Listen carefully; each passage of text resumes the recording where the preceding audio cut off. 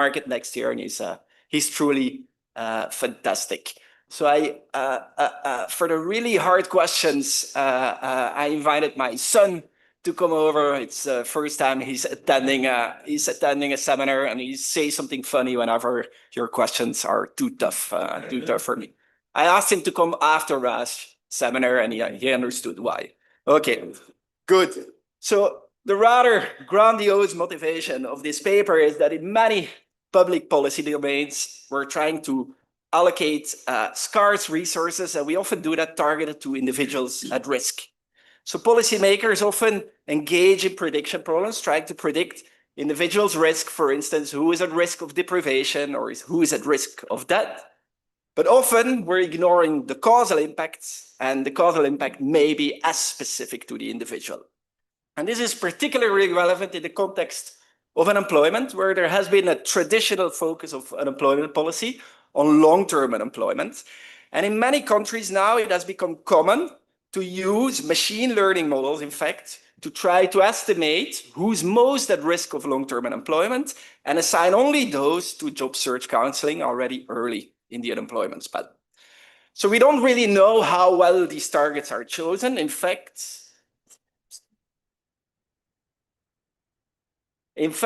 we have little guidance on how we should be targeting, who should we target, and when should we intervene.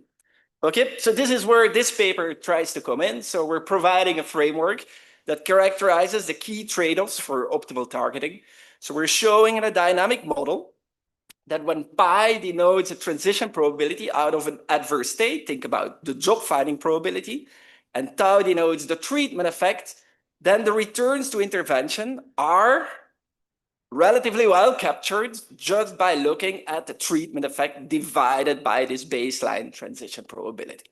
Okay, so the public employment services just focusing on pi get it wrong by not focusing on tau, but naive economists could think that it's only tau that's important, and they would miss out the fact that the pi matters here as well.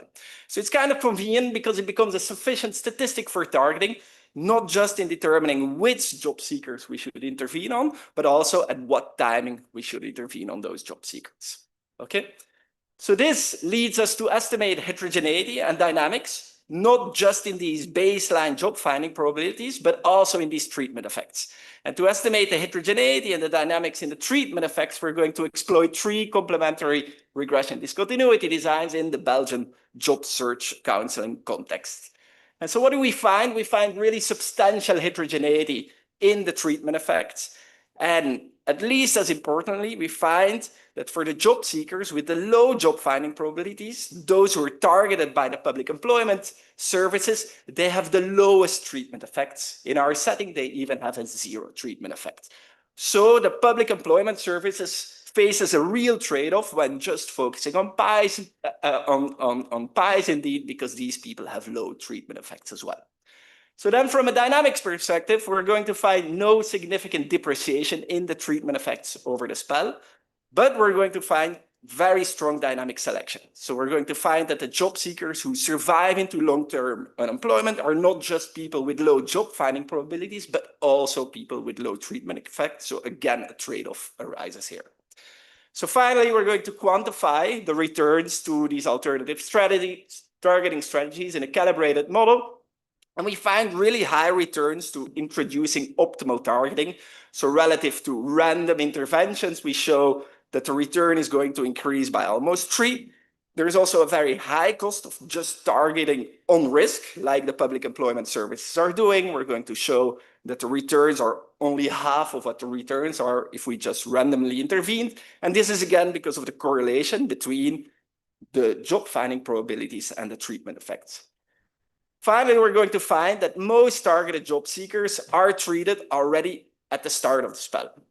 And this comes from the fact that there's so much heterogeneity in these returns, and we want to harvest the highest returns. So we want to target the types with the highest returns, but we want to make sure that enough job seekers are still present to target, and that only happens at the start of the spell. Okay, I'll show that a little bit later as well. So this is the paper in a nutshell. So where are we trying to contribute? So I think we're trying to connect two strands of literature. So there's a little bit of a revival of a literature trying to estimate heterogeneity and dynamics in job finding. There's, of course, a lot of work thinking about the treatment effects of different active labor market programs, but not, I think, with the same focus on trying to capture the heterogeneity and the dynamics. Yes, question. Have a single yes counselor searching to find another yeah back to 30 years ago, the whole policy debate enacted market policy of whether for unemployed workers you should target job search assistance counseling, or whether there's no way they're going to find a job, you want to target training and education. And in the US, for example, the 1993 employment insurance, found the targeting system for every state had to have a predictive model and simple regression of whether you'd end up long-term unemployed. And the policy was supposed to be people who had really high risk of long-term unemployment supposed to be referred to training, not to sort of job search assistance. Moderate risk. So it's have a policy that's supposed to be people aren't the most problematic. I understand that, but should the answer there are other policies? So it's a great question. So we can look into that a little bit. So we know what programs that people get assigned to. What is important is conceptually we're going to think about it as a uniform treatment indeed. But empirically, we also see that across different agents, the type of programs that get targeted are not differentially explaining the low treatment effects, or they're not differentially targeted to people with low job finding rates or high job finding rates. So, but in further work, we could explore much more of that. Okay. So secondly, there is, to our knowledge, like very limited work on risk profiling in unemployment policy, while in contrast, there are a number of fantastic papers on trying to think about recommender systems in job search. And then finally, there is this statistical literature thinking about empirical welfare maximization. And I think what we're trying to contribute there is that we're really trying to characterize and estimate the targeting trade-offs, and we're doing this in a dynamic setting. So some of you may have heard of the paper by Haushofer co-authors thinking about the trade-off between treatment effects and who's at deprivation or at risk of deprivation. But this is all done really in a static model, and we're extending this into a dynamic model where we don't need the welfarist perspective that they're using in their paper. Okay, so that's the setup. We have quite a couple of things to do. So we're going to talk about context and data very briefly. Then I'm going to show you the conceptual framework. Then I'll show you the empirics on who we should be targeting, when we should be intervening, and then we're bringing this all together in a calibration and counterfactuals. So on the context and data, I'm going to be quite brief. So we're going to Flanders, the northern region of Belgium, the Dutch-speaking region of Belgium. We're collaborating with the Public Employment Service in Flanders. So that's one of our co-authors, employer as well. So we have access to the universe of registered unemployment spells for 5 years. We have their data on sociodemographics for the job seekers, their labor market history. We have some information on the programs they get assigned to. We also have some information through their search platform about their job search behavior and their preferences. And importantly, the VDAB in 2018 started targeting their job search counseling already early in the spell to the job seekers that are most at risk of long-term unemployment. So how do they do that? Well, they have a prediction model, a random forest model where they use a lot of input. And what they're trying to estimate is the probability that someone will be working for at least 28 consecutive days within 6 months. Okay? They spend a lot of resources on this model. They're very proud of this model as well. So the risk score is available for every job seeker already on day 1 of the unemployment spell. It gets updated daily. And also the prediction model is retrained every month. So let me show you a little bit about the performance of this prediction model. So here I'm simply showing you a distribution of the predicted 6-month job finding probabilities. And what we find is there's quite a bit of dispersion. So the bottom 10% has a job finding probability of less than 40%. So over the next 6 months, while the top 10% has a job finding probability that is at least twice as high. The panel on the right shows that these predictions are accurate, and they're accurate throughout the support of the distribution. Okay, so let me tell you a little bit about the details of the assignment to job search counseling, but let me keep it focused on what we're going to try to leverage here in our empirical designs as well. So at the start of the spell, job seekers get reassigned to their caseworker if they have been unemployed recently. Okay?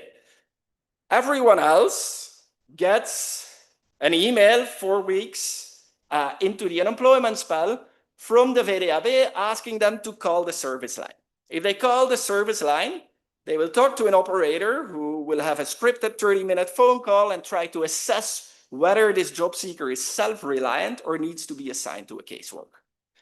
If you don't call upon receiving the invitation, at week 5 of the unemployment spell, the service line will try to contact you. But not everyone. They will only call the people that have a predicted job finding score that is less than 65%. Okay? So then 3 months go by. At week 18, all job seekers that have not been assigned to a caseworker will be asked again to call the service line. In week 19, if you haven't called, the service line will call those who have not yet called. Okay, so this is a setting in a nutshell. So what we immediately see is that at week 5, the intervention there comes with a clear regression discontinuity. So it allows us to evaluate what the average impact is of what they're doing, the VDAB intervening on these job seekers, but it only allows us to evaluate it at week 5, and it only allows us to evaluate it for people with a risk score of about 65%.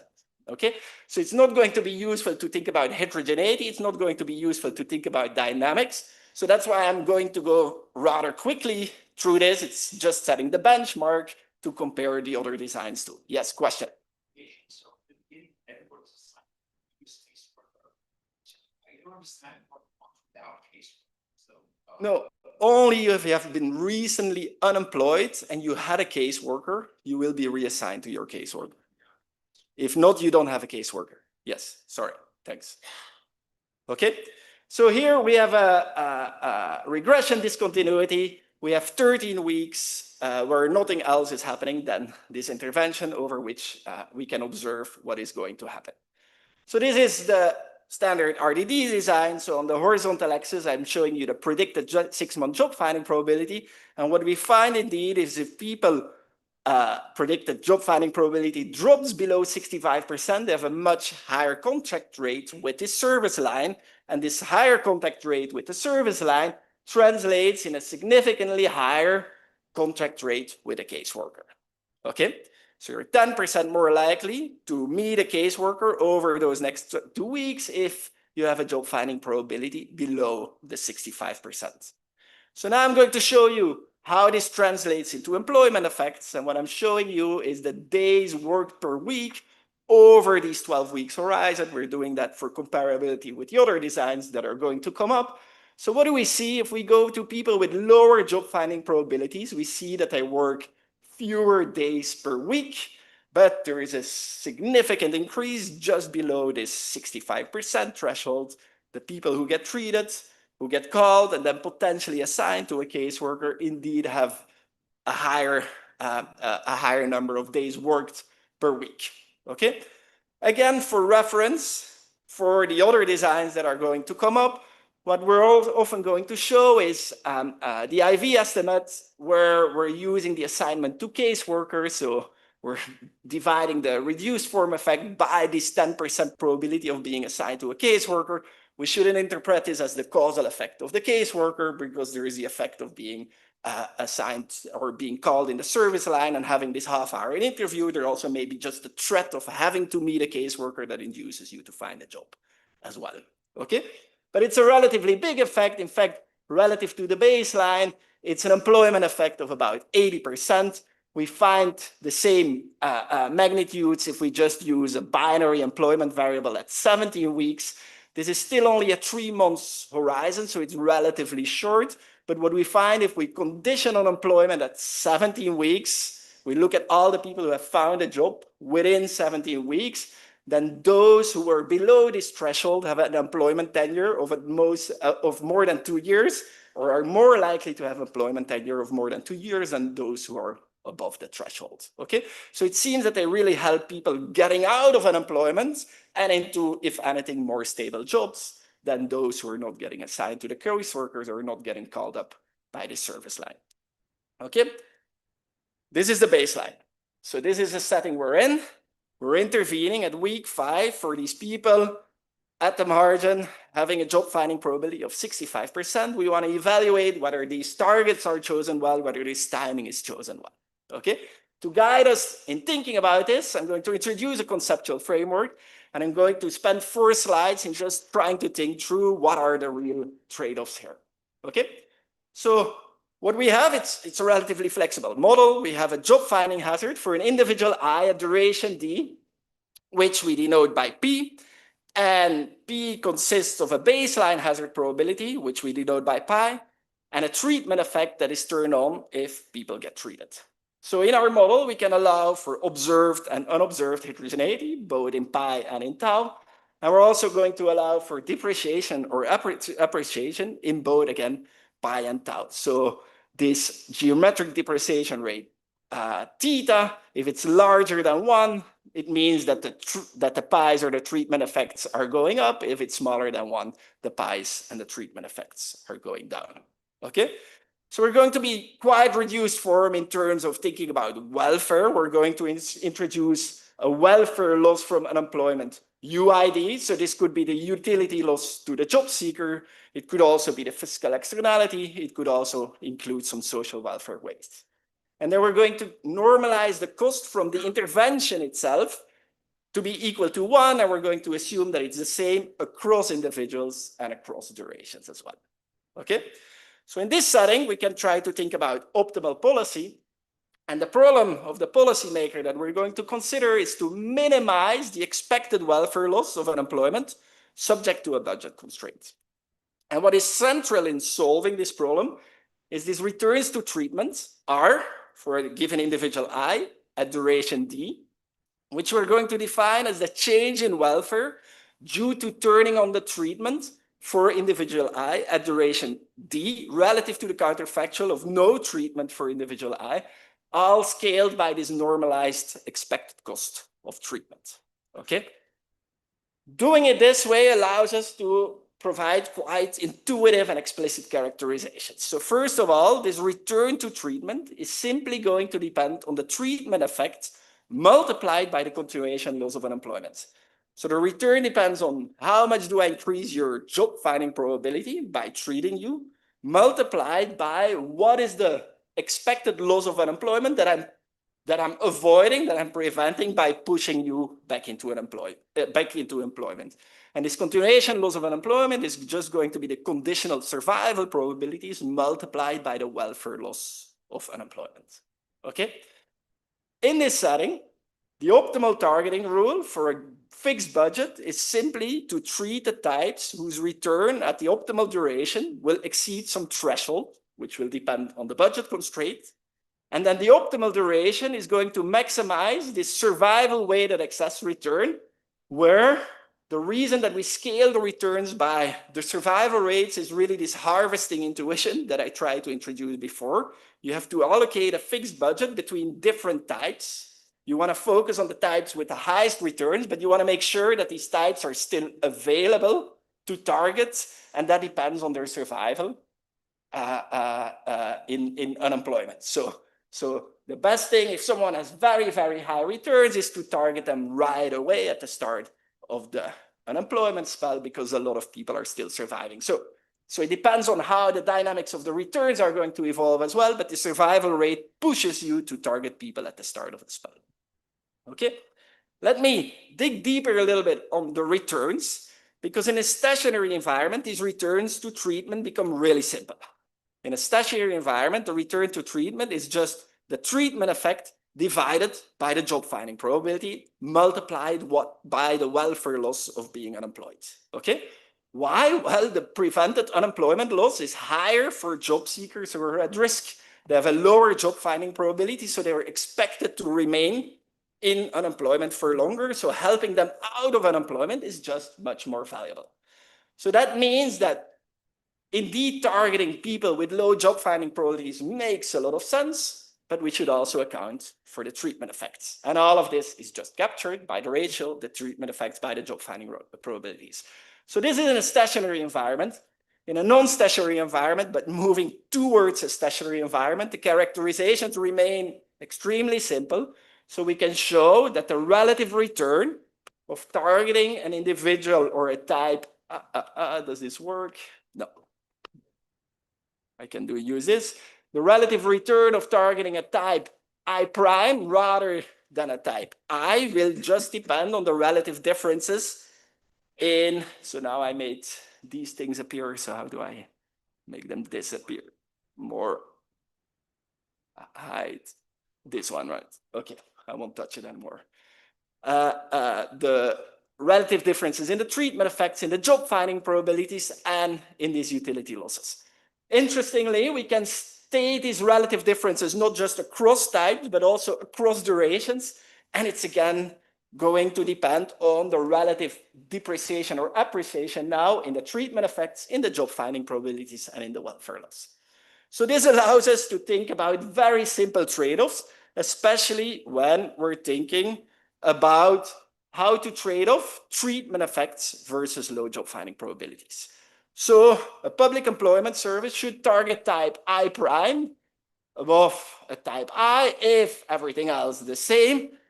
The relative treatment effect difference is higher than the relative job finding probability difference. Yes, question. You went from unrestricted I subscripts and everything to X of I. Yeah. So, but expectations don't pass through ratios. So you want to target, the Oracle version of this targets proportional individual level treatment effects. Yes. You're averaging that. Yeah. By X, but you average the numerator and denominator separately. So this is where the approximation comes in. So close to it. No, but I think you can do more in your own frame, because if you know something about the distribution of epsilon, then I think you can use it. Your R squared on your actual versus fitted was only 0.1, so epsilon variation dominates. Epsilon variation dominates, but there is a lot of just noise and whether it, like your best predictor of the ratio should use what you know about epsilon. And so if you want to make a best feasible prediction using X, you should take into account what you know about the distribution of epsilon. We can talk about it later, but I think you can do better. So that I need to think about. So I did the quick, we're approximating this. It's just to write in the formula. So when we do the calibrated model, we do the optimal thing, what we thought was the optimal thing, taking into account observable heterogeneity and unobserved heterogeneity.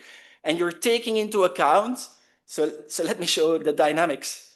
In the dynamics, I cannot move away from the microphone. I cannot point to the screen. I feel like handicapped here. Like in the dynamics, you want to know what the expected treatment effect is for whomever is still surviving later in the employment spell relative to earlier in the employment spell, both driven by unobserved heterogeneity and by observable heterogeneity. The observed heterogeneity, in principle, you could condition on from the start already, and then you just care about the dynamic selection on unobserved heterogeneity. So that's why I was like, we're taking this very serious, whether there is dynamic selection on unobserved heterogeneity or observed heterogeneity, and that all comes back. But the formulas do take this into account, okay? And the approximation is just on if these differences are small enough, then this works. One yes. More related comment. So, more old school labor econometrics that like you're just saying you want to target on the proportional treatment effect. Yeah. Level treatment effect. So it's kind of a difference between, do you estimate these treatment effects in levels or with like a Poisson? I agree. Do Poisson's already in proportion? I agree.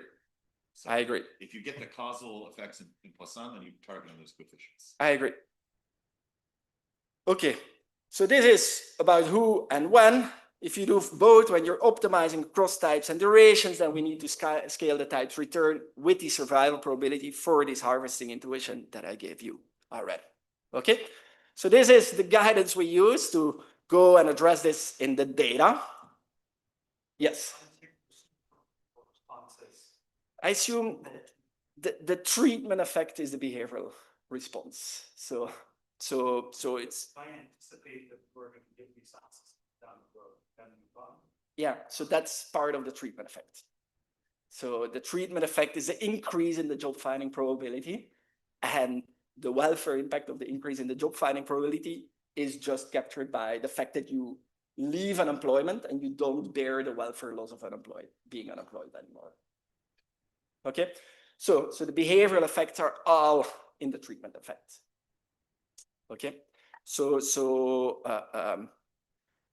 we're doing this because we're dealing with heterogeneity dynamics, observable heterogeneity, unobservable heterogeneity, and just to keep those characterizations somewhat interpretable, this is the way to go. Okay, good.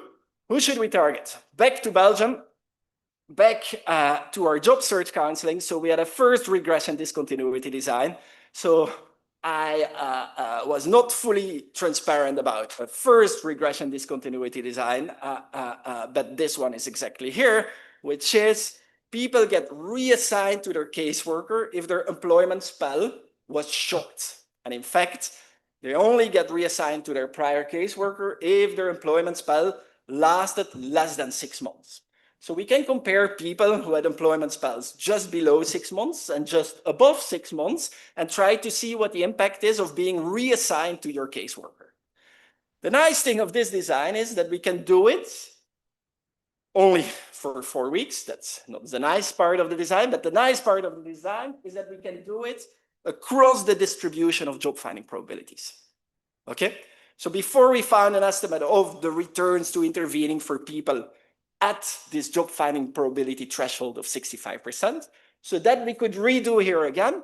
And what we find is an effect, a caseworker effect on days worked per week of, again, about 1.2 days. Before we got 1.4 days.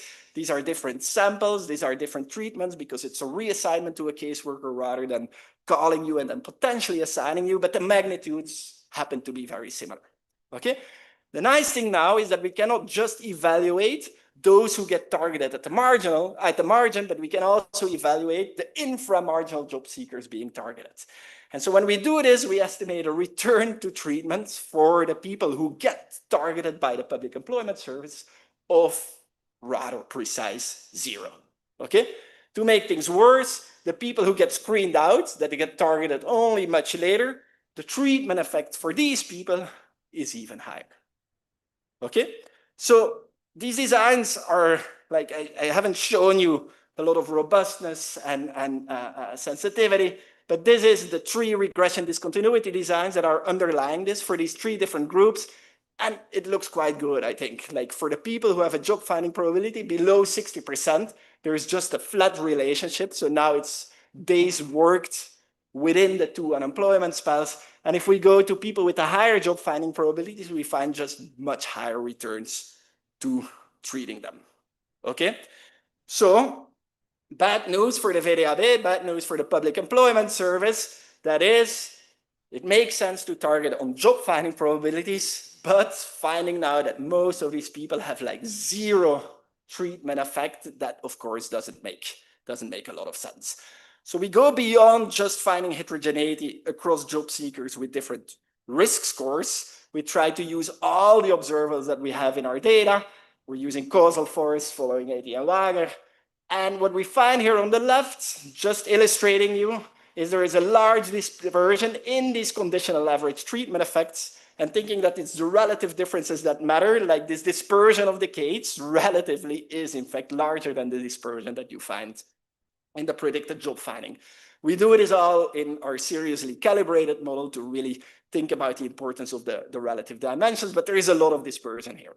Yes? Why are you deploying the causal force on a level specification? It seems like you'd want to be deploying a component. You want like Poisson causal force so that you're directly characterizing the expectation of the ratio rather than the ratio of the expectations.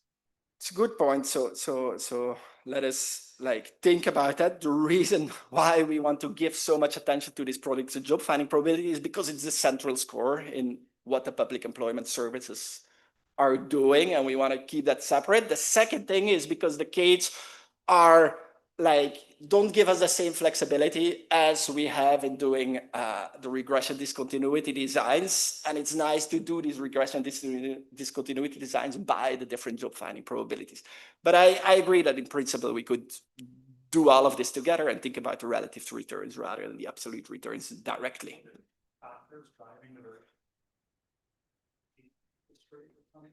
So good question. So we have a couple summed up here. It's not obvious to show it because it's 2 by 2, but think about people that you really want to target because they have low job finding probability or high treatment effects on the left, and people that you don't want to target because they have high job finding probability and low treatment effects on the right. So for instance, being of Belgian origin, among the people with low job finding probability and high treatment effects, we have much more migrants or people that are not of Belgian origin. Similarly, for instance, people at old age are overrepresented among the people with low job finding probabilities and high treatment effects. If you look at women, for instance, they have similar job finding probabilities. In fact, the prediction score cannot account for gender in their predictions. But what we see is that the treatment effect for them is smaller than for men. Okay. You're all on job finding, Yeah. not on sort of longer. I agree. So, that say the people with very low job finding probabilities, if the counselors are flexible and said, you know, you're never going to find a good job. So what you ought to do is not be searching now. You ought to be doing some education or training. You could look like you have negative treatment effects. Treatment effects, even though you're sort of doing the right thing and getting a higher return because 2-3 years from now they're going to be doing much better. And we have a lot of RCT evidence that sticking people who into sort of high, unstable jobs like a temporary help agency, so we're paid about $160,000 rather than sort of education training has positive short-run effects on job finding, but negative long-run effects. So I agree with that, and we're limited by our data. So we do what we can do. Within our 3-month window, we see that there is very little sensitivity to whenever we take, like how long we take that window. But most importantly, the one that I tried to show already, sorry for going back, is this employment tenure. So why don't I show the RDD? So here we're conditioning on having found employment within the next 3 months. And then what is the probability of you still being employed 2 years afterwards? And if anything, it's higher for the people who are below the threshold. So they're more likely to find a job and more likely to be still employed 2 years after. We don't know anything about earnings, but it tells us something about the persistence of the. I see. Yeah. So there we only have the 4 weeks window and we're limited by that. General view is that for people who have reasonable marketable skills and low job finding, that this is a very good intervention, but the counselor should be targeting different things and find jobs right away. Yeah, I agree. I agree. John? I'm not as good as how much questions have, but let me try. It seems like what also matters is the variance that you can estimate the treatment effect. Yeah. Like it seems like you know pretty well who's going to take a long time to find a job. I don't know how to compare the standard errors on the treatment effect estimates. I worry that building a policymaker should take something we kind of measure pretty well, taking something else we can measure moderately well, and we divide the two. Yeah. And I just worry a little bit about what that does to building policy. Yeah, so my son is here for the hard questions. My former supervisor here is to let me transition and move on to the next slide. So we're doing one thing, which is a little like I'm bluffing a little bit, but it's hard. Like these methods, we're worrying about whether the predicted or the estimated treatment effects have predictive value. And so what we do with these skates is we divide up people into different terciles. And then we redo our RDD design if you're predicted by the K estimator to have a small treatment effect. To have a small treatment effect, whether you actually find a small treatment effect. And so we do find that. So there is a lot of internal validity here, and there are ways to check, and we do that as well, whether the predicted treatment effects actually, or the estimated treatment effects actually have predictive value. So it's not just noise that we're getting at the variance, and our model allows us, in fact, I can tell you that of the variance that we find in the returns, 80% of that is driven by the variation in treatment effects. And these treatment effects have predictive value. So that's the line of response I would have to that. So then thinking about external validity. So this is tougher. So here we're going from the heterogeneity RDD at the start of the spell to the baseline RDD.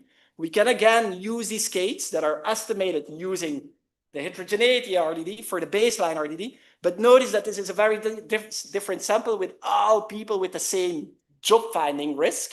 And it's the job finding risk that is most predictive of whether people have a high or a low treatment effect. So we're killing all of that heterogeneity. Still, there is a little bit of a slope that we find there, which is somewhat suggestive of an external validity, but it's very imprecise. We're working harder on this. Okay. So this is about who we should be targeting. Let me talk about when we should be intervening. I was doing well on time, and suddenly I lost my time management. That's annoying. When should we intervene? So we have two regression discontinuity designs. In fact, I realized preparing for this that we made this graphic before we realized that there is a third design, and the graphic is not adjusted to that because we don't have the observation window to that. But we only realized later on that 19 weeks into the spell, we have a new regression discontinuity design.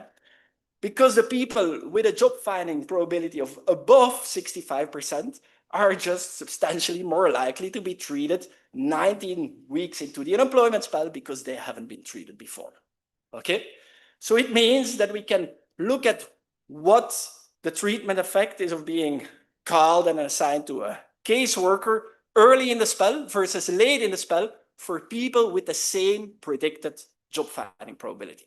Here I'm just showing the RDD estimates at every week for the people who are still unemployed at that week. So at week 5, people just below the threshold are more likely to be contacted with the service line, and that reverses exactly at week 20. Okay, let me briefly continue this. That reverses at week 20.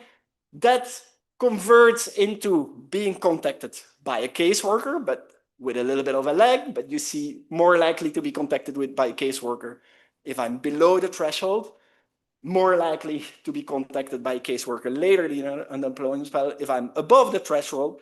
And that translates into more or higher employment effects. So I'm showing it by week, and I'm showing the transition into employment. So it's noisy, but it seems to be positive early in the spell, and then it becomes negative after 20 weeks later in the spell. So we can convert this into an IV estimate again, this caseworker effect on days worked per week. And what we find is early in the spell, with the baseline RDD, we find an estimate that is not significantly different from the estimate that we find later in the spell. So the effect of the treatment for people with the same predicted job finding doesn't seem to differ. Admittedly, the standard errors are large, so we cannot reject large appreciation or large depreciation, but we have no evidence to suggest that it goes in the one or the other direction. You said they updated risks for the data year 65. Yeah. No, but we have to use the original score because that is defining the thresholds later on as well. But yeah, so it gets recalculated. Okay, so here we don't find any significant depreciation or appreciation. This is in stark contrast with the dynamic selection that we find. Okay, so let me show you the dynamic selection on treatment effects here in blue. All we're doing is use our estimated treatment effects that we have from this heterogeneity RDD. And then we ask for the surviving job seekers into unemployment. What is the average treatment effect for them? And we see that 1 year into the spell, the average treatment effect for these people is 50% below the average treatment effect that we had for people at the start of spell. So if you wait by intervening, you get to people who are just harder to engage, harder to get into jobs. But there's also the job finding. If you wait by intervening, you get to people who have a harder and harder time to find a job. So it's much more valuable to get to them into unemployment. And so that I'm showing you here on the right. So we see the observed job finding for people later and later in the spell is more than 50% below the observed job finding early on. What is kind of interesting to us, because we've been interested in that in other work, is that the dynamic selection on observables for job finding seems to be not super important here. So the wedge between the blue and the red could be selection on unobservables, but it could also be true depreciation. Where it's very important here, again, because of the correlation, those with low job finding probabilities have lower treatment effects, and they're the ones that survive into long-term unemployment. Okay, I think I caught up, so I can slow down again. So let me go to the counterfactuals. So who should we be targeting? So this, we're calibrating this dynamic model with heterogeneity, observable and unobservable heterogeneity in the job finding probabilities, and true duration dependence as well in the job finding probabilities. And this just shows the heterogeneity in both the 6-month job finding probability and the treatment effect and the overall correlation that I've been showing you before. Okay? A caricature of what the VDAB, the Public Employment Service, is doing is targeting everyone with a job finding probability below 65%. A caricature of a naive economist who only cares about treatment effects is that this is what he would be doing. Okay? What we show is that the optimal targets are exactly these ones here. This is targeting 50% of the job seekers, which is also what the VDAB is doing. Eventually, 50% of the people get assigned to a caseworker. So that's why we're doing it this way. Yes, John? Persistent are the job finding probabilities over time. So like I understand in answer to Jesse's question why I don't like keep the running very consistent, but if there's a lot of movement, then there's like an additional thing here where there's like option value in waiting because you don't quite know who's going to end up finding a job, and you want to wait to see who hasn't found a job, and you're updating your probability downward over time. So good question. So this is exactly what Anja and I have done in a paper in the Swedish context. So the difference between the blue and the red could potentially be true duration dependence, true depreciation. And you're asking about heterogeneity in that depreciation. So we haven't done that there. Here, we've done that in Sweden, and there we find that it's very persistent who remain. Like there is much stronger depreciation for people with high job finding rates compared to people with low job finding rates, but the rankings remain very similar over the span. Yes, question. The caseworker budget constraint constant? Yes, exactly. 50% of people can get assigned to caseworker. They have different durations. So. I'll come to that in within 1 minute and 50 seconds is the hope. So this shows the returns of optimal targeting. So this is showing the returns of targeting the people in red relative to then targeting people randomly. So this is scaling the returns by 2.6%, as I've shown you. And then what I'm showing you here is what the return is to targeting people based on this index, which is tau divided by pi, but putting higher weight on pi if omega is higher. So if we only target on job finding probabilities, we get these low returns relative to random targeting. Our sufficient statistic here that I introduced at 0.5 is doing just extremely well in realizing all of the returns as well. So this is about who we should be targeting. Then, when should we target? And this is your question. Here, what I'm doing in black is keeping the share of people that we're targeting at each duration fixed. So think about targeting 50% of the remaining job seekers at each duration. What is the average return to doing that optimally? And so it's going up a little bit in our baseline calibration. It's because of the depreciation in the job finding rates, even if you do it randomly. But if you do it selectively, the returns to doing that are going to be higher and higher. But it's also because you have these people with negative treatment effects and you really want to avoid targeting them. And that's becoming more important later in the span. But of course, if you have a fixed budget to spend at every duration, then there's less and less job seekers to choose from. So the returns to targeting are going to be less valuable at longer durations. And it's related to this harvesting intuition that I tried to give you before. If you're thinking about optimally targeting across durations, then what you're doing is you're going to target 80% of the job seekers already at the start of the spell. Okay, and what the VDAB is doing is not too different from this, but of course they're not targeting up to optimally, so they're not using this harvesting leverage at all either. So that's all I had to say, 20 seconds over time. So I have a conclusion that lists this all again, but many thanks for your questions. Thank you.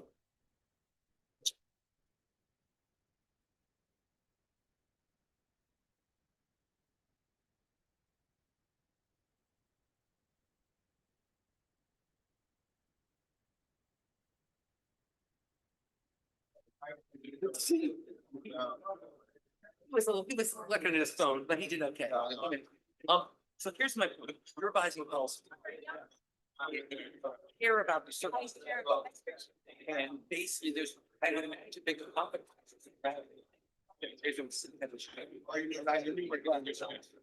And I worry that you're giving it us based on, I really want to estimate the console that ratio. I haven't seen this very well. The months.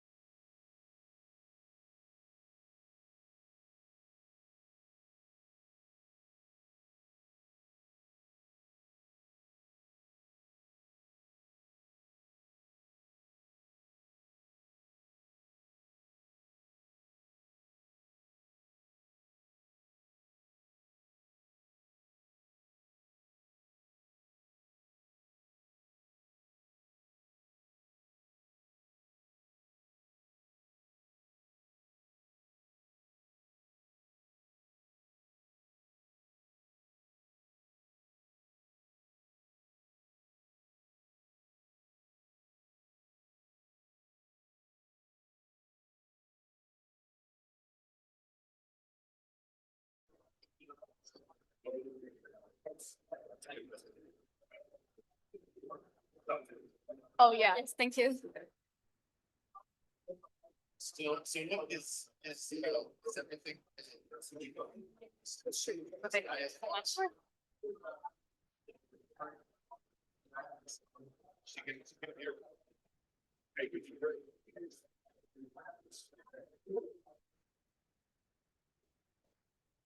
That's just one of them. I was.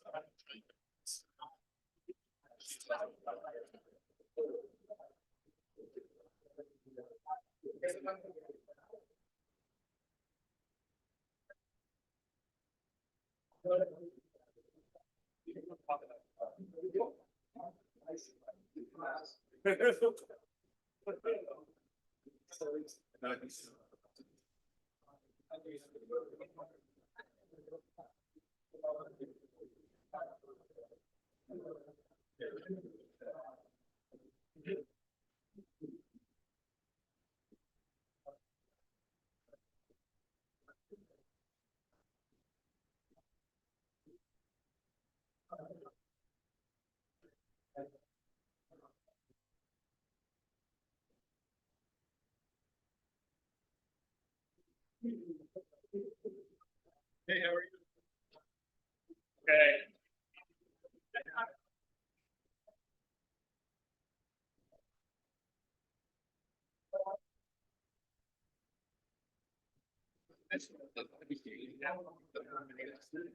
Okay, perfect.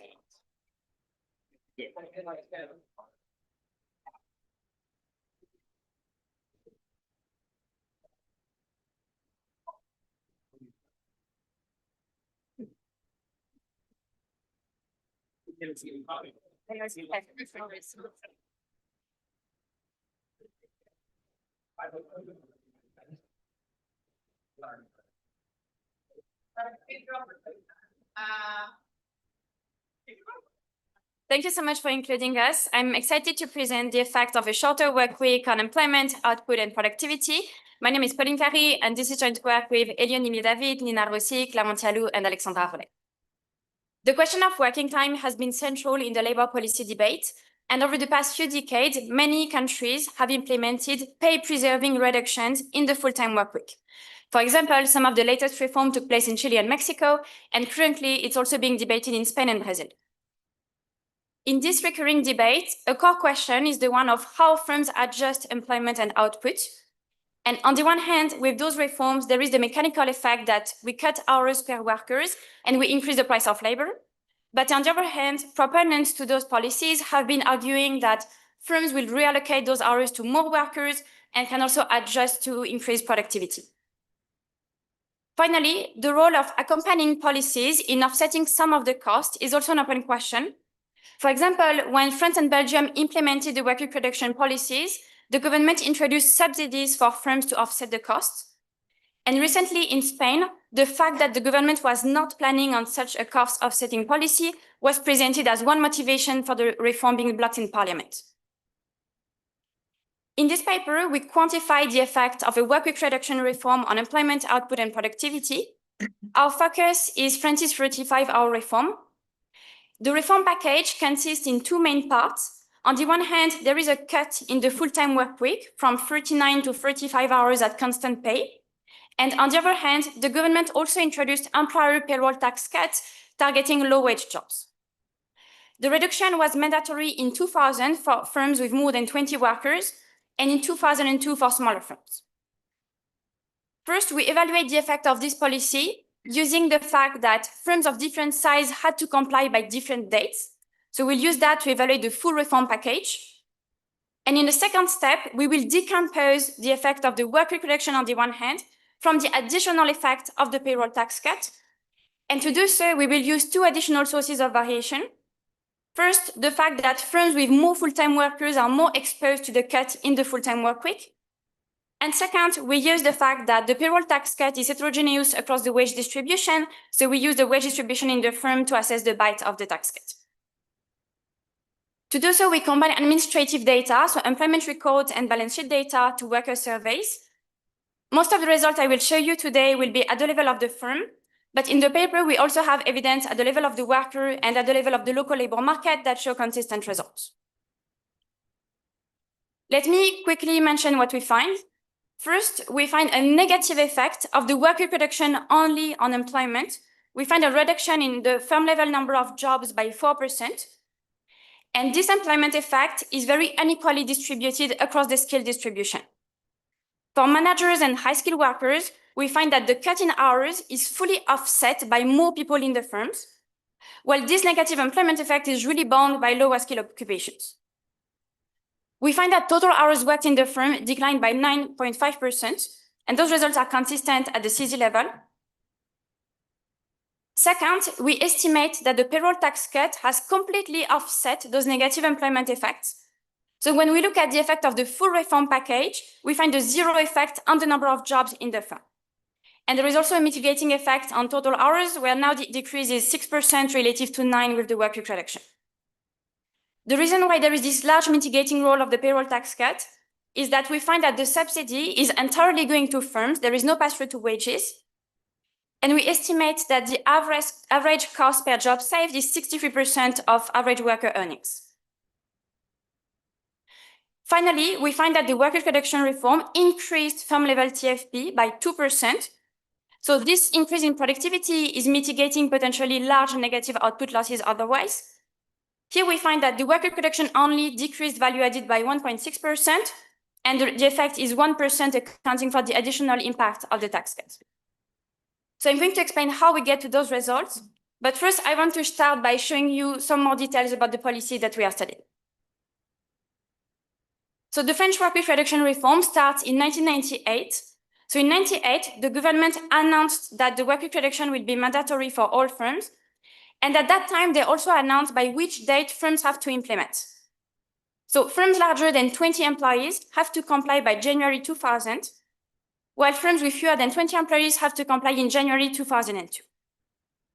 In 1998, the government also implemented the employer payroll tax cut, and this is conditional on adopting the work week reduction. So as soon as a firm adopts the 35-hour work week, voluntarily or because of the mandate, that firm becomes eligible to claiming the subsidy. This reform was really motivated as a way to reduce the unemployment rate in France, with the idea that firms will maintain total hours but allocate the hours to more employees. So effectively, this reform is a cut in the full-time work week by 4 hours, with the requirement of maintaining total pay. So this is an increase in the hourly wage by 11% on paper. And the government really aimed at reducing hours worked for all workers across all occupations. So for managers and high-skilled professionals, firms were required to put additional paid holidays so that annual hours will be reduced for them as well. And for other employees, it can also be implemented through more holidays or every week being shorter. This reform is not setting a cap on hours. Workers can work more than 35 hours per week.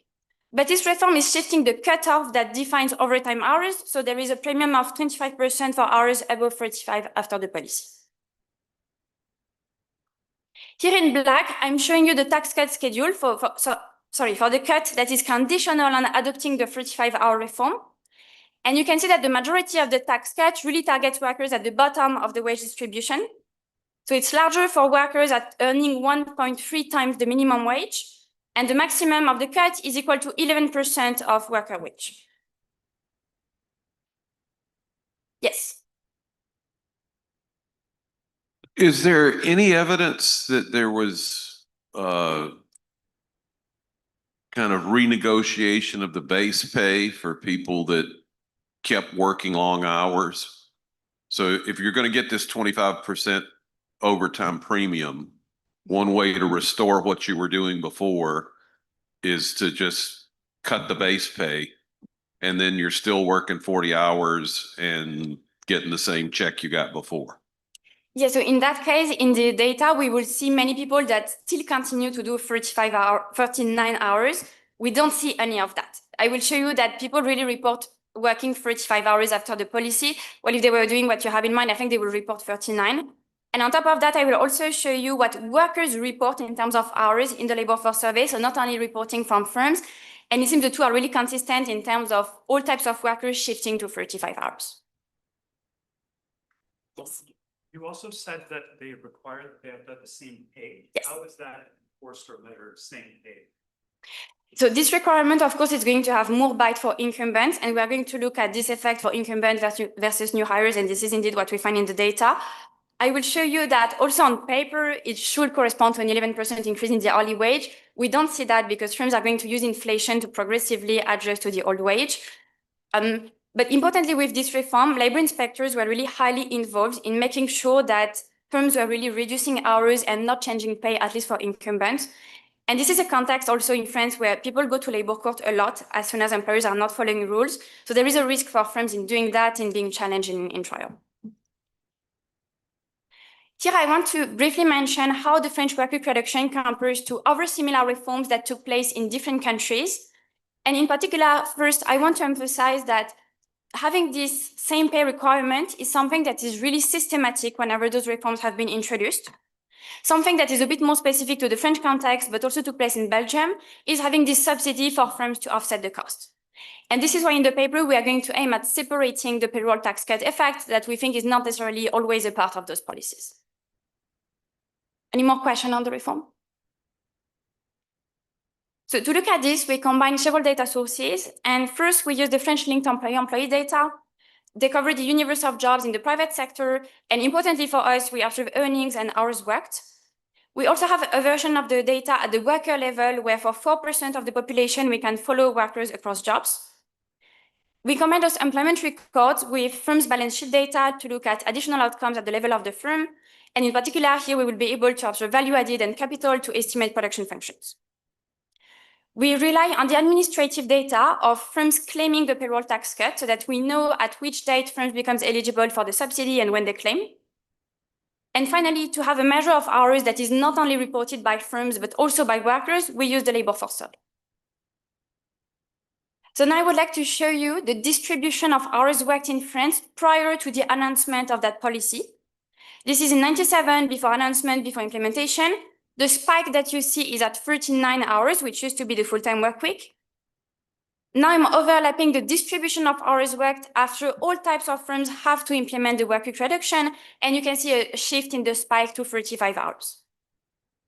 To be sure that this is not just firms reporting compliance, but an actual shift in hours, we compute the same thing in the labor force survey.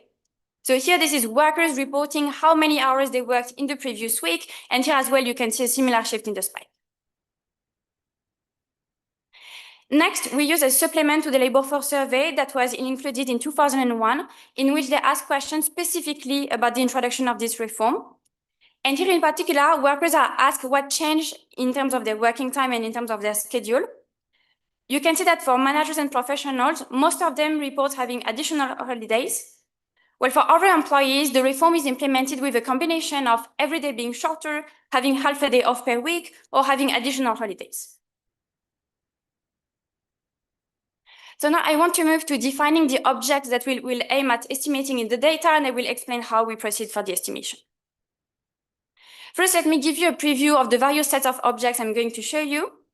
The first set of objects of interest will be intent to treat effects, where here we will estimate the impact of the mandate for firms to implement the work week reduction relative to only providing the fiscal incentive to do so. The second object will be local average treatment effects that will correspond to the causal effect of adopting the work week reduction for a firm, taking into account the fact that adoption also opens the right to claim the subsidy. And finally, we will aim at decomposing both the ITT and the late in terms of the two components of the reform package. So here the idea will be to say what would have been the effect of the work week reduction only on employment, for example, if the fiscal incentive had not been introduced in the economy. So to clarify interpretation for all of those objects, I want to show a simple framework, and then we are going to use also this framework to unpack the two components of the policy. So here the unit of observation is a firm. We observe every firm over multiple periods. We're interested in two different treatments. The first one is adopting the 35-hour full-time work week that I denote H35. And the second treatment is claiming the tax cut denoted by TC. There is also a legal mandate that starting in period 1, some firms have to comply, the large firms, I will denote by those S equal 1. Here I'm going to denote the potential outcomes. I will index them by the bundle of the treatment. Because of the institutional context, firms cannot claim the tax cut in period 0 because it's not in place. And from period 1 onwards, only firms that adopt the 35 hours can claim the tax cut. I will also rely on a more compact notation by indexing outcomes by the mandate only. Here is the definition for our first object of interest, so the intent to treat. So the definition is standard. Here, in terms of interpretation in our context, this corresponds to the causal effect of the mandate for firms to adopt the 35 hours work week with the associated tax incentive, relative to only providing the tax incentive, which may also generate some voluntarily adoption. To estimate this, we are going to rely on an event study design, where we compare the evolution of mandated and non-mandated firms. The mandate status will be based on the firm size prior to the reform announcement, and here we will use firms of size 22 to 48 for the mandated group, firms of size 10 to 18 for the non-mandated one. The results I will show you are for a balanced panel of firms, but when we look at the causal effect of the mandate, we didn't find any effect on firm exit. To illustrate this first source of variation, now I want to show you once more the distribution of hours worked in France, but separately for those two groups of firms. This is before announcement of the reform. The two distributions are very similar. Similarly, soon after announcement, 98, 99. 2000 is the first year when large firms have to comply, but not yet the small. So you see a larger shift for this group. And 2001 is the second year where we have the mandate only for the large firms and not the small. And then you can see that the majority of the spike is now at 35 for the large and remains at 39 for the small. Here you can notice that for the non-mandated group, there is also a progressive shift that we can potentially attribute to the fiscal incentive being in place from 98. So this source of variation, we will use it to estimate the ITT, but also to estimate the late.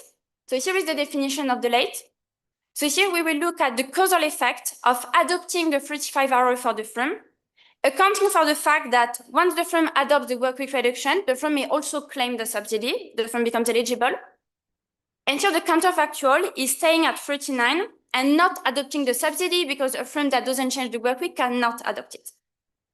We will estimate the late for compliers, and in our context, the compliers are firms that adopt under the mandate, but will not adopt under the fiscal incentive only. To estimate this, we will instrument adoption of the 35-hour work week by using the mandate, so the DID on the first stage outcome. For a given firm, I can rewrite the difference between the potential outcome of the firm adopting the 35-hour with potentially claiming the tax cut and the potential outcome of a firm that doesn't adopt the 35-hour as the difference between these two terms, where the first one will be the causal effect of adopting the 35 hours without claiming the subsidy. And the second term is the probability that the firm claims the subsidy times the causal effect of the subsidy on top of the 35 hours.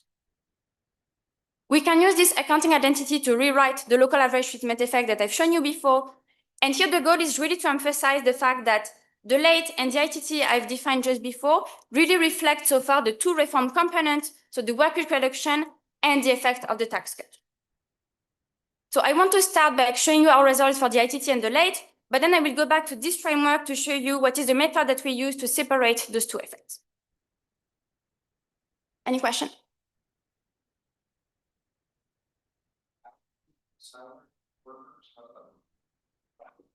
So there is not such a distinction in France. The only thing is that for managers and high-skilled professionals, those will be the people that don't clock, so they don't record their hours. And this is why for this group, there are the additional holidays. But all of the workers will have to clock, and so 90% of the population will be in that category at this point.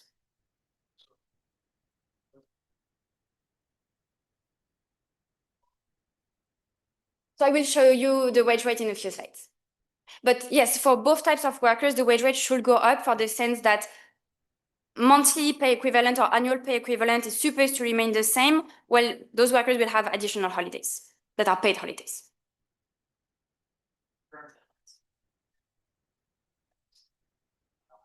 That's like this. Percent, like competitive. I don't understand.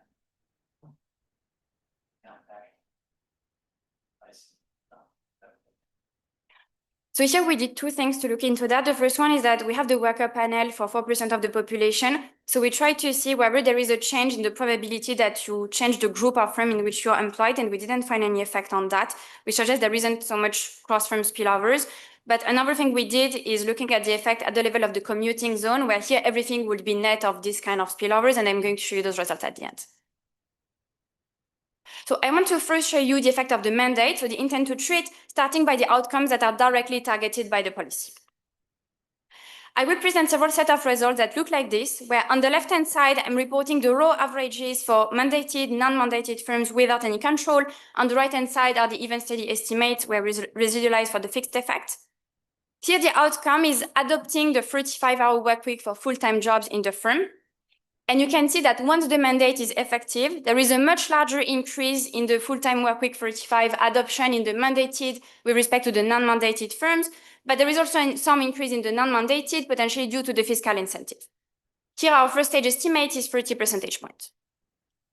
We then look at the same thing for whether a firm claims the tax cut. So this is our other treatment of interest. And here we have some very similar pattern with a first stage at 30 percentage points. Now turning to the average working time per job in the firm, we find a reduction in the average work week by 2 hours in mandated firms compared to non-mandated ones. And here this is accounting for all jobs, so full-time and part-time jobs. Is it my eyes, or were there a lot of firms that made the change and didn't take the tax money? So yes, And if so, why? Is this just bad accounting in France? I mean, I want to know how many people didn't take what they could have taken from the government and why. Yeah, so here our first stage for the tax cut is going to be 5 points below the first stage for the take-up of the 35 hours. So it's true that there are many firms who have implemented the work week reduction because they have to, this is the regulation, and yet they don't claim, we don't see them in the admin data on claiming the subsidy. One potential reason is that to claim the subsidy, firms have to provide a work week reduction agreement that they have signed with workers at the level of the company, which means that if they implement the reform without having workers signing on the specific way to implement the policy, they don't have that agreement to provide to be able to claim the tax cut. So there is some potential way that you have to do some sort of negotiation to claim the tax cut that may explain why they don't all take it. So next we turn to the effect on the average hourly pay in the firm for the reason that there was this requirement of maintaining total pay with the cut in hours. On this figure, you can notice that there is an initial decrease after announcement of the policy, which is basically large firms that stop increasing wages with inflation. And once the mandate is in place, now as intended, the hourly wage increases, but this is going to be starting from a lower baseline. So we have an estimate that is slightly below 2%. There are also some changes in worker composition. When we do that for full-time incumbents, our estimate is 4%. When we look at that, but now considering the hourly labor cost, so hourly wage plus employer taxes, we find similar patterns. But the estimate here in 2001 is much smaller, meaning that the tax cut is offsetting roughly half of the increase in the hourly wage. But there is still a positive effect with an increase in hourly labor cost in 2001. So now I want to show you our first main outcome, which is the number of jobs in the firm. We are still looking at the effect of the mandate. On those figures, you can see that mandated and non-mandated firms had very similar evolutions in terms of employment prior to the reform, and also similar evolutions once the mandate is in place. So we estimate a 0 effect for the effect of the mandate on the number of employees in the firm, which goes against the prior of the government that firms would create more jobs in order to allocate the additional hours. We then look at how this employment effect is distributed across the hours distribution within the firm. As expected, there is a negative effect for employment for jobs at 39 hours and above, with an increase in employment at 35 hours. But here, if you look at 35 hours, the increase is not large enough to offset the negative effect at 39, so that this 0 effect I've shown you, it's also due to an increase in part-time employment strictly below 35 hours. So if you sum all of those beings, you recover the 0 effect I've shown you, but it's important to keep in mind that there is an entire shift to the left in the hours distribution. So there are fewer hours per job, the same number of jobs in the firm. So we estimate a negative effect on the total number of hours worked in the firm, and here the magnitude of the negative effect is 6%. Next, we revisit this effect on employment and total hours by looking at workers across occupations. Yes.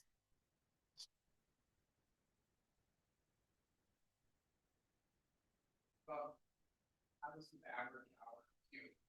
So someone who works 35 or 39 days, and it wasn't quite clear how he picked up his average hours, the effect that people get per vacation. Yeah, so here we will use the number of hours that is reported by firms, and those data are collected basically to compute the payroll taxes that firms have to pay. So for people who will have additional holidays and those holidays being paid, potentially we may overestimate the number of hours that they do, which means that if anything, the actual reduction in hours might be even below this -6%. Exactly. And in that case, it will concern managers who are 10% of employment. And we know that roughly 30% of managers don't have these holidays, but the shorter work week. So it will be 7% of jobs roughly. Yeah. Going back to the question Eric asked earlier, just trying to think about how the market appears here. So effectively, the firms subject to the mandate, those jobs have become more attractive, right? You work less, you get paid maybe the same amount.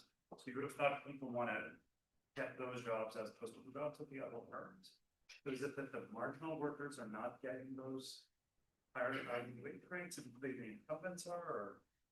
So I think those are potentially more attractive for incumbents because those are the ones that have the requirement of maintaining pay. But for new hires, since it's not really clear what would have been the counterfactual pay, we find it's really driven by incumbent, this increase in the hourly pay, which means that for potential new hires, it's not obvious that they will also benefit and have incentives to go work for those firms. Separate that out. In the worker panel, yes. I won't have the time to go through the worker level result today, but yes. So now the employment effect and total hours effect for workers with different occupations. If we look on the left-hand side, you can see that the zero employment effect I've shown you is actually a combination of a positive effect for managers and a negative effect for our employees. So that you can add up the two, you recover the zero effect. This is telling us that for high-skilled professionals and managers, the cut in hours is offset by more workers in the company, because now you can see on the right-hand side that total hours are not decreasing for this occupation. Well, when looking at our employees, we have the negative employment effect, and also they are driving the bulk of the decrease in total hours.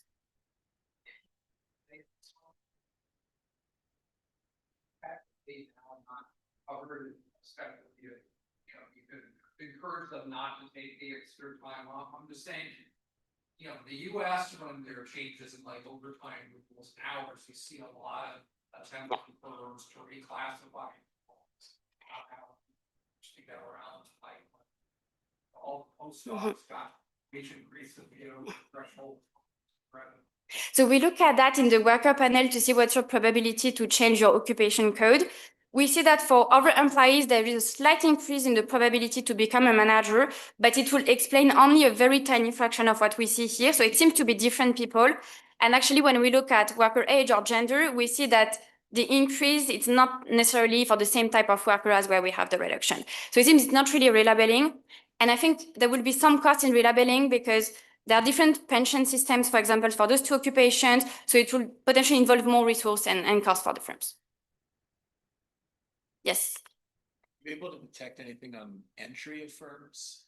Like you could do an exposure design, see some places had more, this had more bite, and those places had more establishments. So I'm not going to show you that today. We want to do this kind of exposure design. We cannot do that based on size because, of course, firms are going to start being small, but we can look at industries with more full-time jobs, for example. But I'm going to show you some results that are net of firm entry when I look at total employment in the local labor market. And it's going to be very similar. Also, in terms of skills, we have something that is very similar at the level of the commuting zone. So now let me show you still the effect of the mandate for now, but looking at our second set of outcomes, which are output and productivity. Here we are reporting the effect on firm level value added. And you can see that we estimate a reduction in value added by 1%. So value added is decreasing by 1%. Total hours decrease by 6%. Meaning that when we take the ratio of value added per hour, we find a very large increase. But we don't think that this increase is representative of productivity effect because over this short time interval, capital is not going to adjust.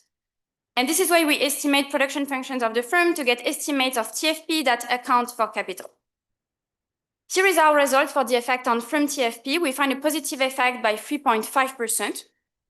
This estimate is obtained using a production function where we take total hours in the firm as the labor input. But I've shown you before that there is a large change in the skill composition.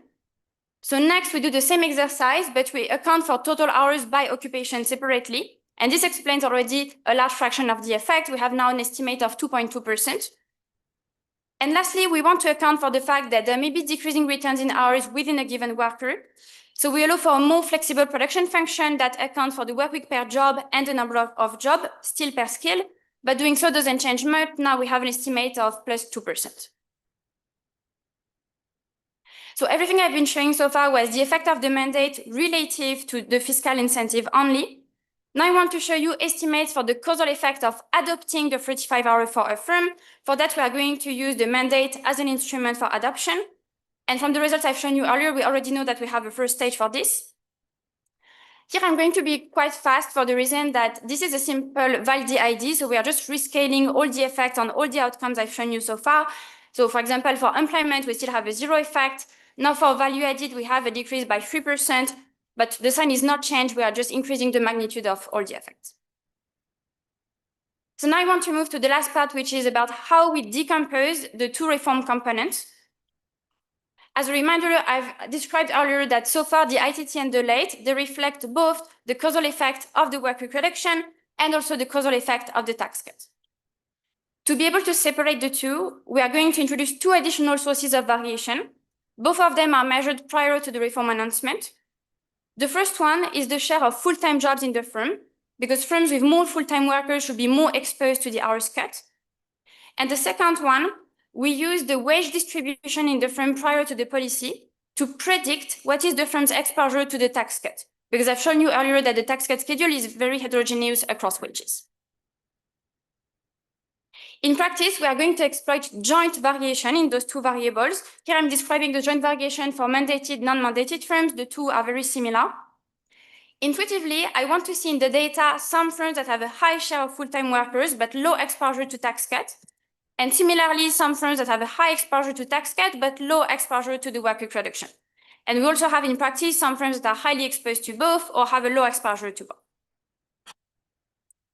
Before showing how we formalize that for the decomposition, as a proof of concept, I want to revisit our employment effects, but looking now at specific subsample of firms. Here in particular, I'm looking at subsamples where I expect firms to be more exposed to the work week reduction and not so much to the tax cut. So in black, we look at the sample of firms that have a high full-time share. In blue, low predicted exposure to tax cut. And in green is the intersection of the two. So here, for example, this means that if you look at firms that have a high exposure to the work week reduction, low exposure to tax cut, you will estimate a negative effect on employment by 4%. And across all of those samples, we have negative estimates. Now, this is not enough to fully decompose the effect of the policy, because as I've moved the support for one of those two variables, implicitly, I'm also moving the support for the other, which is why we are going to need something more formal that I'm going to introduce now. Yes. So do you have your favorite number about the deadweight loss associated with raising the marginal money to pay the subsidy? It seems like we're missing kind of half the story. To know what we think about these magnitudes, we kind of want to know the deadweight loss cost of raising the money to give the subsidy, not give the subsidy. So here I'm going to be able to provide you some estimate of gross cost per job saved. We won't be able to quantify the net cost for the reason that we see there are some changes in earnings. So for example, there is something about income taxation that we are not able to measure. We have some pieces, for example, we see also a reduction in profit. And so we know that the tax revenue from profit is going to change, but I won't have all the pieces that I will need to observe to quantify the entire net cost.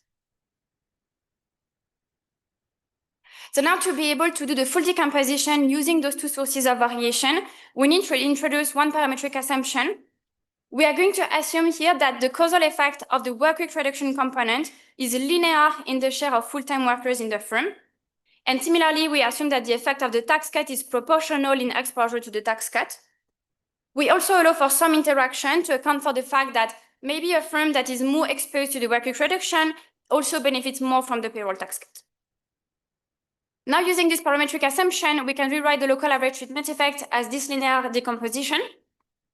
And we can do the same exercise to also rewrite the decomposition of the intent to treat.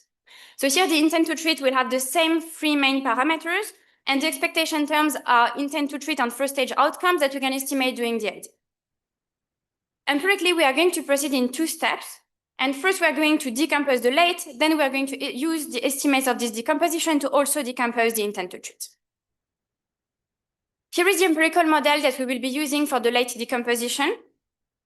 So here we cannot just estimate this equation by OLS because you can see there is the take-up of the two treatment, which is endogenous.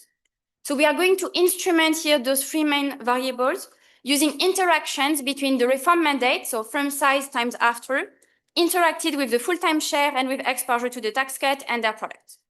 So we have three endogenous variables and we have four instruments. In terms of interpretation, here the beta H35 is going to tell us what is the causal effect of adopting the work week reduction for a firm in a world in which there is no fiscal incentive. Once we have the estimates for those parameters, we can use them to also decompose the intent to treat, combining those with the ID estimates on the first stages. In this case, the first block of the decomposition is going to estimate what is the causal effect of mandating firms to implement the work week reduction without providing any fiscal incentive. So here, those blocks will be the main policy relevant parameters. Here, I'm showing you first our estimates for the first step of the process that decomposes the late. You can see that for beta H35, we find a negative estimate, which indicates that the work week reduction component has a negative impact on the number of jobs in the firm. While looking at the tax cut component, we have a positive estimate. We're going to take those numbers to plug them in the ITT decomposition to know what's the effect of the mandate versus the fiscal incentive. So now we're going to rely on this formula, showing you the results for the first block. Here are the estimates that we obtain. So we find that the work week reduction component has a negative effect on employment by 4.1%. Now moving to the tax cut component, we find the same estimate, but now the sign is flipped, meaning that it offsets exactly this work week reduction component. We tend to have noisy estimates for the interaction, but overall we find they don't contribute so much to the total effect. And so adding up all of the three, we are going to recover exactly the intent to treat estimates that we had estimated earlier doing the DID. And when we did the DID, we were not using the linearity assumption.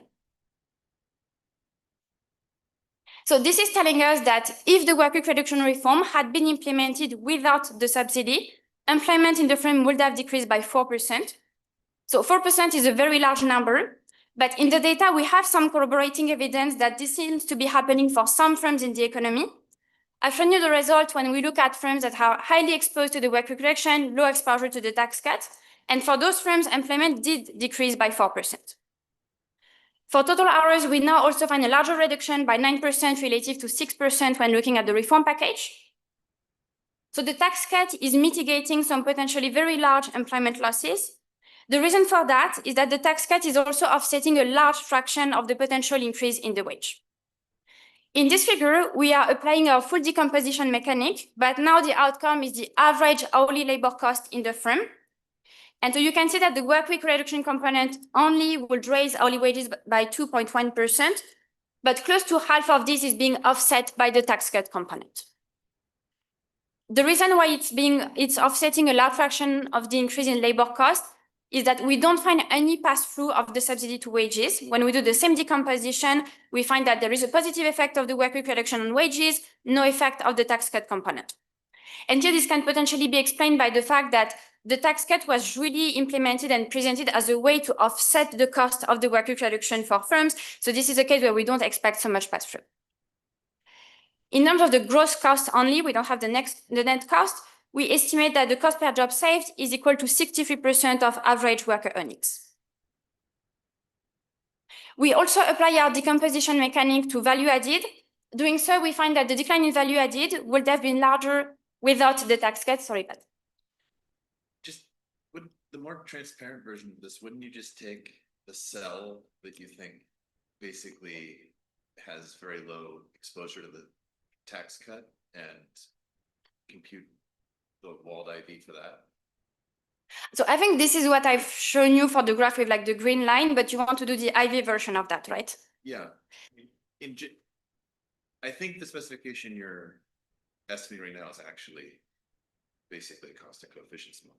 The one that allows treatment effect heterogeneity would have estimated 4 different saturated lates and then regressed to the Yes. second step by minimum distance, the lower dimensional model than the J-test. But even the way, because you have lots of fixed effects, even the way that you're doing the transparent DID, I think you really want to allow treatment for heterogeneity, like Chase Martin, and there's fuzzy different models of fixed effects that guarantees you're getting played. Yes, so we have done both versions. We have done a version where we just create basically 4 cells of firms based on all the combination of exposure. We find very consistent employment effect. It's just a bit more noisy because we don't exploit as much variation. We also did a version in between where the equation at instrument is still the version with the linearity, but the instruments themselves are bin to make sure we don't have some bias due to misspecification there. Plus the fact that when we look just at the ITT by subsample, we find also this minus 4% unemployment is also something that's reassuring. And on top of that, the fact that we have 4 instruments, but 3 variables that we instrument is reassuring for the reason that I think if we had some misspecification, depending on which subset of instruments we use, we will be putting different weights on the 2 reform components. But here, the fact that we cannot reject over-identification is reassuring that we don't have a really bad misspecification for this. Yes. Yeah, improvements. Do you have any way of getting evidence, either surveys and forums on intensity increase of workers' hours? Is worker satisfaction up or down? Are they happy to essentially do less work and be more productive, or are they all pissed off? They, actually get fewer breaks and have to work really hard. Like, what's going on? Yeah, that's a great question. And so all the potential surveys that we have been looking at, most of them will start after the policy so that we can only look after the policy. And many of the surveys, they only survey large firms, so we don't really have any variation that we can exploit in the survey context. This 2% is really the lowest estimate that we found, no matter all the specifications that we tried for the things we can control. For example, we looked at the role of more granular occupation, engineers versus administrative high-skilled workers. It doesn't seem to matter so much. So we think there are 2 main remaining mechanisms. One is firm reorganizing beyond labor composition, for example, at which time you open the store exactly. And the second, as you mentioned, can be worker behavior that maybe you're motivated, or on the contrary, someone is putting tons of pressure on you to do the same. We're still looking for some potential surveys if anyone knows about one that exists before and after that reform, but we haven't found one so far. So finally, let me mention regarding the TFP that we also apply the decomposition, and we find that this increase I've shown you, it's really driven by the work week reduction component. There is very little effect that's coming from the payroll tax cut. So now to finish, I want to show you some results at the level of the local labor market. We have several motivations for looking at what happens at the level of the commuting zone. And the first one is that we want to be able to cover jobs belonging to all firms. So here, this will be net of firm entry, exit, and this will also account for employment in firms that are further away from the size 20 cutoff. And moreover, this will also be net of spillovers across firms within the commuting zone. Here, we will compare the evolution of commuting zones that have different exposure to the policy. We measure exposure prior to the reform as the share of full-time workers in the commuting zone that belong to firms more than 20 employees. This is our eventually specification at the CZ level. Here we are looking at the effect on employment. On the left, total employment. On the right, employment by occupation. First, on the left, you can see that we find a negative effect on the number of jobs in the commuting zone. And on the right, you can see that at the CZ level, we find something very similar to what I've shown you at the level of the firm, with an increase in employment for managers, a reduction for other employees. And since most workers are in the other employees category, the two add up to something negative that you have at the left. Next, we aim at understanding which of the 2 reform components we are actually estimating when we do this CZ level analysis. To do that, we look at first stage outcomes in terms of the take-up of the work week reduction, take-up of the payroll tax cut. The solid lines show the estimates of the 2 first stage at the CZ level, and as a benchmark, the dashed lines show the effect at the firm level. Here you can see that at the CZ level, we are mostly capturing the component that is the work week reduction, not so much the subsidy component relative to what we did at the level of the firm. So this explains why we find this negative employment effect when we look at the impact at the CZ level, because this is mostly the effect of the 35-hour work week. If we use those first stage outcomes at the level of the CZ, that we combine those with our main parameter estimate that we had estimated at the level of the firm, we will find an estimate of -5%, which is actually exactly what we have estimated here at the level of the commuting zone. So our results at the CZ level are consistent with what we have found at the firm level, and both sets of results are telling us that the effect on the number of jobs would have been negative absent the payroll tax cut. Any question on this?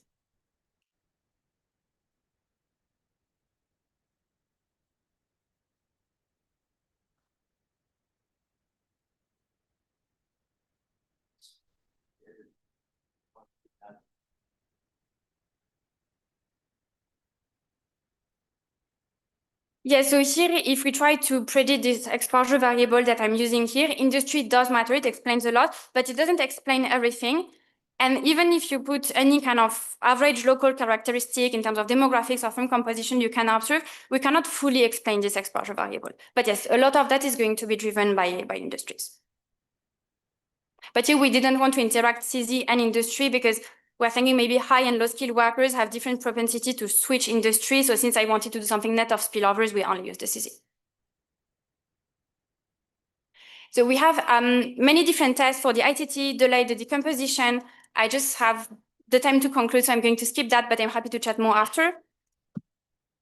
So work week reduction reforms have been debated in many countries, and also many countries did reduce their working time, both in the 90s, but also very recently. In this paper, we use French 35-hour reform, to provide evidence on 3 of the outcomes that have really crystallized the debates in those countries. The first outcome is about the employment effect. And here we find that the work week reduction alone has a large negative effect on the number of jobs. But at the same time, an accompanying fiscal policy can really shape those effects. In the French context, it has completely offsetted those losses. The employment effects are also very unequally distributed across the skill distribution, where here we see that for high-skilled workers, the cut in hours is compensated by more workers employed, but for lower-skilled workers, there is a large negative effect. In terms of output, here we find a 1% reduction in firm value added, and we find that this 1% decline, it's paid at 30% by the shareholders and 70% by the lower-skilled wage bill. Finally, we find an increase in TFP at the level of the firm, first by 3.5% when we use the standard way to estimate TFP that people have been using. But then we also control for the change in the skill mix, allow for potentially decreasing returns in hours, and it brings us to a productivity effect by 2%. Yes. So it looks like they spend about like 1% of GDP to give everyone a few hours off. Is that right? I don't know so where did that money come? So when they presented the law, they said that the reform will be financed by the organism for the unemployment benefits, because that was really the idea that the unemployment will decrease, so there will be less unemployment benefits paid. It didn't happen, and anecdotally, in 1999, this is the first year when the UI system started to have a deficit in France. So it's not clear then ultimately how it was funded, but that was the plan.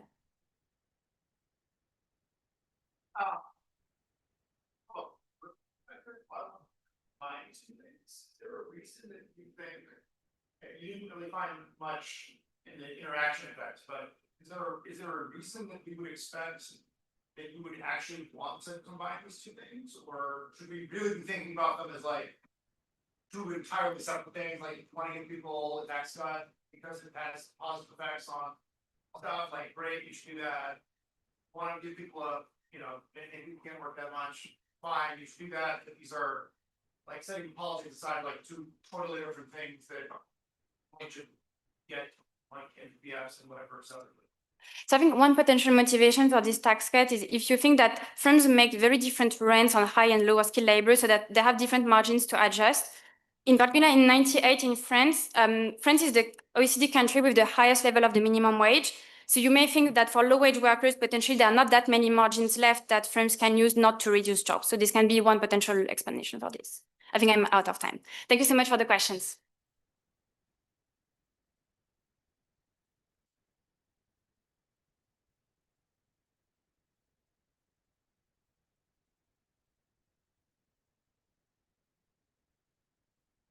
Thanks.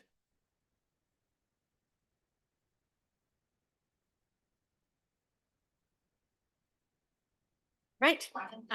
Thank you all so much for coming here and allowing us on the program. We are presenting today jointly, Dimitri and I, here in the front, remote work as childcare, implications for parental earnings, which is joint with Stephanie Carroll and Itai Lurie, who are at the Department of Treasury Office of Tax Analysis. And I have a disclaimer here that that these findings, interpretations, and conclusions are entirely those of the authors and do not necessarily reflect the views or official positions of the Department of Treasury or the IRS. Thanks. So today we're going to talk about the effect of remote work on women's careers. And the context is women's employment and earnings rose for a long time, but progress has slowed since the 1990s. And a lot of the recent literature has pointed to childbirth as triggering persistent divergence between men's and women's careers and declines in women's hours, earnings, and wages. The reason this might happen is that childcare and demanding jobs are hard to combine, and Claudia Golden discusses this in her presidential address in 2014. What's amazing is that we kind of had this huge technological change in recent years that precisely targets this tension between the demands of careers. You have to be there all the time, somewhere other than your home. And now with remote work, there's no physical link between your workplace and the work that you do. And this has the potential to ease huge tensions between careers and family responsibilities. If you used to have to leave work at 3 p.m. because your school closes at 3 p.m. Now, potentially, you can continue to work on a Zoom call while you're picking your child up and watch them. So, I think many people discuss the potential of remote work to reduce the motherhood penalty, so-called, not by me, motherhood penalty. And again, this is because it makes it easier to combine childcare and work responsibilities. But what we point out in this paper is that in the US, their childcare is expensive, and remote work also allows you to save on childcare costs because now you can watch your children, not have somebody else watch them for pay. This joint childcare and work arrangement might not be as conducive to very demanding jobs. So if you're kind of partially distracted, your wages might be not as high in the short or long term. So we're going to ask what has been the net effect of remote work on the careers of mothers. We're going to study the impact of remote work policies on the labor market outcomes of mothers compared to non-fathers. Mothers compared to non-mothers, and also fathers compared to non-fathers. We're going to also look at how remote work alters the household's demand for childcare, and we're going to argue that there's kind of a link between these. The data that we use is going to be US tax data linked to firm-specific remote work policies from a website called flexindex.com. Thanks, Nick Bloom, for the connection. And data on other parent-friendly policies. A fundamental thing that's going to come up is that remote work is not really randomly assigned to these firms. There are other differences between them, but we can get some traction on those other differences and try to understand whether they're probably generating the results that we see. We're gonna, as our primary specification, be looking at triple difference when possible. So looking at the difference between parents and non-parents in remote firms, pre versus post-pandemic. Sometimes we're not really able to do a triple difference. For example, when we're looking at childcare costs, the childcare costs of non-parents are zero. And so there we're going to be comparing people in remote versus non-remote firms, but with a rich set of information in the tax data so we can look at people in the same occupation, the same industry, and hopefully mitigate some of those concerns about differences in remote firms versus non. Okay. What we find as a preview is that remote work has no effect on the earnings of mothers relative to non-mothers or fathers relative to non-fathers, actually. It's unlikely, thus, we argue, to close this last chapter of the gender pay gap. Remote work in this context leads to noticeable changes in childcare arrangements. These changes are large enough that they show up as like an aggregate decline in use of paid childcare post-pandemic, which is quite substantial. both in our data and in survey measures.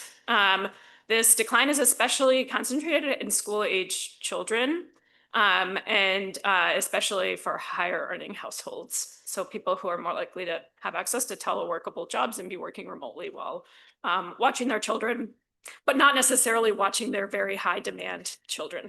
Okay, so we can think of this as like a decline in after school arrangements and camp.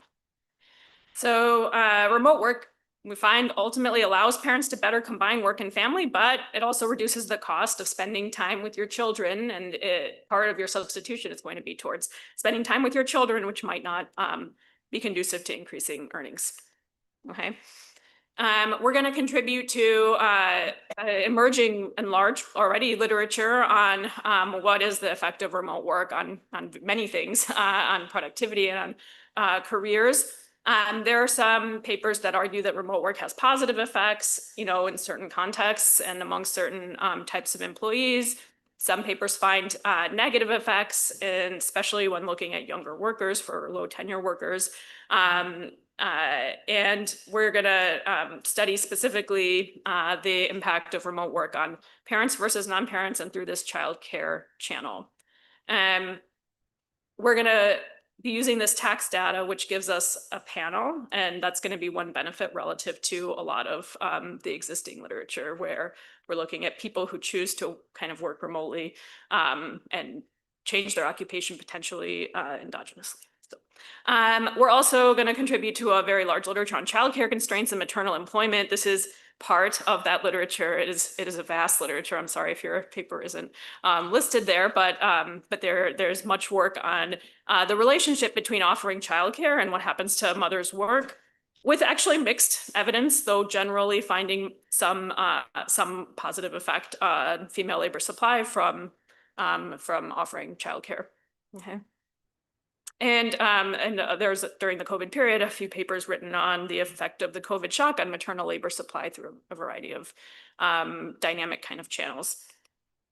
Okay, so I'm gonna just write down a very brief conceptual framework for what we're thinking about in this paper. There are many effects of remote work that are not in this conceptual framework. We're not estimating this. So this is just to illustrate the factors that we are focusing on. So we're going to assume that that fathers always work all the time, and that mothers are going to choose how to spend their time. They're going to split it between work in the workplace, L, time with children, H, pure one-on-one time with children, and then what we're going to call blended work, which is time that you spend working remotely and watching children at the same time. In the no remote work regime, so the world before the pandemic, we're going to think of this blended time as being constrained to 0.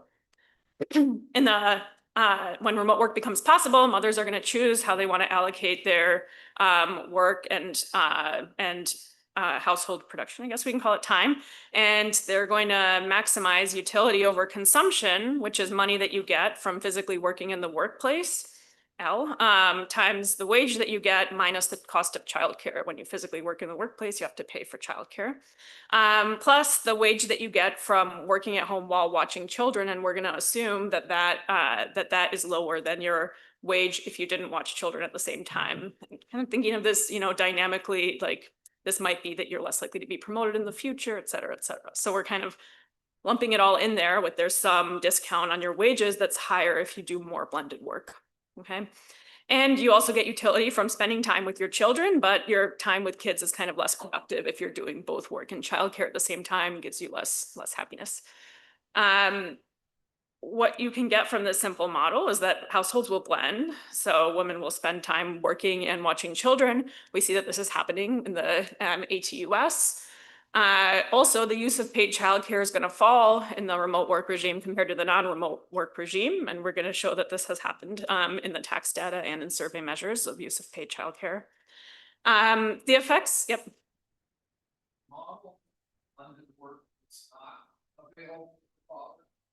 We're just not modeling. I mean, I think we could extend this to household decision, which would be kind of a richer setting. For simplicity, we're focusing on the mother's decision here. It's true that fathers do spend time also watching their children and working. And I think that there are aspects of this joint household decision that make it complicated. Like you also might have more specialization when it's now more productive even for women to be staying at home doing something. And there's other papers on that, which are cited in our paper. So we're kind of focusing on our specific mechanism here, but we could make it a joint household decision as well. And we should do that in the appendix. So we will at some point. What's most? So we see that overall the effect on earnings is going to depend on these various forces. So how unproductive working while watching children is, and what the cost of childcare is. On average, in our setting, we're going to estimate no effect on earnings, and that's perfectly reasonable in such a model. So the data that we're going to bring to this question is going to be IRS tax data, which is going to, allow us to follow workers over time and see their children. So we're going to construct mother-child links available from 1982 onwards. We're going to see occupation and earnings as reported on Form 1040. So people write down their occupation, and Bruce Sacerdote and colleagues have linked this to ONET codes. And we're going to have employment information from Form W-2. We're going to newly, as far as we know, use Form 2441, which is what people file when they claim that they spent money on childcare and want to get a childcare subsidy. This is going to be our primary measure of use of paid childcare. I'll talk about it more in detail in a second. We're going to kind of combine this with outside data on which occupations are suitable to remote work. We're going to use the Dingle and Neiman 2020 measure based on the task content of the job. And we're going to link this to the remote work policy of about 5,000 firms available from flexindex.com. We're going to bring in other information on these firms from Compustat and hersite.com, which is ranking firms on other characteristics, teleworkability, but also other characteristics that women care about. That's their mission. And public announcements of return to office timing. Okay. Our new kind of data that we're using here is Form 2441, which is the child dependent care credit form. People don't really, well, Dimitri does, but most people don't fill out their taxes form by form. So what happens is you're filling out your TurboTax and they ask you, did you spend any money on childcare? And you have to look up the EIN of your childcare provider and the amount that you spent, and then you get this credit. The credit is up to $6,000 for 2 dependents and expenses to be tax-free. That's any child or dependent care while you work. So it's only when you have 2 working people in the household or people who are looking for work. And the qualifying child has to be under 13 years old. There's no income cap, and it's refundable, non-refundable tax credit. So if you don't have a tax burden, then you are not going to be getting this. And our data is kind of going to be skewed towards higher earning households because of this. The other information that we have is from flexible dependent care, flexible spending accounts. These are offered through your employer. You can contribute up to $5,000. If you use DCFSA money, you also have to file Form 2441, and you can claim on top of your DCFSA spending an additional $1,000 from your CDCC, FYI. So we have information on both of these. US citizens and resident aliens are eligible. This is what the form looks like. You would say your care provider's name, their address, and their SSN. And if you have kids that are in some kind of formal daycare, you usually get an email with this information on it, and that tells you how much you spent in the year. Because of that, it's kind of easy to write down the total amount that you spent, even though you're capped out at $6,000. The information that we have is what's highlighted in red from the form. Yep. So we always spend more than $6,000 on childcare, and I don't bother putting in everything I could put in, because my daycare charges me $20,000. If I put in like Sorry, so your daycare charges you $10,000, so you should put 10,000 or 6,000 at least. Is that? No, I mean, I put like the expense for my daycare there for one child, but then I don't bother putting anything in for the second child because I'm already about 6,000. Yeah, we're not using. Yeah. So that's why I agree with you. We're not using the amount that people report because there isn't an incentive to even report, all of it. We're just using whether you filed the form. And so anybody who used any paid childcare has incentive to write something down. I mean, if they used more than 6,000, they have an incentive to write down $6,000 at least, but we're just using an indicator of whether you filled out your form. I mean, we'll show you in CEX that like total spending on childcare has gone down too. So that's some measure of the intensive margin, but we're not like relying on this for the intensive margin. It's actually pretty good though. I mean, Dimitri wants to say it's actually pretty good. I'll show you a histogram. Like even though there's the $6,000 cap, people, are way over that. They probably just write down again whatever they get from their largest childcare provider. Okay. So what do we see in terms of overall trends in maternal labor supply and use of paid childcare? I said in the tax data. First, let's look at the time use data. There has been a dramatic shift in remote work. In teleworkable occupations especially, we see that remote work more than doubled. The share of time that you're spending during work hours working at home more than doubled. And, it fell a little bit, but it's still much higher than it was pre-pandemic. We also can look at the employment of mothers. One thing that has been written about and that is, exciting from the gender equality perspective is the employment share of mothers with young children has increased a lot. It's actually its highest ever in 2023. This is a plot by child age. So this is the age of your first child.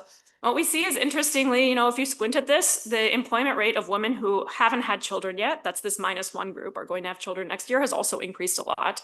So if I look at this, where you see the biggest changes in employment for women with children is like mothers of 0-year-olds. They seem to be returning to work faster after they have children. And then there's not much change. If I didn't plot just age 6-year-old children in the pink line, all the others would look like that. And there's not, a huge closing of the gap between these two. So this is kind of the raw inputs into an event study. And we see that employment is rising, but it's rising for women even who don't have children yet. When we look at earnings by teleworkability, we see that the earnings of mothers have increased a lot in the last few years. This is inflation adjusted, and more so for women in teleworkable jobs, which is kind of suggestive that that maybe remote work has reduced the gender pay gap. But this could be for a lot of reasons. There's a huge amount of changes in the labor market. Is a time that a lot of people were working in general. And so we want to investigate this with a panel and kind of study exposure to remote work more exogenously with our tax data. The other fact that we want to document before we move on to our research design is that there has been this noticeable decline in the use of paid childcare. The black line is from our measure of use of paid childcare. So that's an indicator of, did you file a 2441? Did you have any childcare spending according to you? And we see that that's down by about 10%, more than 10%, since 2019. It rose in the tax data in 2021, but this is an artifact of the credit becoming refundable. So this is bringing more people in to be eligible for the credit for 1 year only. And that's the place where you see, a departure from the trend in the CPS, which makes sense. But in general, the tax data tracks the CPS measure of use of paid childcare pretty well.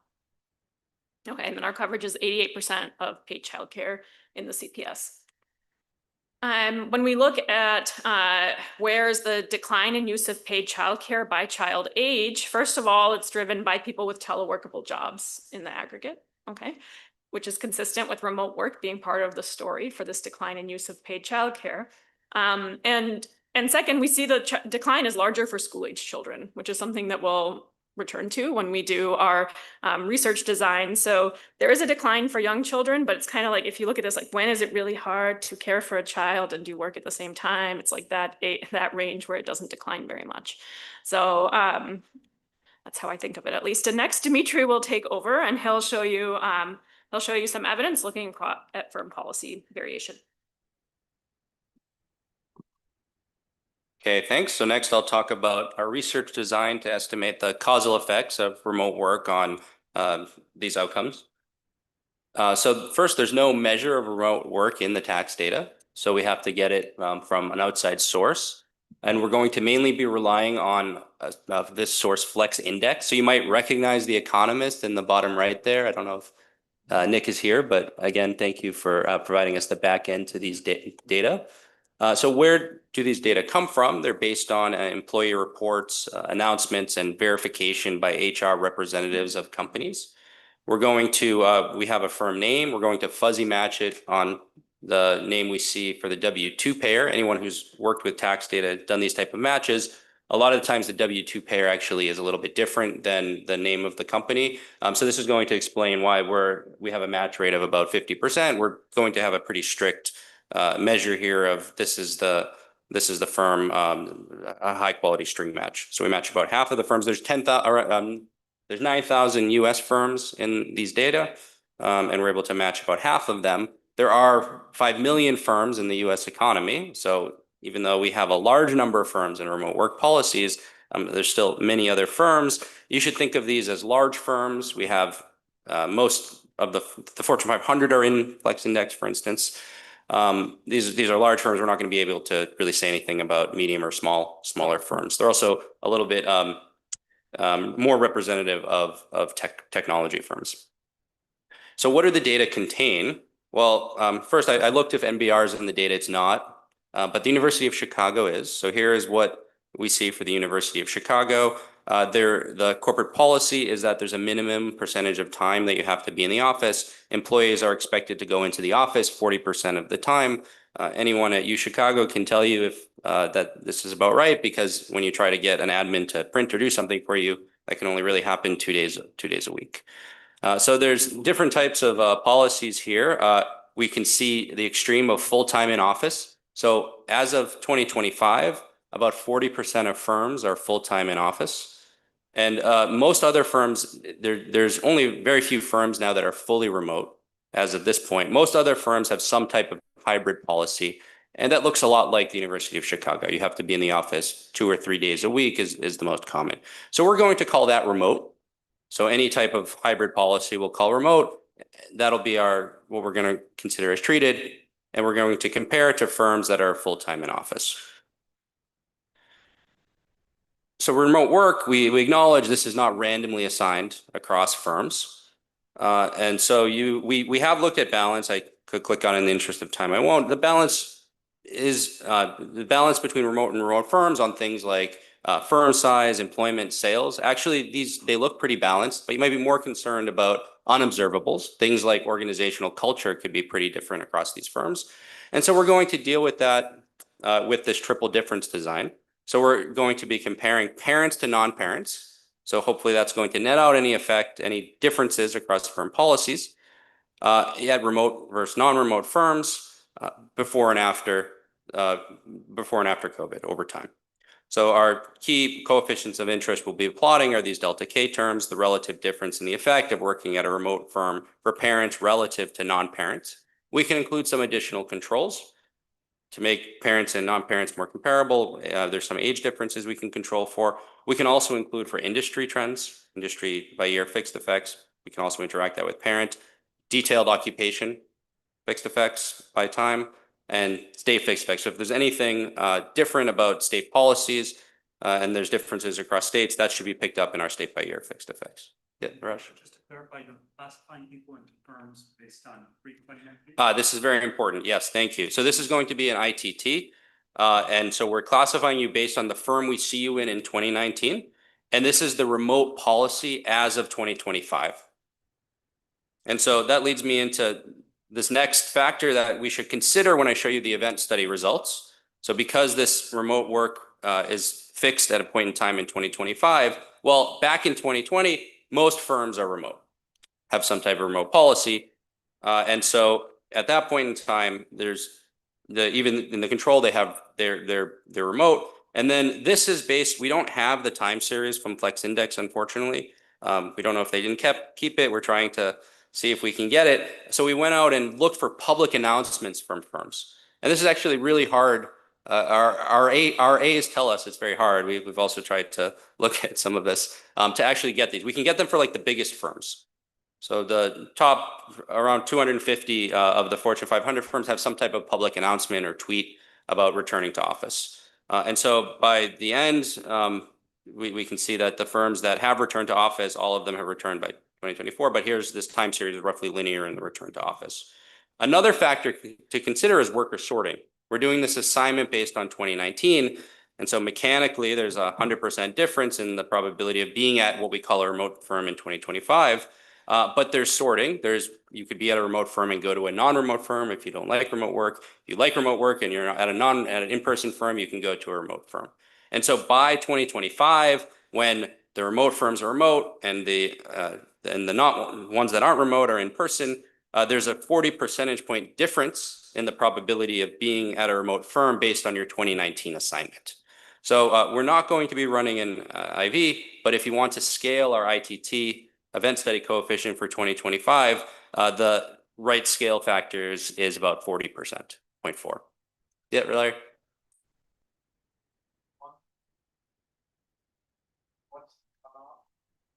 Yep. So any type of remote policy, we're going to call remote here. There's more we can do, but it's a little bit fuzzy to us in the descriptions. It seems like also like how the firm might enforce it and things are kind of important. So what we're going to do here is full-time in office. It's about 40% of firms. That's our control. That's the most unambiguous measure. This firm does not allow remote work. And then we're going to call all of these other firms remote, but they're acknowledging that there are differences there in how flexible that remote policy is. There is a small number of firms that are fully remote, but that's very small now by 2025, 26.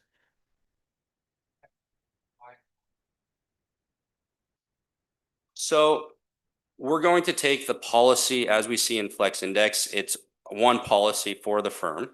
What we are going to do to address that is we are going to be focusing in our main estimates on workers in teleworkable occupations.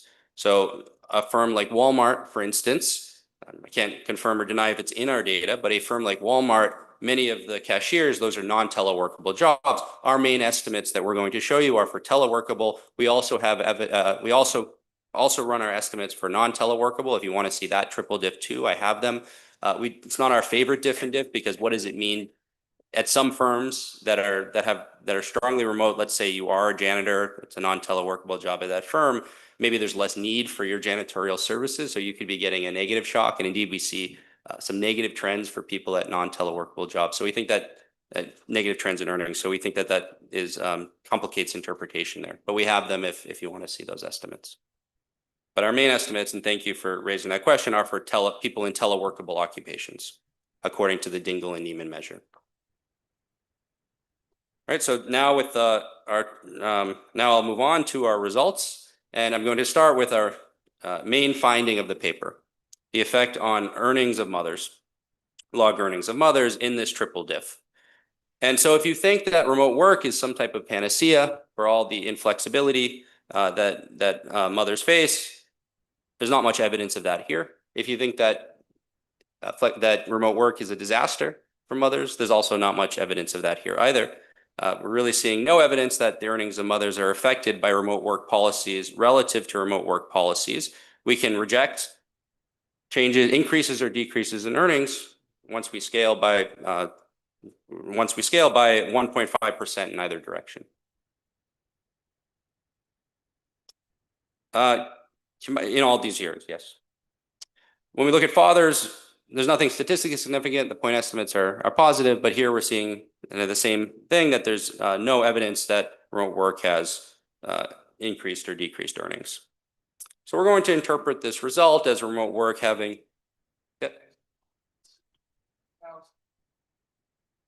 Your 2019 firm, yep.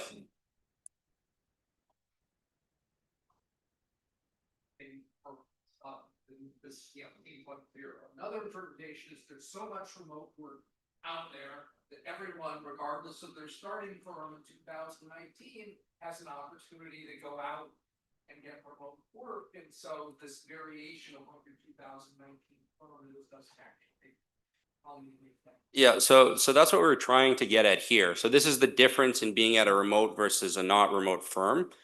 And that difference is 0.4, right? 40 percentage points.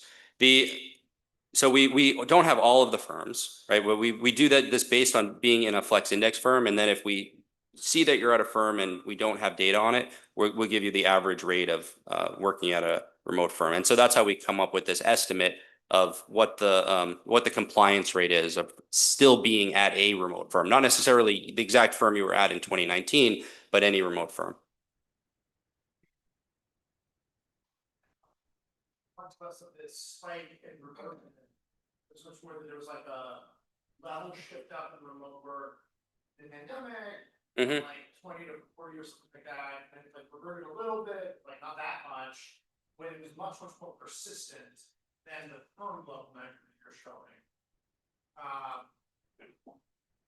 Then the firm level measure, this, are you speaking to this return to office pattern or? Well, Mhm. oh, yeah, sure, I thought that that had not reverted nearly as much as the firm level measure that you're showing. Like, if you believe this, you'd say, wow, like, we have fewer people working remotely 2025 to 2017. No, this is the difference in the probability of working remotely between the treated and control. So there's some people who are in the control that are moving to remote firms. And so this is the difference in treatment that we're seeing by the end of our panel.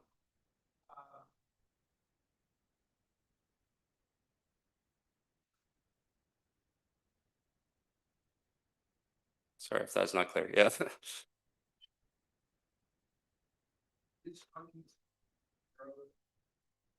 So this does not, I come back to it though. I have earnings. This is log earnings, which gives us more precise estimates.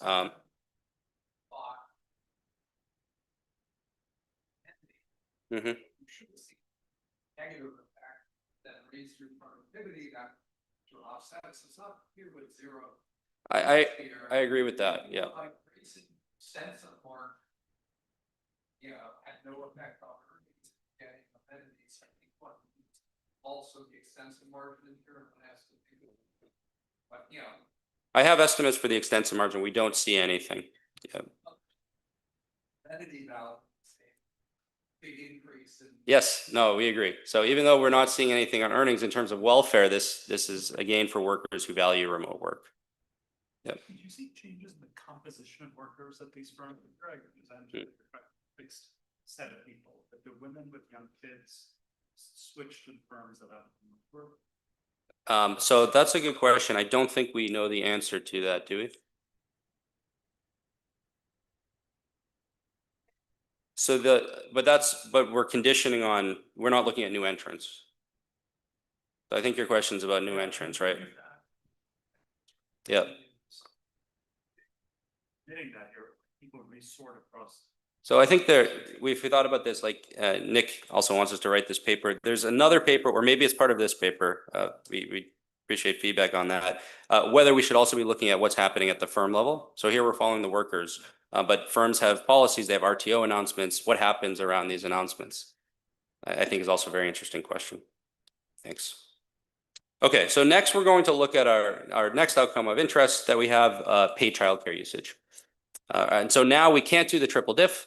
So we're going to look at a diff and diff, but we're going to have these rich time, these year fixed effects by industry, by occupation and location. So looking at people approximately making the same thing, doing the same thing in the same place.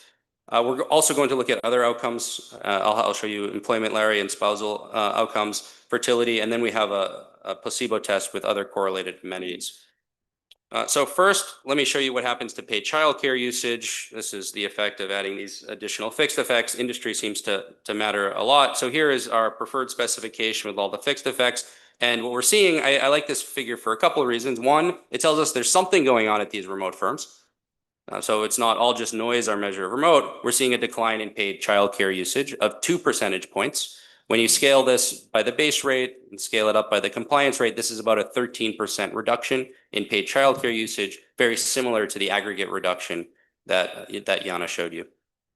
We see smaller but qualitatively similar patterns for fathers, about half the effect size that we saw for mothers. We can next look at earnings and paid childcare usage by age, the causal effects from the difference in differences. And so what we see for earnings, actually maybe some suggestive evidence, not statistically significant, of increases in earnings for parents of the youngest kids. We do see negative effects, some of which are statistically significant, and they are when we pool them, for ages 6 through 14. So for this group, we're seeing what look like negative earnings effects. And for the most part, that's lining up. It's mirroring a decline in paid childcare usage as well for those ages. So we're seeing the biggest declines in paid childcare usage. Well, we see a decline in paid childcare usage at age 0 as well, without the wage penalty. But then we see declines in paid childcare usage, bigger declines ages 6 through 11, and that's where we were seeing the negative earnings effects in the previous figure. For fathers, there's not much of a pattern or a consistent story. We're not seeing earnings effects at any ages, nor are we seeing declines in paid childcare usage if the father is working remotely.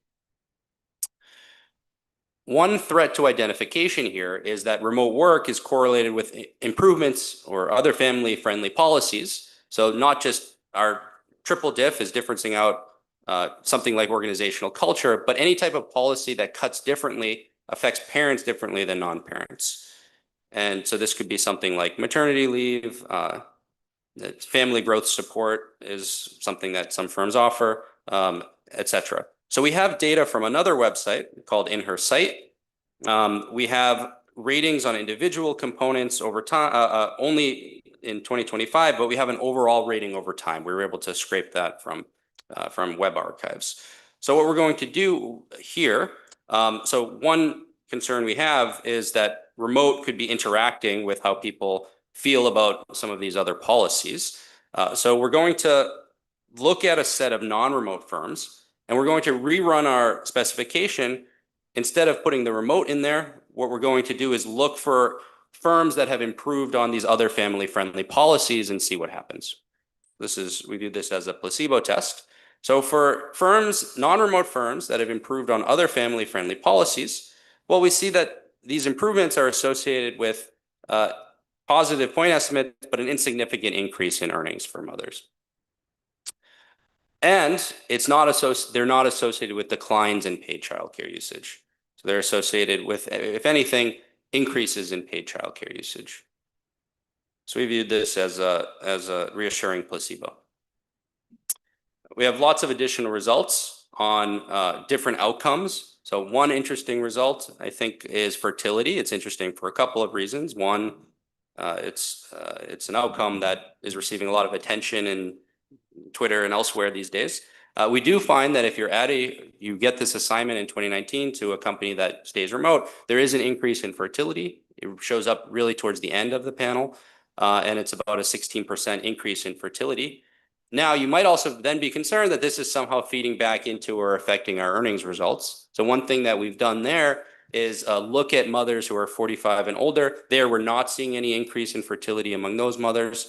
And we're seeing also for them, they of course also have young children. We're seeing similar declines in paid childcare usage and no positive earnings benefits. Yeah, Andy? So in your framework at the beginning, what parents cared about was W minus P, not just W, you're showing us W. If you take into account that if this is like a cost of working full-time, like if you net out, I know it's not a perfect measure, but it seems like you trust the measure that's on the childcare deduction form. Does it look like the reduction in earnings in those areas where you're seeing decline in childcare is basically like women can provide or mothers can provide it more efficiently? This is like aftercare, right? To say that like, okay, it's actually the cost of aftercare is more expensive than the amount of earnings that I have to forego if I was allowed to do this. And now there's actually some sort of like comparative advantage in the new arrangement.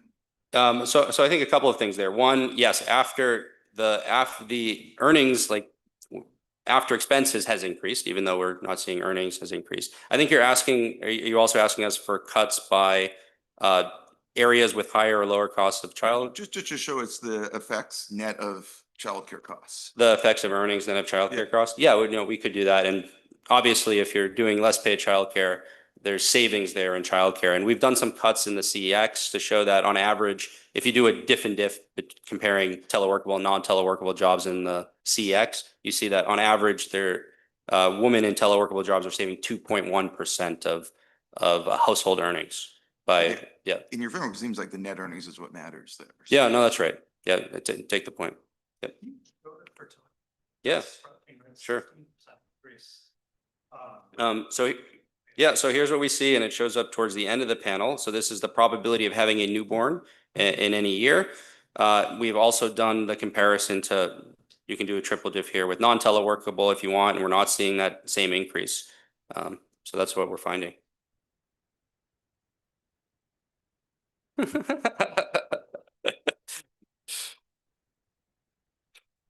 And then this is the earnings effects. We're actually seeing earnings declines for older mothers, but not differential from others at the firm. So in the triple diff, it's 0. Another finding we have is on retention. So you're more likely to stay at a remote firm if you're at a remote firm, but also others are too. So in the triple diff, it's 0. So parents like remote work, but it seems like non-parents like remote work as well. Here's the earnings result. So we're not seeing any differential effect on earnings for parents. The probability that they're working any work, not just at the firm. So the retention was staying at that same firm. This is the probability of any W-2 employments. And this is the effect on spouses, coming back to the previous question. So we say, if you're a woman who has a teleworkable job, what happens to the earnings of your spouse? Seems like nothing. If you're a man in a teleworkable job, what happens to the earnings of your spouse? Again, seems like nothing.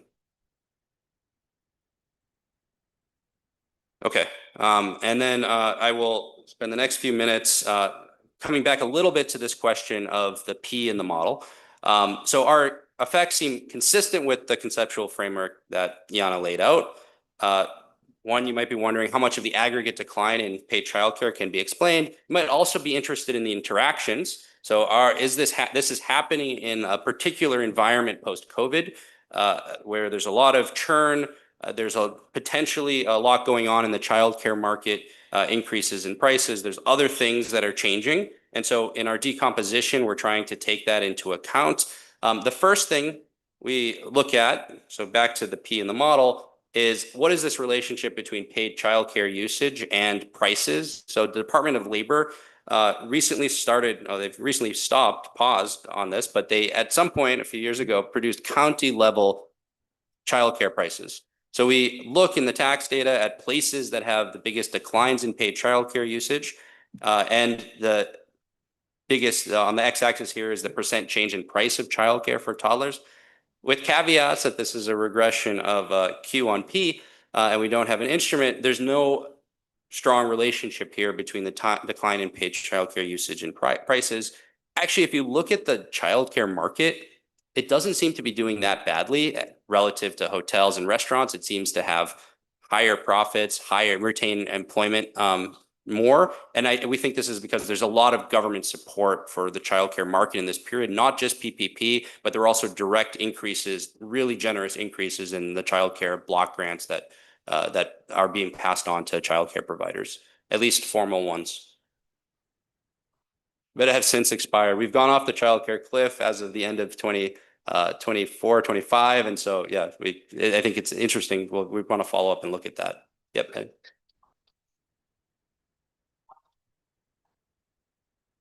Yeah.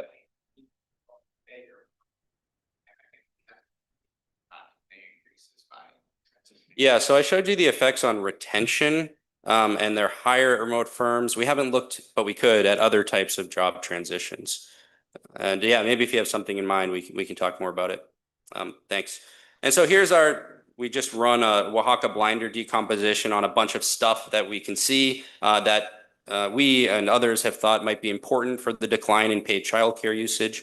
I'll just go over this quickly. I have a minute left. But what we find is that if a mother is in a teleworkable occupation, that explains 50% of the decline in paid childcare usage.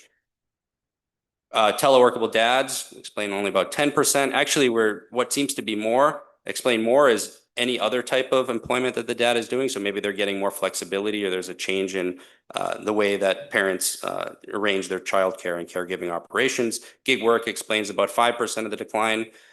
Grandparents actually have a negative contribution. I'm sure that doesn't apply to anybody in this room, but on average, and there's a lot more early retirements But one reason for those early retirements may have been health-related reasons, and Catherine Abraham has a Brookings paper on this decline in employment of older people, and that's her explanation. And this is potentially consistent with that. It's consistent with what we see in the time use data. We see that both mothers and fathers have increased their time taking care of children during the workday by a similar percentage, about 15 to 20%, while grandparents are down in the time that they spend by about 20%. All right, so I just hit the negative. I'll just quickly conclude. It doesn't seem like remote work is going to close the final chapter of the gender pay gap. Part of the reason we think, and we've shown evidence on, is that it's not resolving this tension that mothers have between their demands for caregiving and their obligations in the home. So if there is a benefit from remote work, then potentially it's being traded off for more time with caregiving. Now, I'm not saying, and back to some of the discussion, this is a welfare improvement. People are saving 2.1% of income. There's estimates of the willingness to pay for remote work from people in this room. We saw 2 more estimates this week from Simon and Yana's paper that people value this between 5 and 25% of earnings with higher valuations for, suggestively higher valuations for parents. Thanks. I'll conclude there. Thanks everybody for the comments.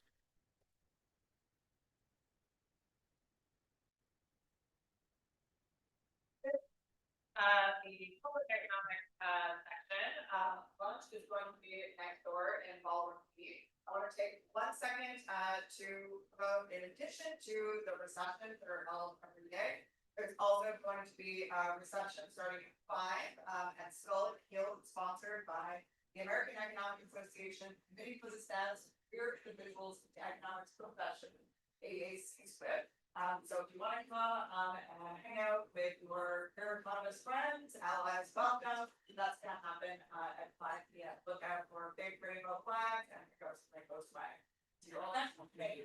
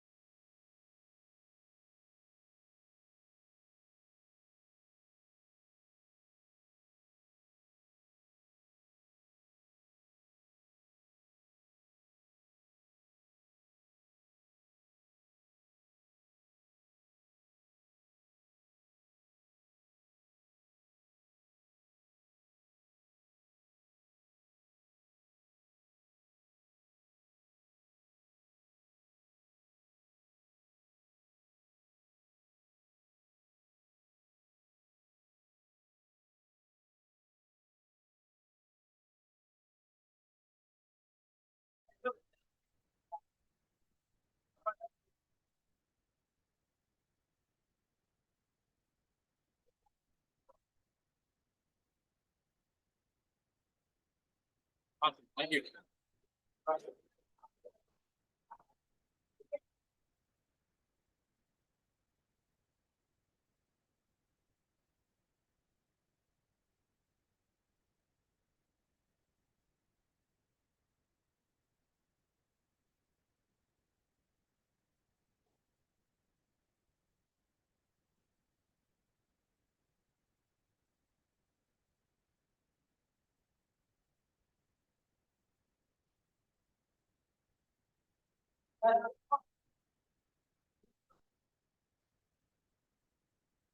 There.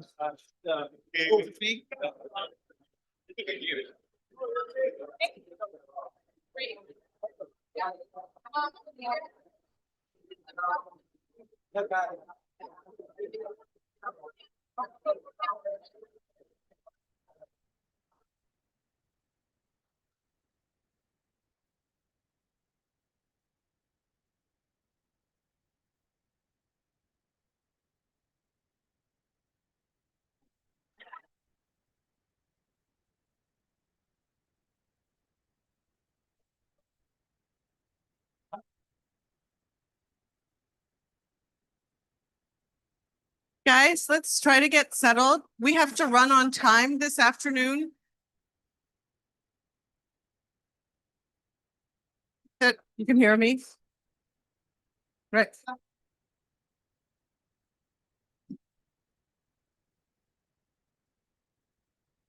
Hi, guys. Let's try to get settled down quickly because we have to run right on time this afternoon. Our sessions this afternoon finish just before the beginning of the Martin Feldstein lecture. So if we run over, we will cause havoc with the Martin Feldstein lecture. So it's important that we try to stick to the schedule this afternoon as much as possible.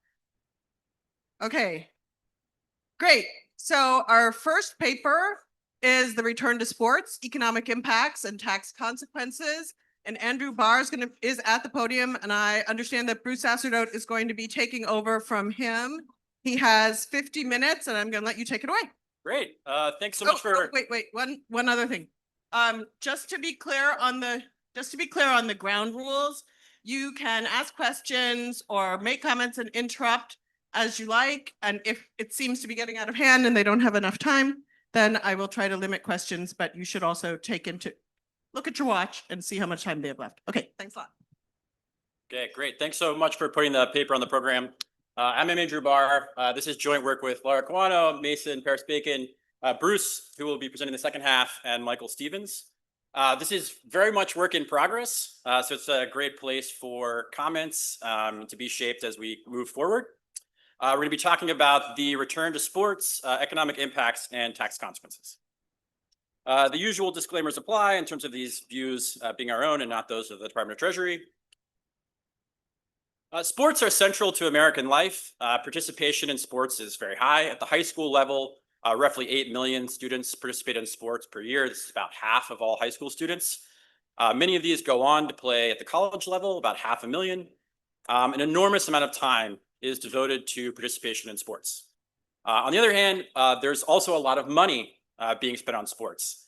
Tens of billions of dollars at the high school level, more than $20 billion now in annual revenues at the NCAA college level. And so, as a society, we spend a lot of time and a lot of money on sports. And today we're going to try to talk about some questions related to that. One of the things that's been a big change on the money side that I want to just flag from the beginning is the shift at the college level in terms of NIL, or name, image, and likeness payments, where we've moved from $0 in athlete compensation before 2021 to over $2 billion in recent years. And so we're going to try to tackle two sets of research questions. The first set of research questions is around the effects of NIL payments on college athlete behavior. And the first thing that we're going to think about is who is receiving NIL and how much.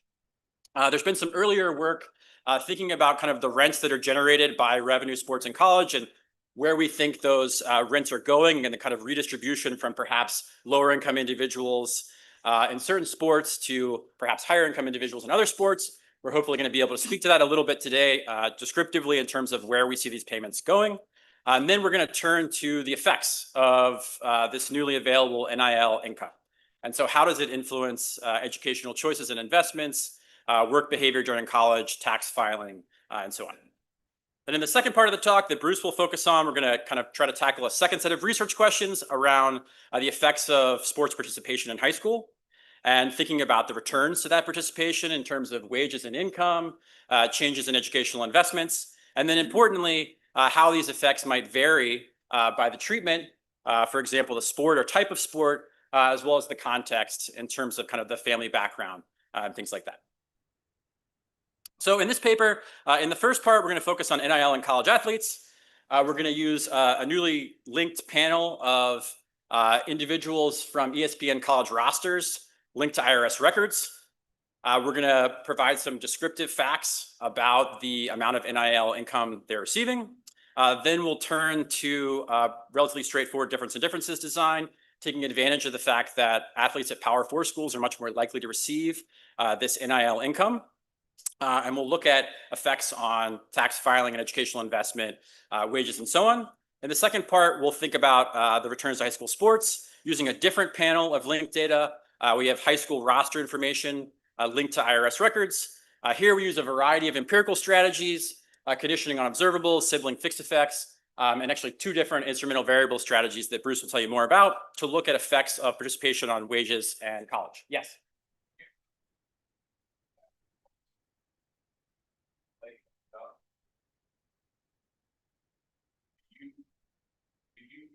Measure that? And now plays without tuition. So If the athletic director says, we're going to spend all this NIL. yes. I'm going to take away the full scholarship for free. Can you measure that today? So today, I'm not going to be able to say anything about the shifts in scholarship receipt. I think that's an important question, and I think that's something that we potentially could look at in the tax data. It depends a little bit on kind of how comprehensive the 1098Ts are in terms of the reporting of that information. But I think that we can probably make some progress on that, but I'm not going to be able to say much about that at all today. Okay, so a kind of key advantage of, we think what we're trying to do here is that we have the universe of reported income for these linked athletes. It has some advantages in terms of kind of avoiding survey noise and non-response bias from smaller surveys. There's some disadvantages as well in terms of kind of, we don't have quite as detailed information on certain things. We also have very large samples that are going to support some new empirical approaches to try to get at this question, and then also be able to explore heterogeneity by treatment and context, like I was saying before, which is very difficult to do with small samples. So preview of the results, part 1 on the NIL side, perhaps not surprisingly to those who follow this, NIL is highly concentrated. It's dominated by revenue sport athletes at Power 4 institutions. Perhaps surprising to some people, there's much more NIL received by those from lower income backgrounds. I'll talk about that more later. NIL appears to increase tax filing, but actually remains quite low, even though among those who are receiving substantial NIL income, which we'll also come back to later. There's some suggestive evidence that NIL income displaces W-2 earnings in college. There's a modest increase in years enrolled, but we see no clear effect on transfer. In terms of the returns to high school sports participation, we see increases in earnings and educational attainment as a result of participation, and that's across both the OLS, sibling fixed effects, and IB strategies. Yes, Larry. And thinking about nil payments.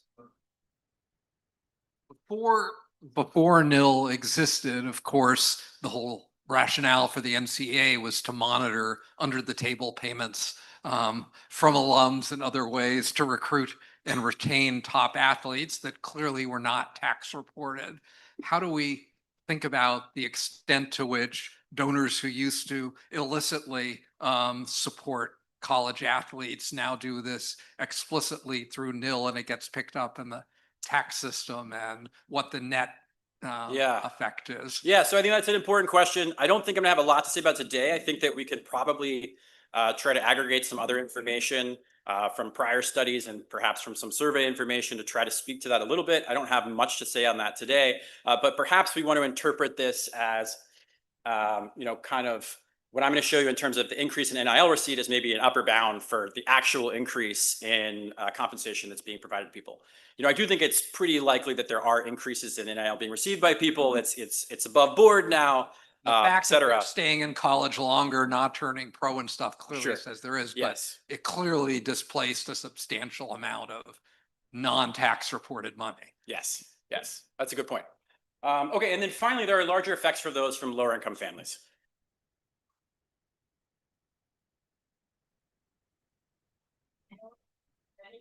Oh, I think it was much smaller, but you know, that top athletes at top schools would be making tens of thousands of dollars effectively in kind and under table payments. Not crazy. Yeah. Not We the could definitely two- do. not the 2 million, 3 million, 6 million that they're currently making, but for a median. Just do a back of the envelope calculation and try to figure out how much would have had to be going to them under the table to get up to the 2 billion that we're looking at now. Sure. Can you, is there a way, do the donors who do this, is this deductible, tax deductible? Yeah, so I'll donation? talk about this in a second, but there's kind of a transition to this period in which they formed NIL collectives, and many of those were categorized as nonprofits, which is a question in itself.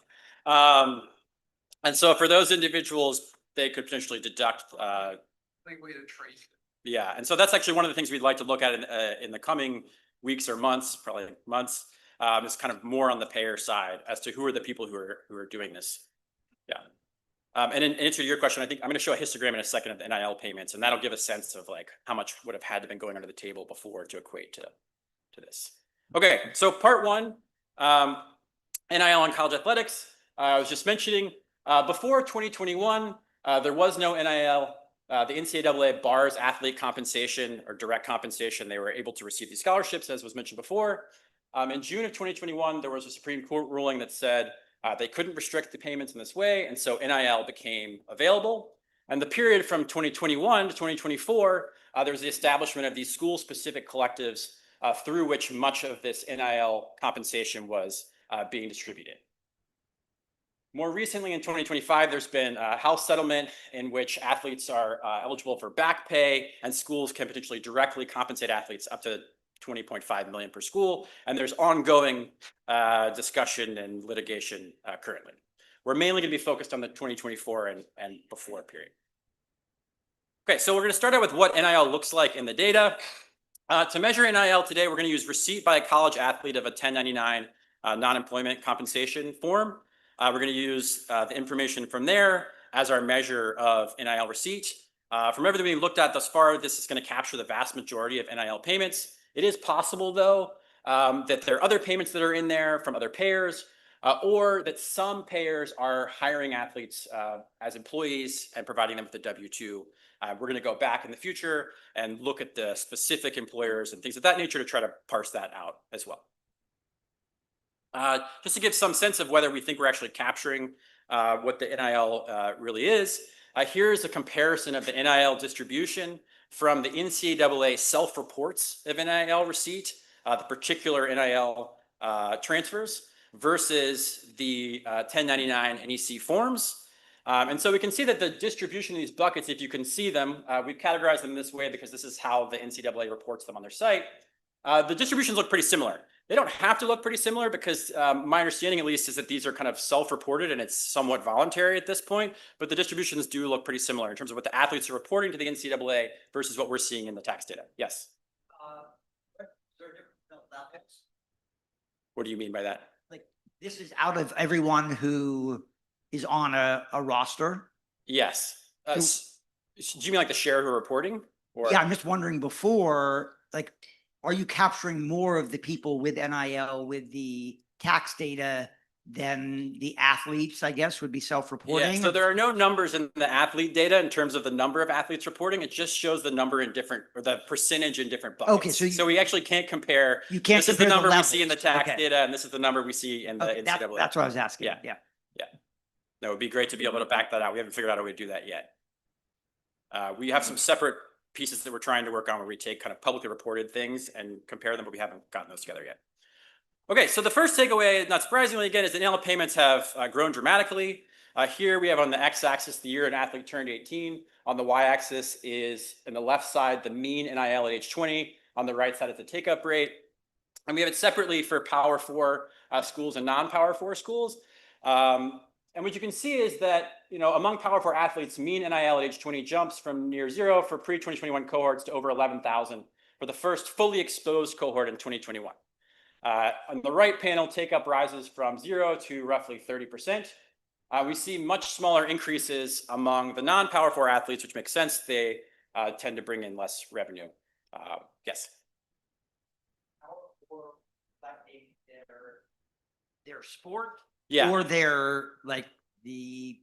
Power 4 is reflecting the division, the conferences that are in the Power 4. But And so those are the including- big conferences. And so individuals who start at schools that are in those big conferences are more likely to receive NIL payments. Right. And that's what we're showing here. Yeah. Okay, so it's the conferences, but it's not, okay, it's not golfers. Yeah. Within that. Yeah. We're going to separate it out by sports as well in just a minute. Yes. What are you doing with the former Pac-12? Next question.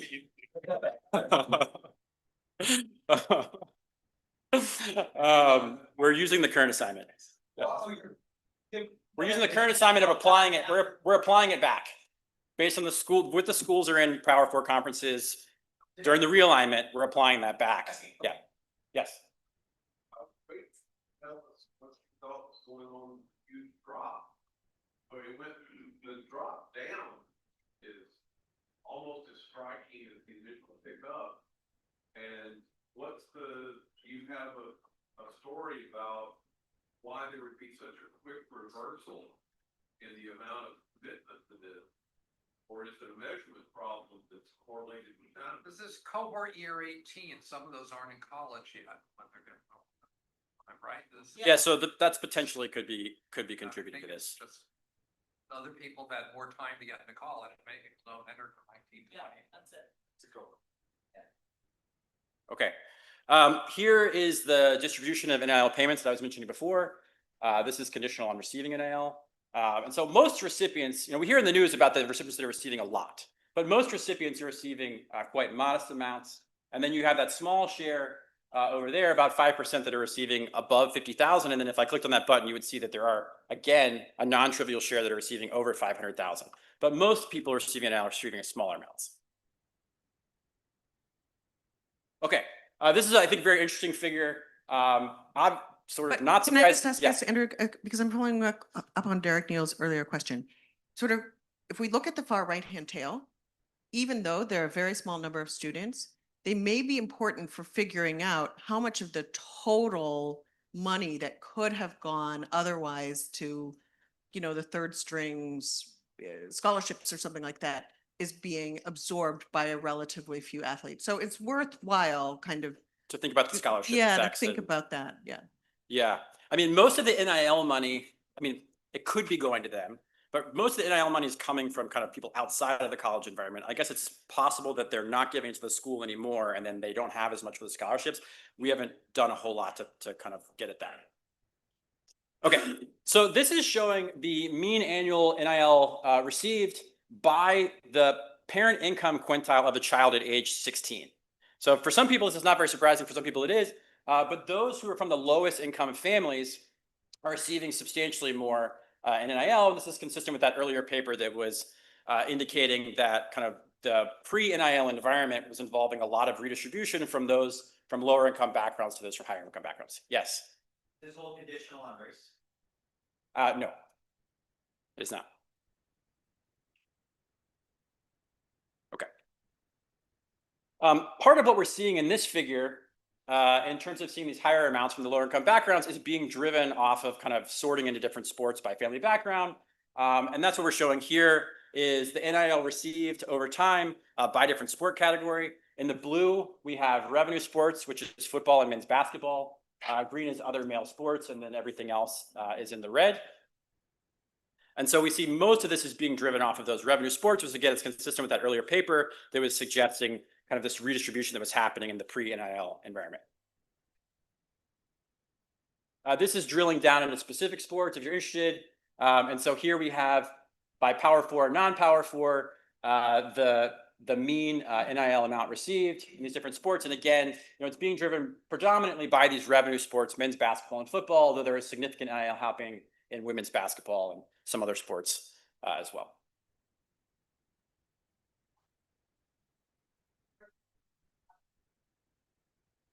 It's female sports and potentially some other sports that include kind of co-ed setup.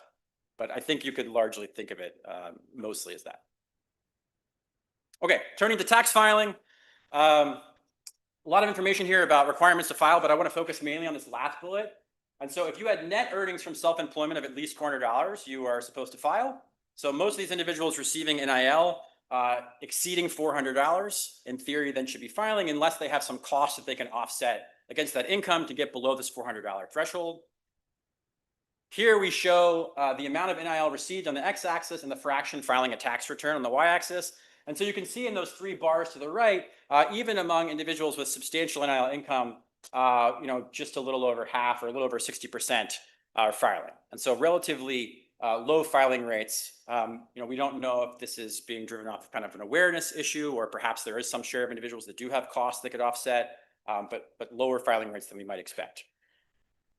Okay, turning to effects on behavior. Again, the research design is going to be taking advantage of the fact that the Power 4 conferences is where the NIL is predominantly located. The post period is going to be 2021 and after, right? And we're going to be comparing these athletes that started in these Power 4 schools versus those athletes not starting in the Power 4 schools before and after this 2021 change, using in some cases individual, in some cases age and team, and year fixed effects to net out the other differences over time. Yes. So how should the transfer form look at this start of the non-power? Yes, we're using at initial observation, are you at a Power 4 school or not? Yes.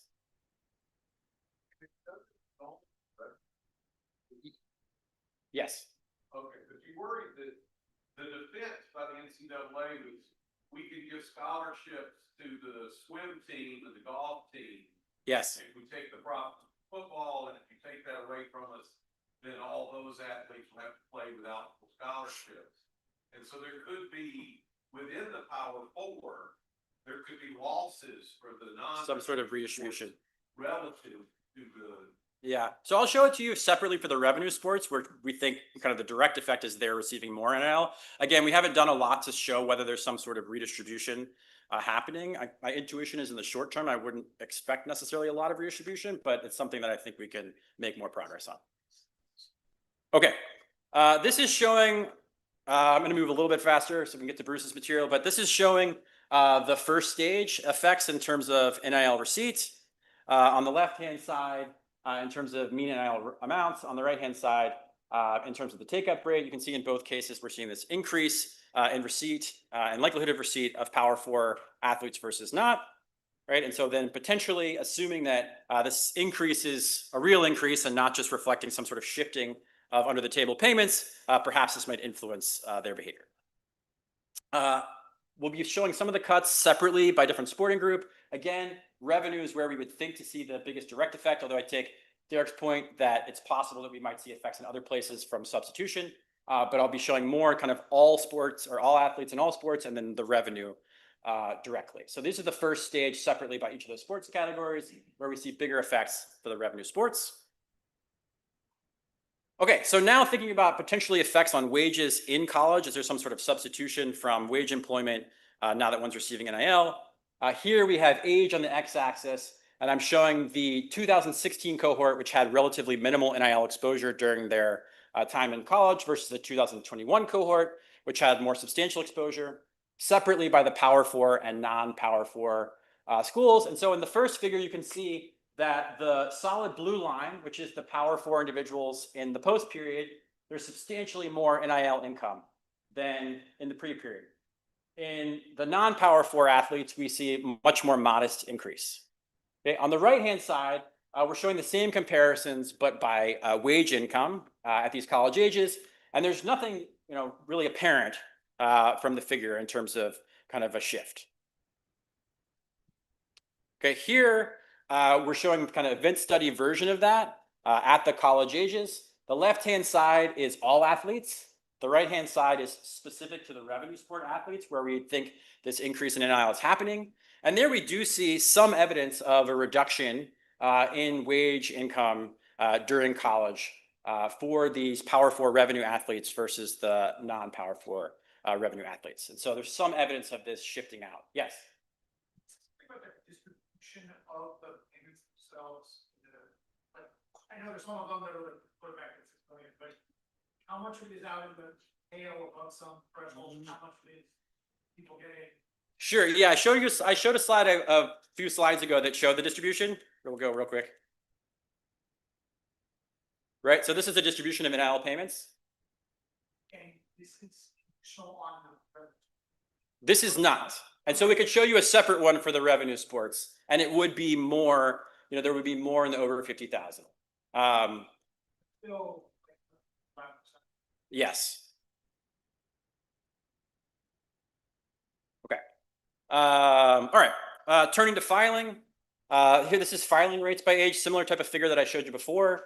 On the left-hand side is all athletes. On the right-hand side is revenue sport athletes. It's a little harder to see on the left-hand side, but on the right-hand side, you can see that filing for the Power 4 athletes goes up substantially in the post period, whereas for the non-Power 4 revenue athletes, it actually goes down. The next figure shows this just by tax year instead of over age profiles, and maybe it's easier to see. So on the right-hand side, you can see in blue, the Power 4 athletes filing rates go up quite a bit, and the non-Power 4 athletes are relatively flat. Andrew, do we know whether revenue sports and Power 4 schools actually have like a staff member who's helping them with the filing? I would think most of these college athletes would be pretty naive about tax filing. I think this is becoming more common, and actually following some of these settlements, there's been a shift in which my understanding is the NIL is now supposed to be reported to this clearinghouse Deloitte entity. And I think that that would result in perhaps an increase in filing rates. I think during this more Wild West period, we don't know the answer, but maybe we could look into that type of thing. The filing rates themselves suggest maybe not at many of these schools. Okay, and here's the event study version, which maybe the pattern is even starker. If I clicked on the football or basketball, you would see kind of even starker picture where we're seeing this increase in filing as a response to the increase in income received.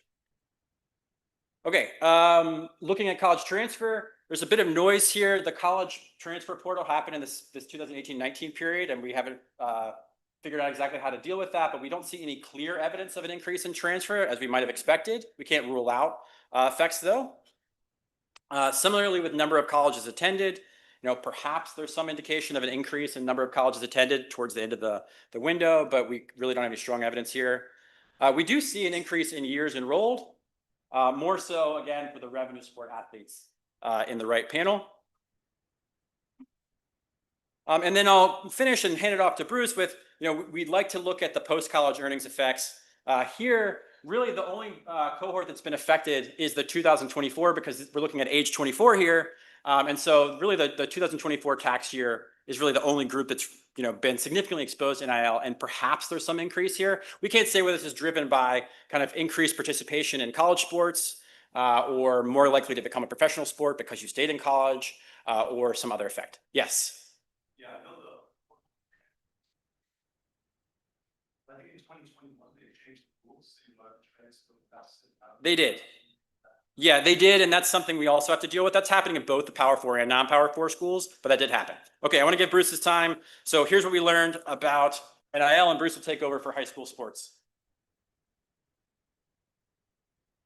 Awesome. Thank you, Andrew, and great questions, audience. I appreciate it. And yeah, there's so much more we can do with these NILs because there's this whole question about is it changing after they graduate? Is it changing their occupations? Does staying in school longer help them?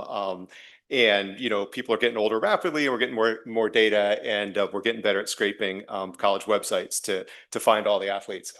So let me motivate this next part in two different ways. And one is to think about kind of the genesis for me. We all came to this from slightly different angles, but for me, it was seeing Betsy Stevenson standing right here presenting her paper on the importance of Title IX to athletes to female athletes and affecting both occupation and income.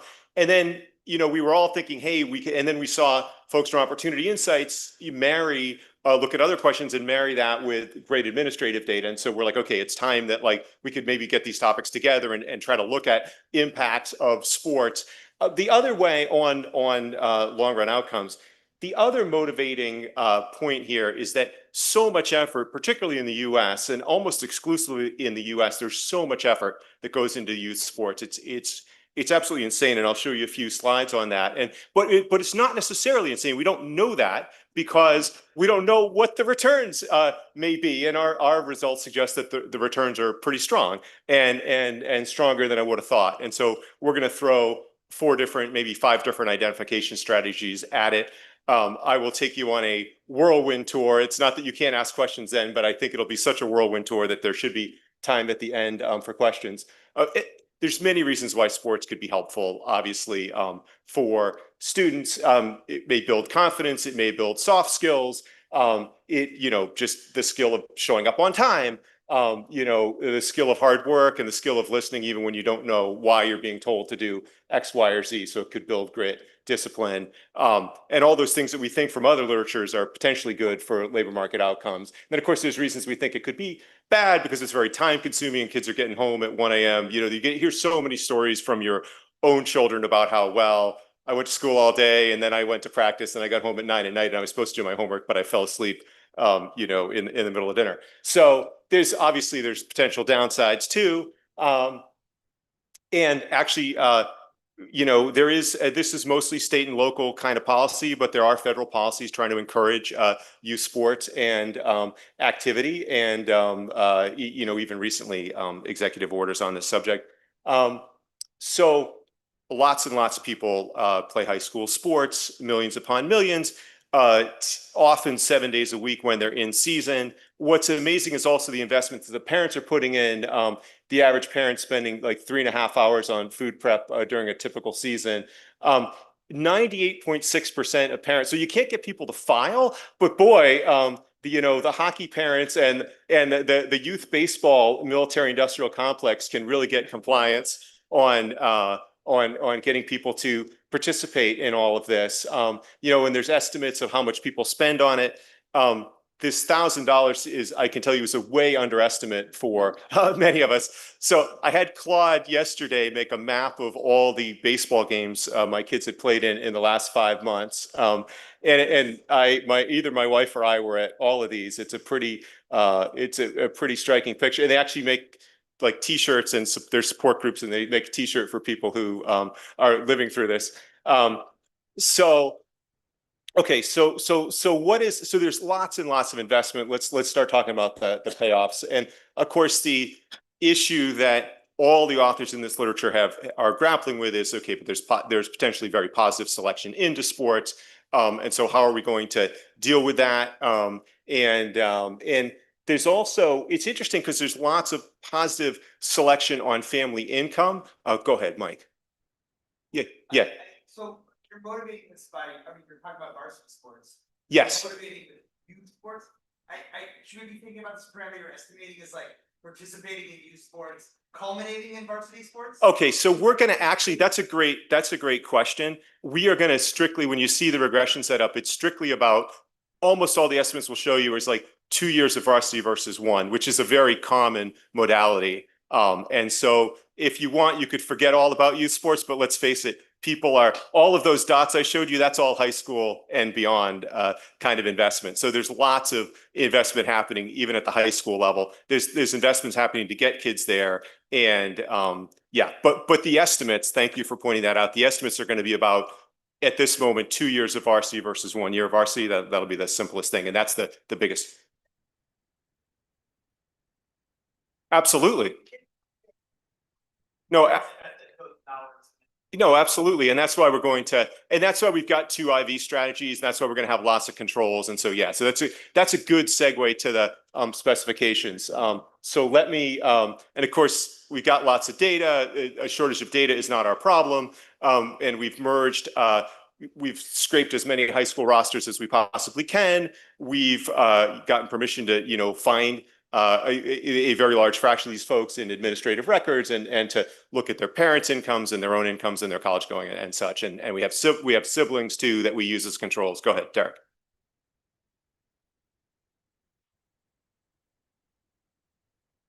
The 7th, 8th, 9th graders, your kids, they're all having their parents spend this enormous amount of money so that they can make the high school teams. Oh, yeah. If there's a fixed number of slots in high school sports on the varsity. Right.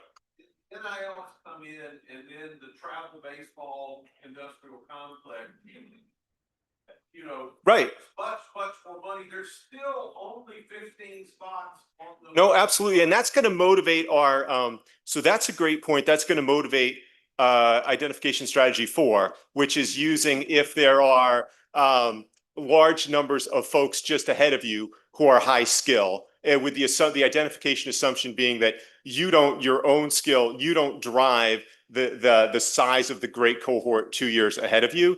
In terms of your bigger question on general, we're not touching GE right now. We're literally doing the for a given kid, the 2 versus 1. But you're absolutely right. I mean, it's an arms race, all right. I mean, parenting, it's a rat race. Thank you. Yeah, not an arms race. Yeah, it's a rat race. So no question about that. That's a huge topic for sure. Okay, so we've got a big sample. We're looking at college right now, college attendance, income percentile, wages. I think this paper would do very well to also look at occupation and see if we can find the pathways by which all of this participation is leading to the higher income. But right now we're doing income and college going. I'm not going to talk about the means. I'm going to jump to results. So this is, before we get to results, just to give you a flavor of what the data look like. It's very common. Most high schools are a decent size. It's not Hanover, New Hampshire. Typically, the people who are playing are playing one sport. A lot of times they're playing 1 year of varsity, with the other ones being JV. And so we're going to be looking at this 2 versus 1 distinction. So that's kind of the cut that we're taking. But we can obviously, we can do other things with the data too. And similar, another way to look at that is the percent of the athletes, the percent that played in 9th, 10th, 11th, and 12th. So, okay. In our data set, it's very football and basketball heavy because that tends to be the most publicized stuff, although it's also the fact that football teams are a lot larger than softball teams and such. And you can see high school graduation years displayed out here. The wage data, I'm not going to dwell on that. Okay. Let me just, and I've got 15 minutes, which should be just about right. So there's going to be 5 identification strategies despite the fact that there's 4 bullet points. Oh, well, I'm counting using Oster bounds on the OLS, so there's 4. So we'll do, OLS is going to be within team. So it's like, okay, controlling for your high school and the sport that you played, how do outcomes differ for people playing 1 versus 2 years of varsity, with a whole battery of controls about parental background. And then we'll use how much the R squared and the estimates change to put Oster bounds on what get a conservative estimate for how big that might be. And then we'll go another step and use siblings in the same family who didn't play sports, at least according to our data, didn't play a sport, and we'll get a set of estimates. And they're smaller, but still meaningfully positive. Then our last 2 strategies are, the fourth one is the one that I mentioned when Derek asked the question, which is that we're using the size of the team before you show up. So really, like, we can do this either in like when you were a 9th grader and not include kids who played in 9th, or we can do it when you were a 10th grader and kids who weren't playing in 10th, and then look at those older cohorts. And it's a pretty, it has like an F of like 634 or something, or bigger than that, but it's still not the slope's not as big as I would like. But the F is certainly a very powerful instrument. The other strategy, which I'm somewhat taken with, but it has its own problems, is looking at, there are something like 3% of these teams get dropped by their high school. And a reason that could happen would be like people get nervous about concussions. And so football gets dropped or switched to flag football, and it becomes a much smaller program. And so you can look at kids, all of whom were playing in 11th, but some kids graduated before the team got eliminated. And so the bulk of the effects of that team elimination don't fall on them because it's eliminated after they're gone, versus the kids who potentially hit the hardest, who were on the team the year it disappeared. And so one of our postulates is that you can't play on a team that doesn't exist. And so the effect of your team disappearing is obviously large on how many years you play, but there may be other things going on with that. And most importantly, there aren't that many teams getting dropped. And so that's a sort of a cool strategy, but we're glad we have bullet point 4 as another strategy to go at it. So yes, Doug. this is like, these kids might have just, instead of playing 2 years varsity, they play for JV and for.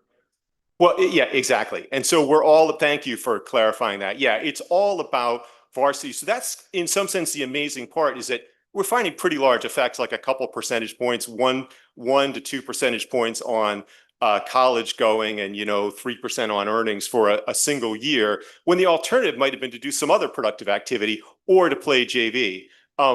In our high school, certainly there's a big difference between playing JV and varsity in terms of the intensity, in terms of what both the knowledge base of the coaches, but also what I can see in real time, the soft skills, the skills that the kids are building up, and the intensity of the experience, and the sort of expectations of the kids, at least in our school, is much different. But that'd be that's just a whole nother source of identification, which is like to learn more about the programs. So just following up on that question, I think, yes. So part of it is that the JV and the varsity may just not be the same experience, but also remembering that students are applying to college in the fall of their senior year. So if you have not started playing varsity, whatever it is, when you're applying, you haven't had a lot of those experiences yet. It's not going to show up on your college application.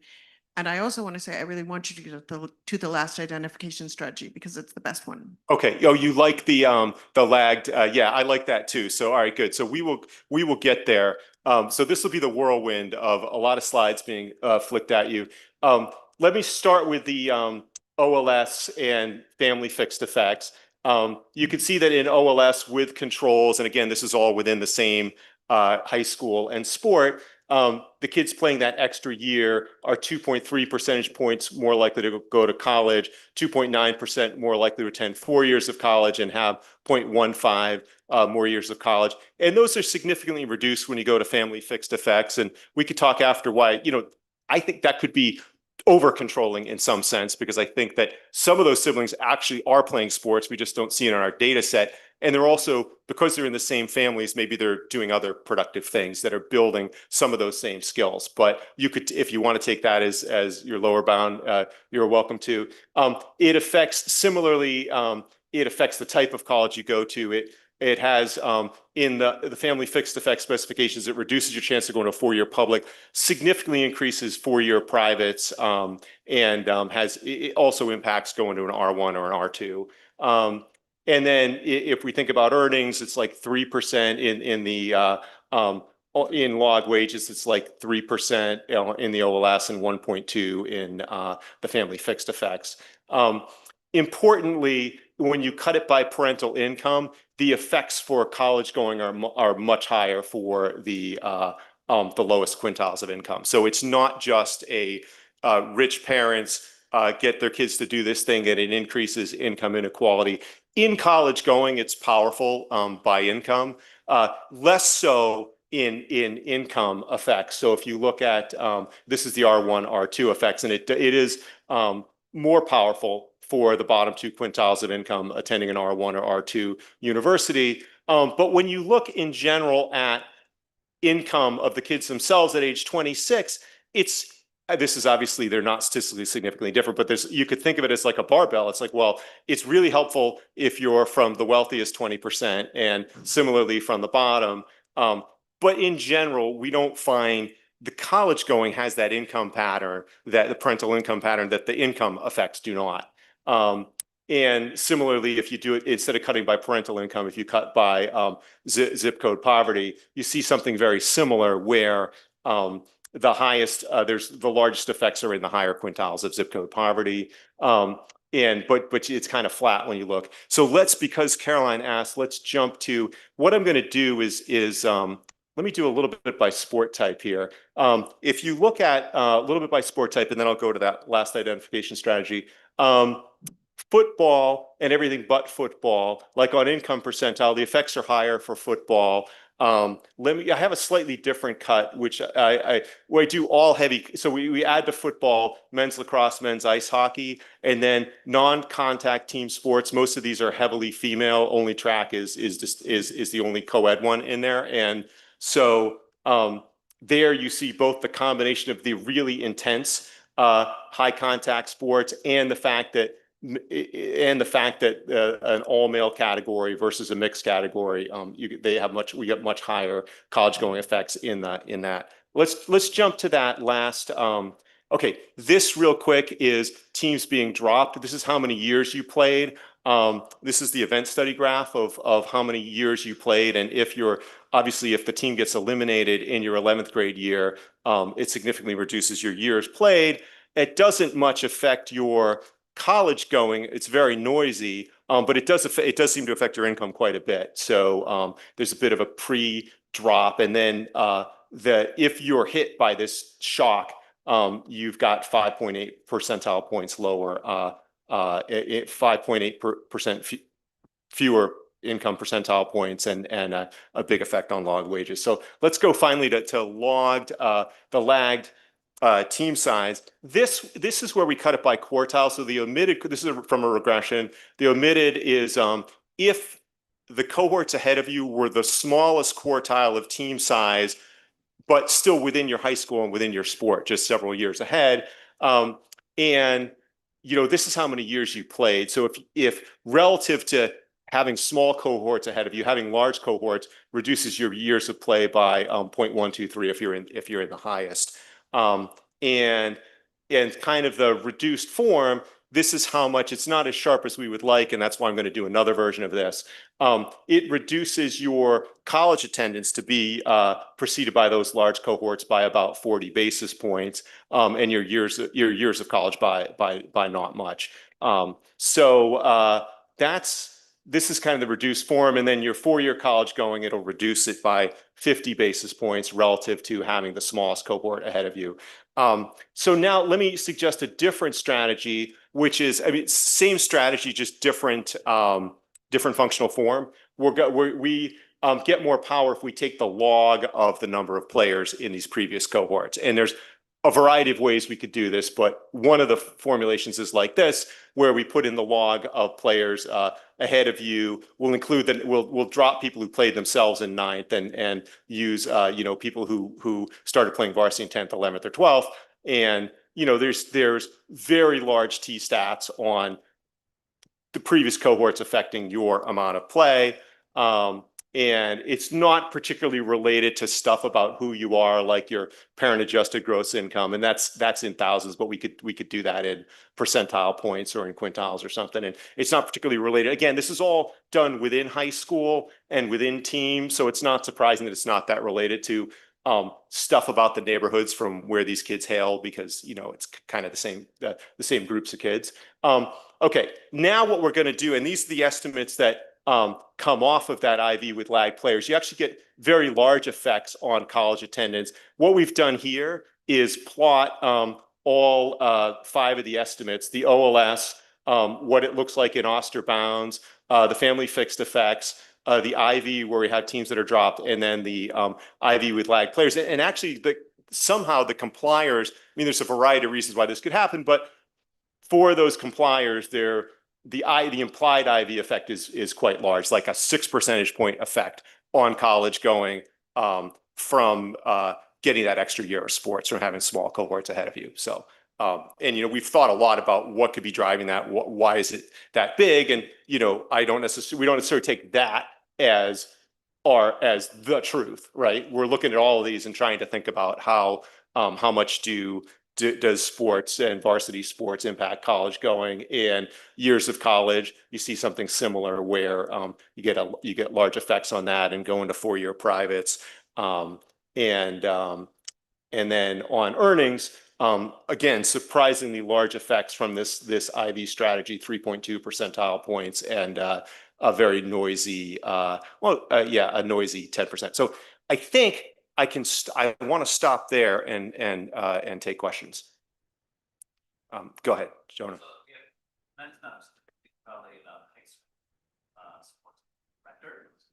Yes.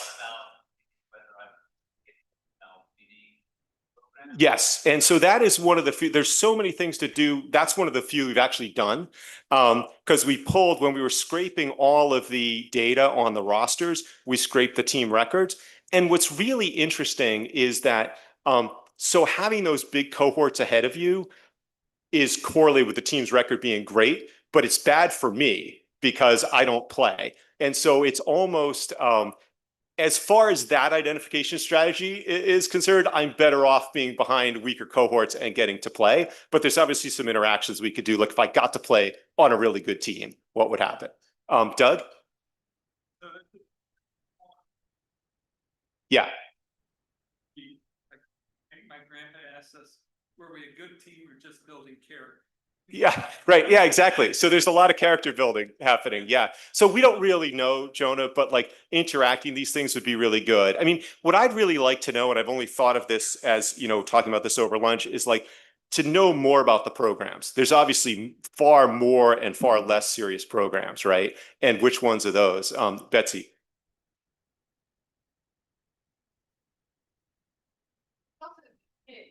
Yeah.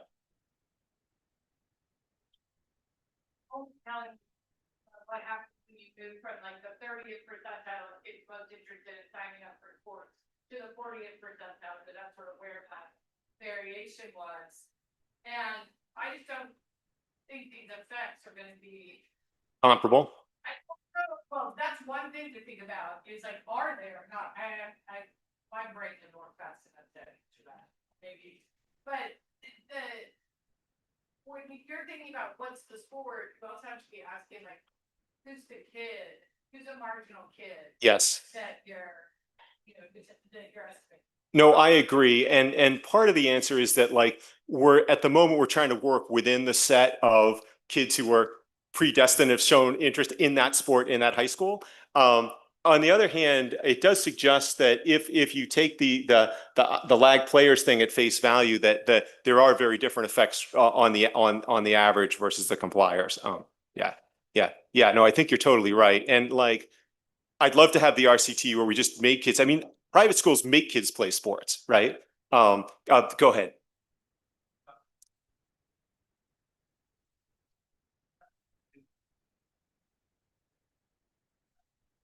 Oh, yeah, we can control for that. We've tried that. That's not what I show here, but we can actually control for the overall. It's only the cohort size playing that sport. And so you can control for the overall. That's a great question. Yeah, you can make it uncorrelated. Yeah, so the nice thing about the lagged players cohort size thing is that you're taking advantage of the fact that the law of large numbers does not apply to these teams because they're too small. So the school is probably staying very much the same from year to year. Its cohort size is probably staying very much the same, demographics staying very much the same. It's just that you were unlucky because there were 10 returning people in the cohort above you.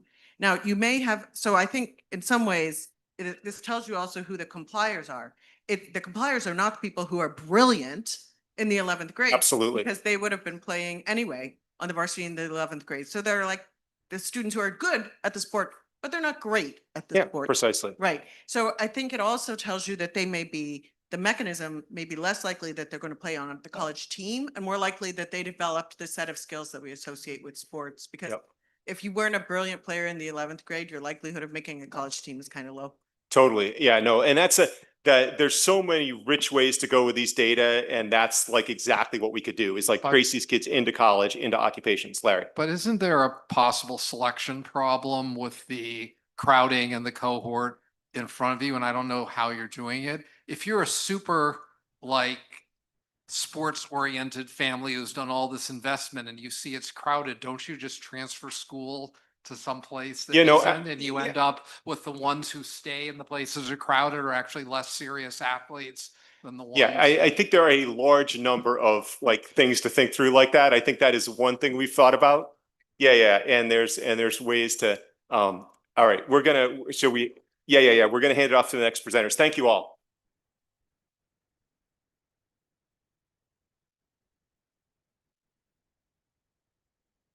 Okay,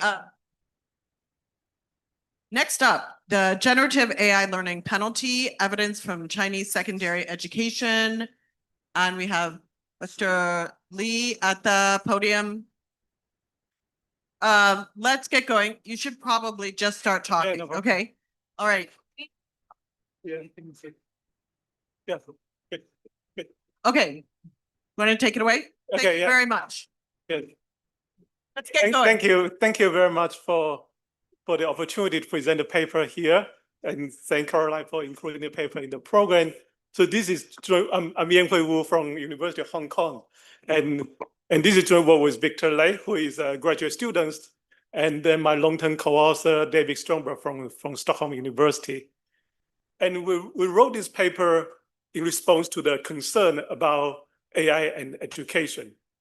So it's surprising, maybe surprising or not, it's rapid that the AI adoption in K-12 education. So in the US, in Europe, and in China, survey evidence shows that more than 50% of K-12 students and more than 80% of high school students reporting to have adopted AI for schoolwork.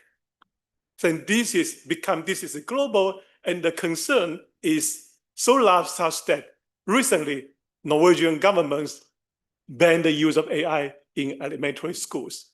And China is trying to adopt similar policy. And in the US, there is no such policy, but based on a recent survey by the Center of Technology and Democracy in DC, and the survey reported more than 70% of parents and teachers worry about kids using AI in school. So where does this concern come from? If we look at firms, when you talk to firms, so firms, they do not really worry that much about using AI. AI is good. Generative AI improve efficiency, performance efficiency. But in education, performance efficiency is not the goal. The goal is learning. So that is the problem. That's the dilemma. So we want to know broadly, we want to know how does the use of AI for schoolwork affect learning, including short-term learning of new knowledge and skills, and also long-term accumulation of human capital. So in this paper, our specific question is about, does AI use substitutes or complements to learning activities? Substitute means outsourcing learning activities. Complements means maybe use AI as a tutoring tools. So in the paper, we are going to use the study secondary education from grade 7 to 12 in China. And we have the data is weekly homework assignments, a test that maybe AI assisted, the kids can use AI for help. And then we have the monthly exam measure learning of new skills. And then we have the college and high school entrance exam, which in Chinese is called Gaokao and Zhongkao, trying to measure the long-term learning of general ability. And we are going to use a staggered DID design in a monthly panel of about 27,000 students. And student use generative AI in China increased from almost zero in 2022 to 80% in 2025. And we are going to use, so I want to put this up front because we are going to use the measure of the student AI start months. And this is based on self-reporting by survey data. However, the survey was done by classroom teachers who instructed the students to verify the actual registration months with the AI tools they are using. And the response rate is more than 95%. We are going to talk, I will talk more about identification later. So the result is quite striking. So the average effect, we see that after 6 to 10 months after AI adoption, students increase their homework score by 18%. And they complete their homework time falls by 30%, 19 minutes per assignment. And the regular closed book exam score fall by 20%. This is 1.4 standard deviation. I didn't put it here because I worry that people say, oh, you are writing a crazy paper. It's too large. I will explain carefully why it's reasonable, 1.4 standard deviation. And after 20 months, so this is the most important exam for most Chinese students. So because of AI, they get the penalty reduced by 18% for the college entry exam. This is separate student from a elite university to almost it's not a community, but it's a mediocre regular college. And yes, please. These homework assignments, is there an incentive to do well on them other than preparing for these exams?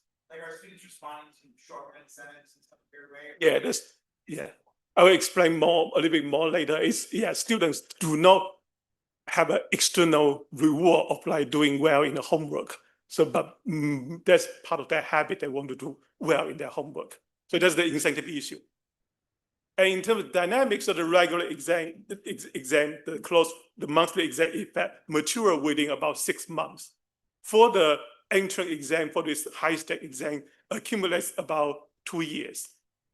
And the mechanism is we observe after 5 months, 81% of students complete homework faster than the fattest non-AI students.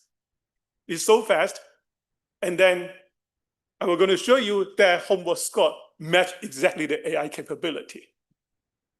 Okay. And conditional on equal homework time, we don't see the penalty. The difference between AI and non-AI students disappear, they obtain similar exam scores.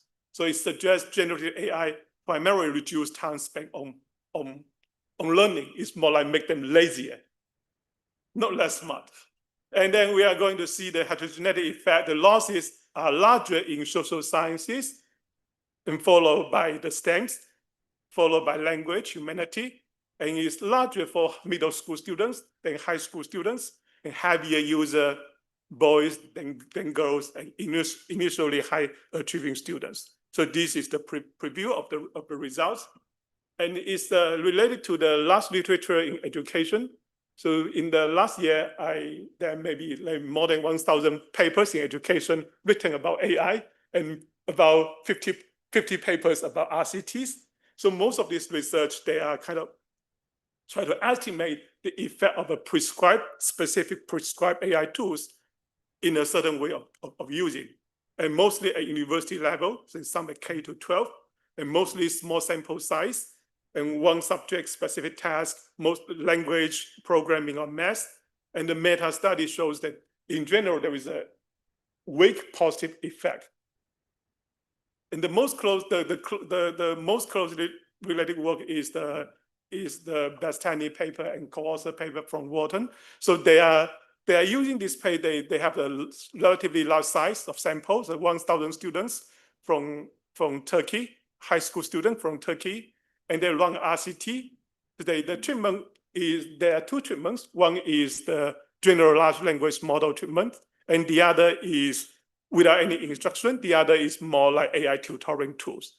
And they find effect of using large language models very similar to our results. So students that did well in the homework, but then in the closed book exam, after 90-minute section, declined by 17%. And the magnitude is quite close to our magnitude, our estimate. But if they are using the educational GPT tutoring tool, there is no penalty. So that's the finding in this paper. And compared to this paper and other research, what we add to the literature is that we study in a natural school setting. So the longer treatment duration, we have 13 months during panel data across all subjects, 7 to 9 subjects, including STEM, social sciences, and languages, and including the high-stake entrance exam in China. And I think we think that the paper is more able to talk to the topic of human capital accumulation, the effect measure over a long time, and we talk about short-run effect and the long-run learning effect.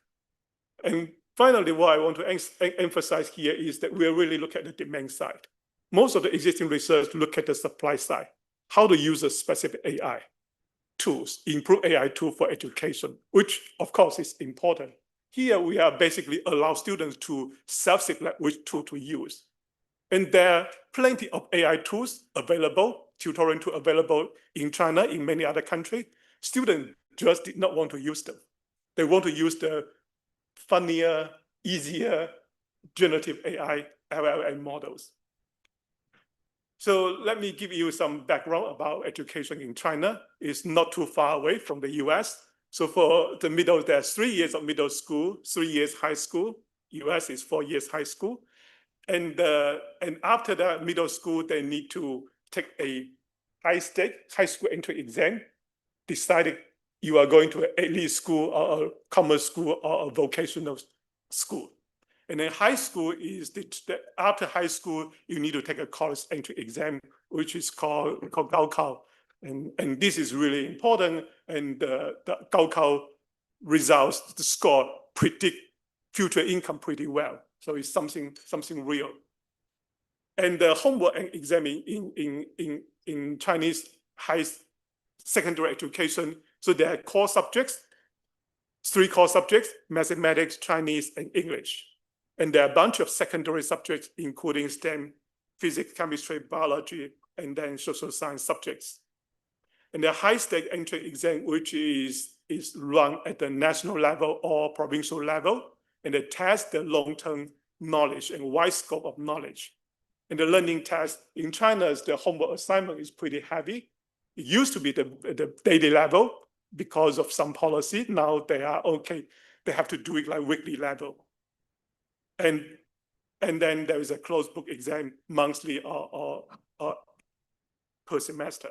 Just for clarification, the homework assignments, I assume, are geared towards the same types of material and learning that you would need to do well on the 2 high stakes exams. Yes, this is related, is very much related to the purpose to prepare students for the long-term exam. Right, okay. But when I'm trying to get into high school or I'm trying to get into university, it's going to be my test score that matters, not the grades I got on my homework. No, it's just the test score matters. Test score is the only thing matters.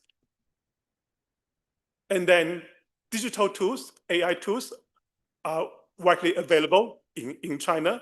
So digital tools including paid online personal tutoring, which became very popular after during the pandemic, and the tutoring apps and learning tablets. And for AI tools, so AI tools, there's two big breakthrough. One is the August 2023.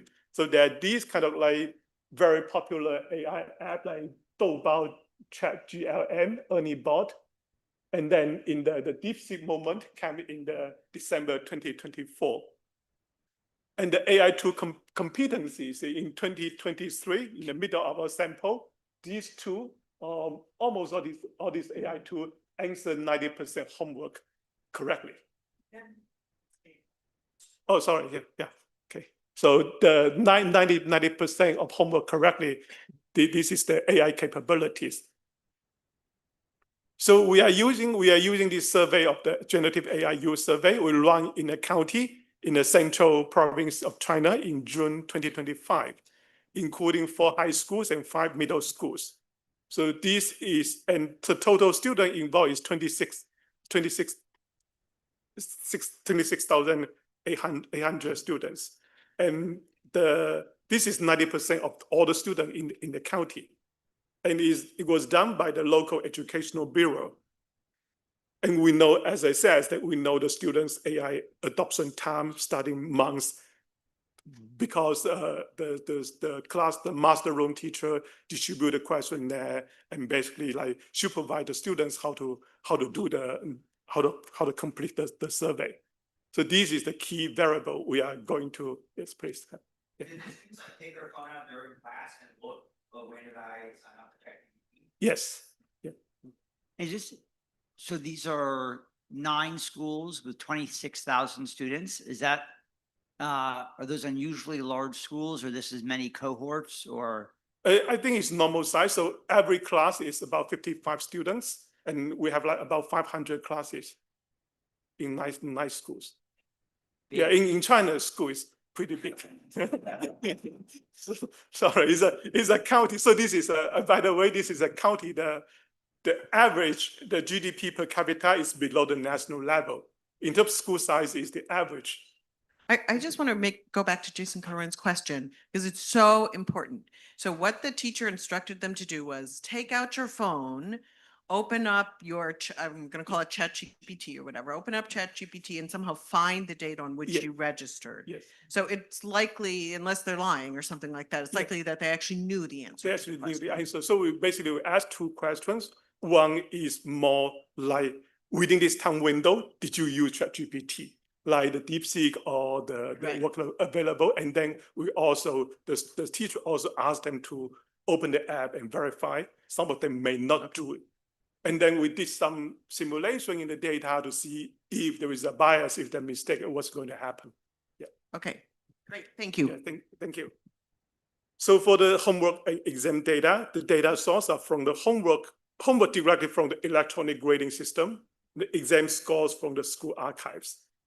So one key variable is the homework completion time. So how do we know how much time students spend on each homework?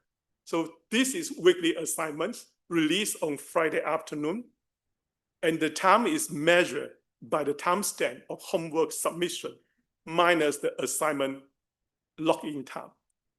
And we have a random sample with detailed time, exactly the time, which minute for 10% of the students. And we find most students, they log in, complete a homework, and log out, submit it, and move to another homework. Because potentially students can work on multiple homework at the same time. And this is not the typical case based on the 10% data that we had. An exam score, so it's monthly closed book exam per subject by school. And there is also county level joint exam across schools per semester. And the grading is at the itemized grading, so the grading is by questions. And the entrance exam is the 9th grade, middle school, 7 subjects, high school, 9 subjects. And the sample period, the sample window in our study is from September 2022 to June 2025. So including about 27,000 students. And we only observe within the current school in June 2025, which means that we only observe 1 year of data for the 7th and 10th graders, and 2 years for 8th, 11th graders, and 3 years data for the 9th and 12th graders. So that's the data. So this is the survey, the result about AI adoption. So Share using generative AI from almost zero because ChatGPT was banned in China or has been banned in China. So there's only very few people initially, they use VPN to bypass the regulation and use AI tools. And there is a jump in August 2023 because of the multiple AI tools were released during that time period. And in December 2024, that's the DeepSeek moments. And then we see there's a convexity afterwards. And at the time of our survey, June 2025, the adoption rate is 80%, which is similar to the US and other countries. And the AI use by subjects, the heavy use is the math and then English, and then the STEM subjects. Again, this is very similar to the US data, survey data. And then students vary in the intensity of using AI. So this is based on self-reporting hours of use. So there are 20% of students, they're heavy users, they use more than 5 hours, 5 to 7 hours. And there are some students, they only rarely use AI. And I'm going to show you that 20% never AI adopted. They don't use AI at all during this sample period. And the most popular AI tools, the 2 popular one is called Doubao, which is currently the biggest AI app in China because it's very funny and very easy to use. And then followed by DeepSeek. Yeah. Okay, so who use AI? Who adopt AI? So we run this regression and plot the estimate coefficient, and we find that the grade 9 to 12 are less likely to use because they need to do this kind of like high-stake exams, so they don't have that much time to use AI, or they are really worried about their schoolwork. And the boys are slightly more likely to use AI than girls. The difference is not that large, and converts very fast. The same pattern as in the US. And the adoption is highest among middle-income families. Again, this is like income does not really predict the use of AI. It's the same as in the US. We can see this is kind of like U-shape. And knowledge-intensive parent works that if you are from a family with knowledge work background, then you are more likely to use AI. Can I ask a question about that boys versus female versus male result? So since you have the timestamps, right, you know when they logged in and you know when they logged out, you not only know the number of minutes they spent on the homework assignment, but you know when they did the homework assignment. So something that generative AI might tempt me to, I'm thinking about the boys versus girls. Boys tend to procrastinate and not do their assignments until the very last minute.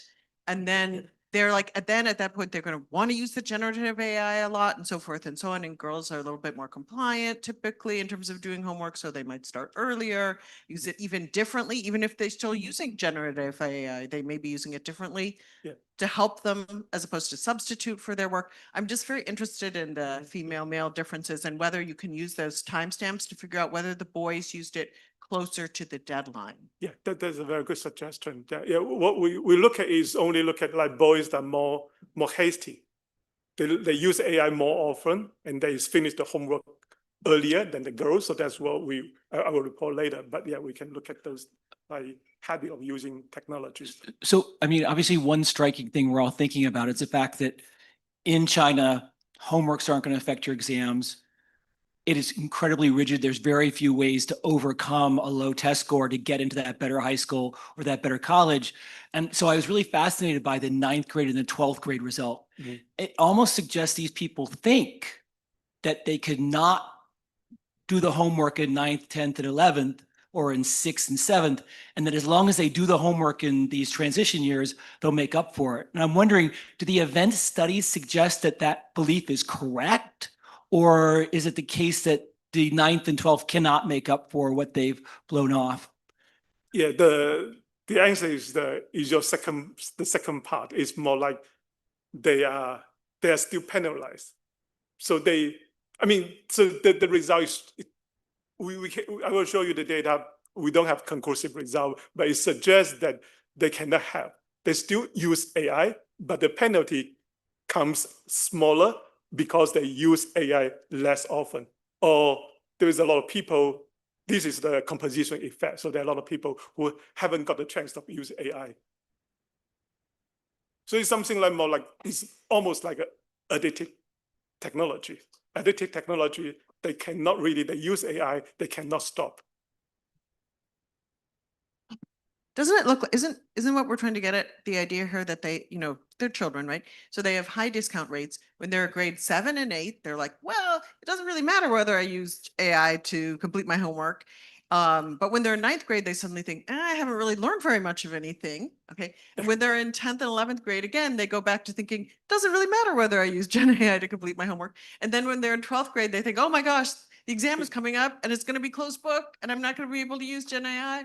Yeah, so it's like the high discount rate kind of story that they're not, the 10th grader is not looking ahead to 12th grade and saying. We try to find, this is this is something like difficult to show in the data. So it's something that the story we initially have in mind. It's just like the data, we don't have like conclusive evidence showing that this is the right way. But it's something very interesting. We are kind of trying to understand more. So and then the higher achieving student adopted AI earlier, and other demographics characteristics weakly predict adoption timing. So we are going to estimate the average AI effects by comparing two groups of students. One is we call the average AI students. These are the students who started using Gen AI by June 2025. The 80% of this treatment group.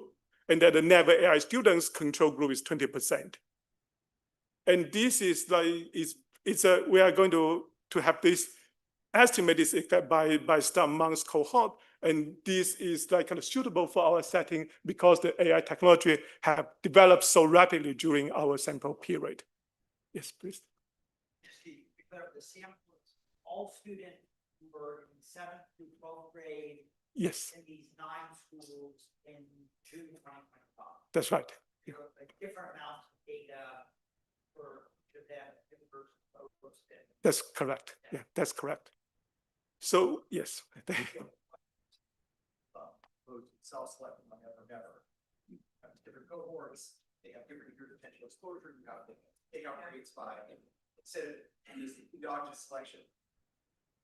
Yeah, that's something. Yeah, we can also do the way you suggested, and I think I'll show you the data, and then maybe you can understand better that why we want to do this result, and then is a reasonably identification strategy. So we're going to use the staggered DID using the colorway Santana estimator. And in the paper, we report other estimators and other way of estimation, and the results are very consistent. And the reason why we want to do this because we want to aggregate the data in 3 different ways, or the effect in 3 different ways. One is we want to calculate the average effect across, this is average effect across cohorts and post-treatment periods. And then we also, by the dynamic effect, by the exposure length. And then we also want to show the effect that after the adoption is stabilized or the effect matures.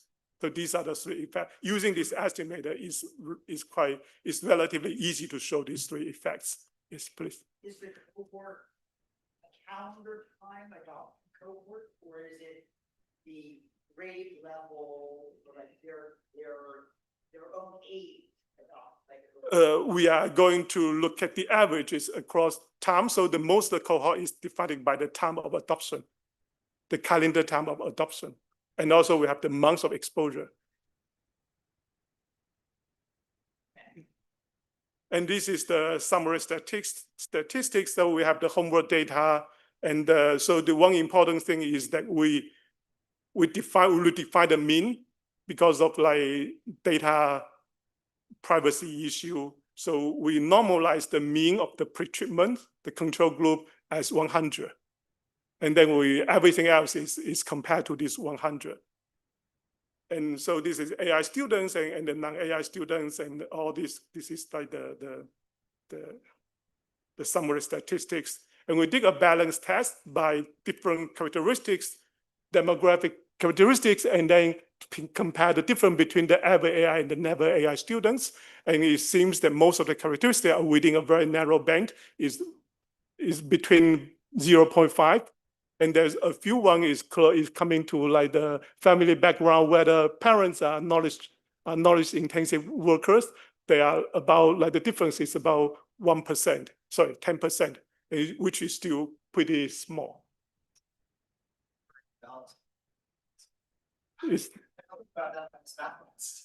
I mean, we report the regression results in terms of like the result compared in another table but here I think it's like overall I think it's like according to the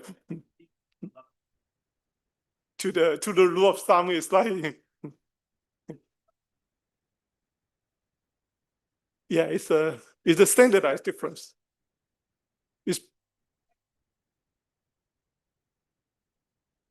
Yeah, maybe yeah, it's a okay, yeah. So yeah, we will be more.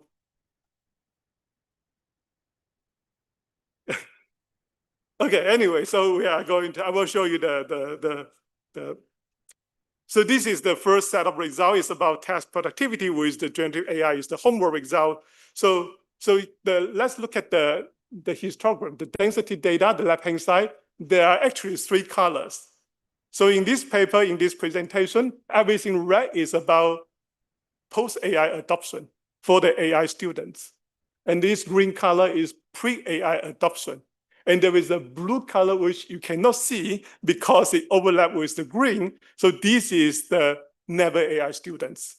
Because it's just like overlap with the green so much that you cannot see it clearly from the table. So the left-hand side, so the left shows that after AI adoption, so it shifts towards the right in terms of homework score. So it increased by 18%. So in the right-hand side is the mean plot, weighted by class and grade. So you can see before the AI adoption, for many months, the AI students and never the treatment control groups, they are almost overlap. They're on top of each other. Afterwards, they jump. So, I mean, this is maybe more convincing than the balance test table. And then I want to make it easier to interpret, so I report the percentage correct. So this is the score, the homework rise from 73% to 86%. 86% is close to the AI capability, 90% within 5 months. Yes, please. I've seen scores go up, but I also noticed like there's not a lot of students getting like 100. Right? I don't know how I can see that. Oh no, 100 is just normalized. It's before the treatment. Yeah, sorry. Yeah, there's 100 is a normalized score. So students are getting full, like, No. full assignment? Yeah, the AI capability, AI can get there like 90%. In mathematics, 85%. That's the AI capability, the generative AI capability. It's not AI. I mean, it's some of the exam questions are quite tricky. Yes, please. Never adopter plus the adopter prior to when they adopt. No, it only includes the never adopter. In one version of the paper, we report including the not yet adopter. Here is like never adopter. Yeah. So the control student remain at the 73 level, and so the estimate is like 13 percentage point after 7 months. Yes, please. Same average performance for adoption, despite the fact that they're very different than all the other materials that you showed? Yes, they're almost the same. The control student and the treatment student, there is some difference. So we zoom in because of the sample size is large. Statistically, there is some difference, but the magnitude is so small compared to the effect. And this is the homework completion time. So the homework completion time is reduced the homework by 90 minutes. And again, we see that before the right side, so before adoption, they're almost on top of each other. And after the adoption, it dropped dramatically. Is that? The homework is the way, the Chinese way is like you log in your computer and download the homework. So there's the access time. And then some questions you can work online. Many questions you need to write down the step-by-steps or write an essay. And after you do it, you scan it, upload it, and then you complete your homework. And the teacher will grade on the digital system. And then the effect on the closed book exam, we see some similar pattern, but the direction is opposite to the homework.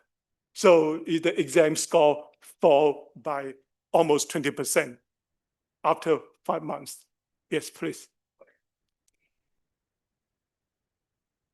The weighting procedure is on the control group. We just weighted by class and by the grade. In the paper,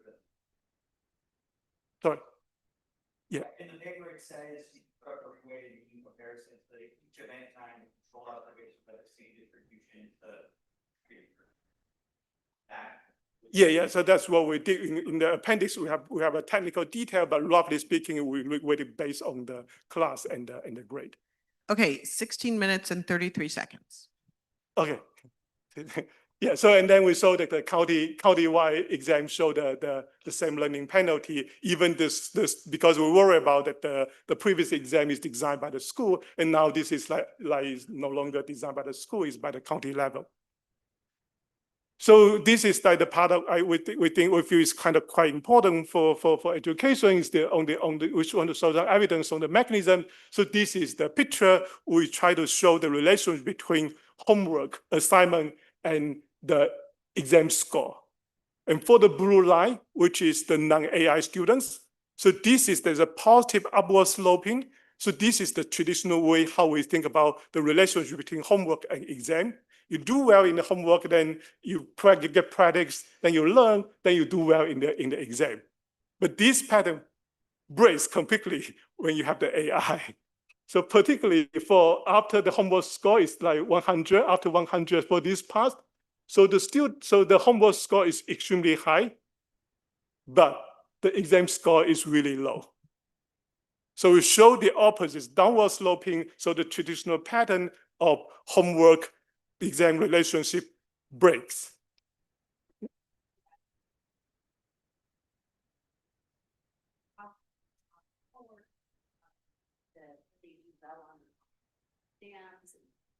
You mean the item is more like which kind of question, extra question? We do have those data, but the data is quite noisy. The result roughly consistent with what I'm showing you, but it's just too noisy, so we don't use the result in this version of the paper. Yeah. Yeah. Yeah. Yeah. And then now we in these two pictures, we plot the homework score and the exam score as a function of the homework completion time. So for the homework, so for the 20 students who spend less time on homework, 20 to 50 minutes, so the AI user have a very high homework scores but very low exam scores. And then for those students who spend more time, 50 to 65 minutes, but within this range, there is not so much difference. So you don't receive the penalty as long as you spend enough time. Yes, please.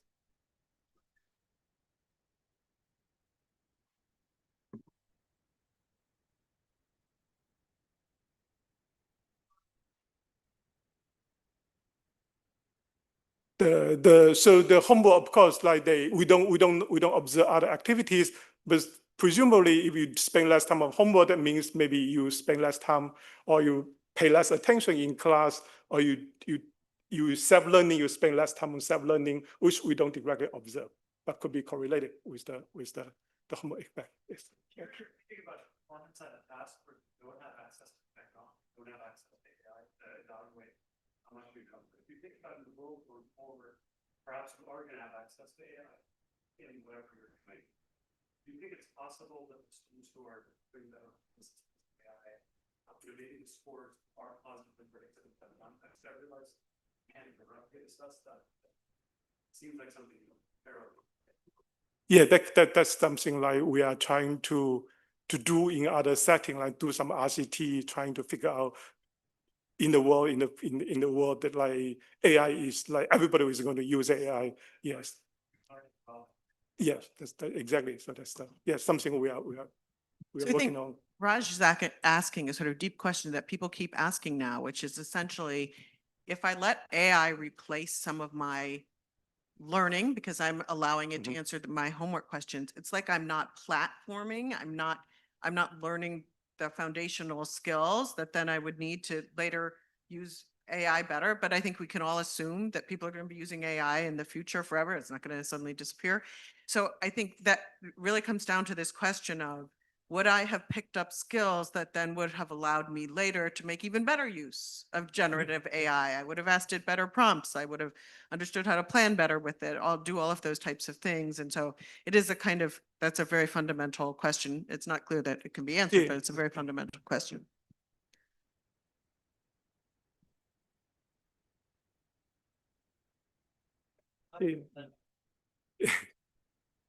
Yeah, that depends on the kind of the knowledge production function we have in mind. So I think there are two fundamental questions beyond the scope of this paper. One is the labor supply question that like, why do you want to use generative AI? You maybe have more fun, you enjoy, have more leisure time. And the other is the supplies question, like as Caroline just said. I mean, it's sort of interesting just as a descriptive exercise for every grade, take all your 9th grade adopters and show us their end of year test scores in 9th, 10th, 11th, 12th. And for the 10th grade adopters, do the same thing.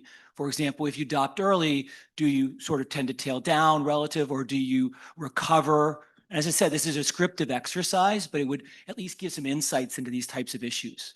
Yeah, I'm going to report a little bit like in the next few slides. Yeah, thank you for the question. So in general, we think about there is the plausible outsourcing mechanism here. It's like 58% AI students complete their homework in less than 50 minutes, which is the smallest amount of time that the non-AI students spend on an assignment, and 34% students finish in less than 45 minutes. And it's extremely short completion time matched with high homework scores, almost the AI capability, and the low exam scores. And after 5 months, then the share rise to 81% and 50%. And the AI student who spend the same amount of time complete homework, they receive almost the same exam score, learning as much, receive high homework scores. So slightly like 10% higher. So it suggests they are using AI, and they have near baseline pre-AI exam scores. So there's not so much about positive selection effect. So the generative AI reduces time spent on learning, but not learning efficiency. That is something based on this picture. This evidence suggests that the mechanism is coming from the outsourcing, make people lazier, not make people learn less efficiently. And then look at the entrance exam, the high stake exam. I already talked about this exam. They're really important. They are very seriously graded. And the disadvantage of this part is that we have only one period observation. For students, we observe only once. They have this Gaokao exam. So we try to use the colorway Santana estimator using the difference between the exam and the regular exam score before the generative AI use.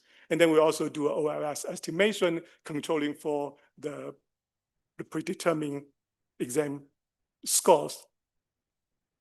So this is the AI user scores lower in 2025, but so in 2025, for the upper two picture is the 2025. The left side is the high school entry exam. The right side is the college entry exam. So the non-generative AI user is the blue box, is shift towards the right, or light on the right. And then if we look at the 2022 before AI adoption, there is not so much difference. So this is a visualization of the result. And then we estimate something like the dynamic effect. So this is like AI exposure. So at the time, for example, like September 2022, and then January 2023, September 2023, during this time of exposure, of course, it's mixed, the composition effect and the tumor effect. So there's a composition effect. You can see that the effect decline down to 30%, and then we plot the entry exam at the end, towards the end, which is also the end of our sample period. So it is reduced by a lot, and we want to understand why this is reduced. Is because of like this is like 9th grader, 12th grader. They know that exam is so important, so they don't use that much AI. Or despite the use of AI, they work very, very hard, or some other reason.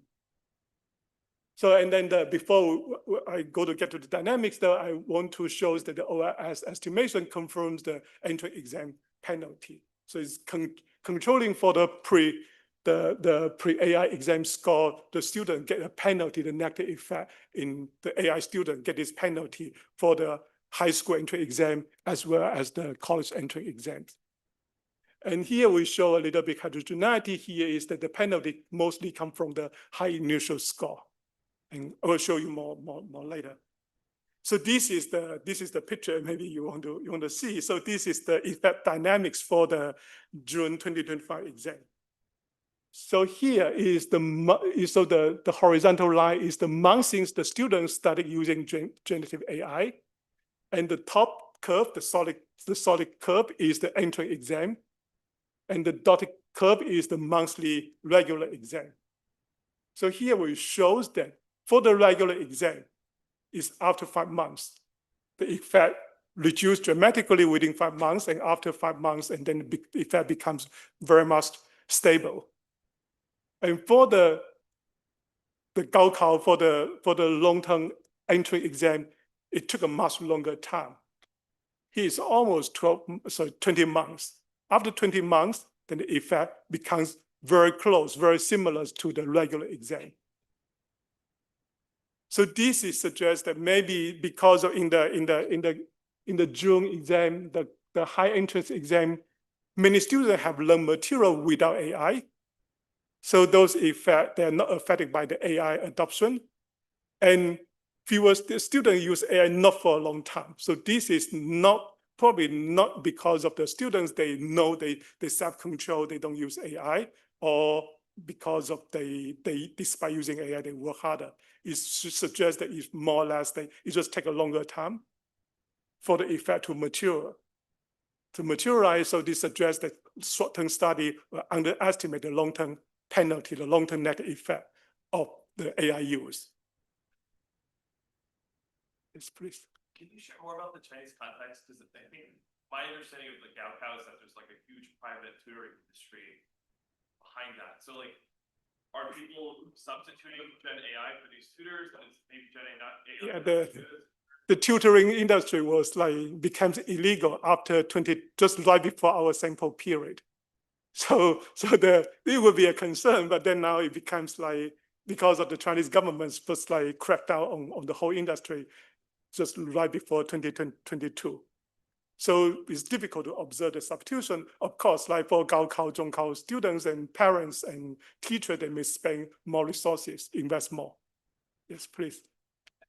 Clarification, is that the Zhongkao exam, don't you have people who started using AI after they took it? Why don't we have any negative time here? For the upper second, for the Gaokao, it's the end, so nobody started using AI after that. Yeah, you're asking whether for the Zhongkao, is there anybody using before? No. No, the exam, we only observe. No, we only observe 2 exams for the students. For the Gaokao students, we observe only June 2025 for Gaokao and before AI, June 2022 for the high school entry exam. There is a 3-year gap. So we don't observe like, yeah. We don't have their test. No, we don't have that test scores. Yeah. Pre-training, lower setting. Yeah. That's the 2022 versus 2025. Right, but he could show us the event study on the 2022. Yeah, we could, yeah. Could. Right? Yeah, we could do that. Yeah, okay. Yeah, that's a good suggestion. Yeah. That's right. Yeah. Yeah. No, that's definitely we can do. Yeah, thank you for the suggestion. Okay, so that's I try to explain like why in the June 2025 the average effect seems smaller, and our evidence tend to suggest that it's really about a composition effect. Is that you haven't used AI long enough, so the penalty seems less. So finally, we want to have 2 minutes to show the heterogeneous treatment effect. So by subject and by education level, intensity of AI use, and gender and pre-AI performance. So this is the 2 exams, the regular exam and entry exam. We report the estimates together for 9 subjects. And the ranking, they're very, very similar. So for social sciences, the penalty is the largest. And we don't know how to compare this with other studies because there are very few studies about social sciences. And we try to look at the specific questions, like, is it about memory knowledge or something else? It seems that the penalty coming from the framing, because it's writing an essay. So for the essay questions, AI is very capable to write essay questions, and students, they need to learn how to structure an essay, and they lose this ability. So that's for the social sciences. And for the STEM subjects, is quite, the magnitude is slightly larger, but in terms of standard deviation, it's actually quite close to the existing study, the RCT studies. And the reason, so here we don't, so the standard deviation is quite large in our studies, 1.4 standard deviation. And I want to explain why it is so large. It's because we take in the previous study, we take the average across all the subjects. So the standard deviation is very small. If we calculate within subjects, then the standard deviation is only half, which is like comparable to existing studies. So this is which group students are most affected. So educational level, the lower secondaries are more affected. And for those students who spend a lot of time, for example, a lot of time, like 5 to 7 hours, the penalty is huge, it's 30%. And for those students who spend like 0 to 1 hour, it's like 5%. In terms of genders, the boys, they are penalized more by using AI because they use AI more. And then for the high performing students, they receive this penalty more. So that's the magnitude, I just, yeah, so that's, yeah, 3 seconds, the conclusion. So it shows that the regular exam reduced by 20%, 1.4 standard deviation, entrance exam after 24 months. And then the duration is 6 months for regular exam for short-term learning, but 24 months for long-term learning. And so suggest short-term study underestimate the learning loss. And the losses are largest in social sciences and among younger students, heavier user boys, and initially high-performing achieving students, and the mechanism is the homework. Okay, thank you.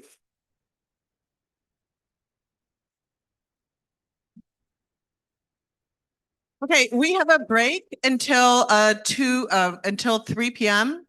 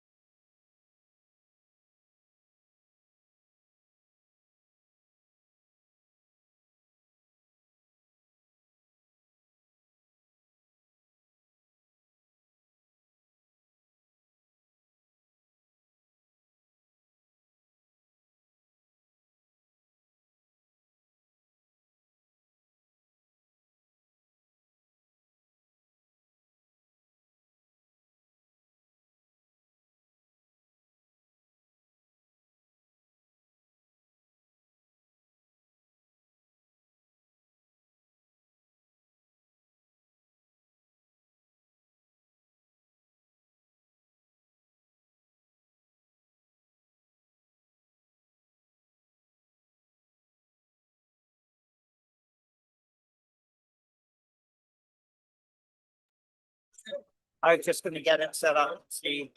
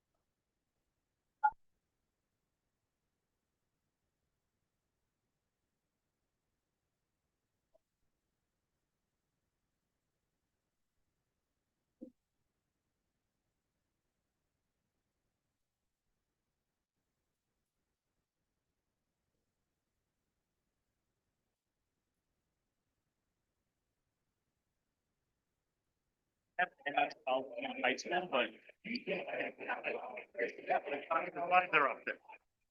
Good luck.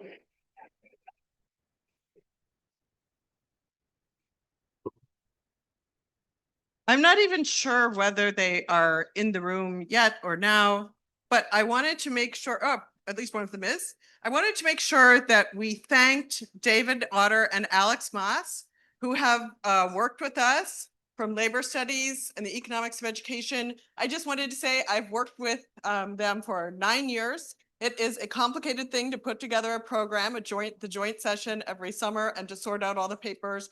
And they are just amazing organizers and have been just such a pleasure to work with. So I hope we can all give them a round of applause to thank them.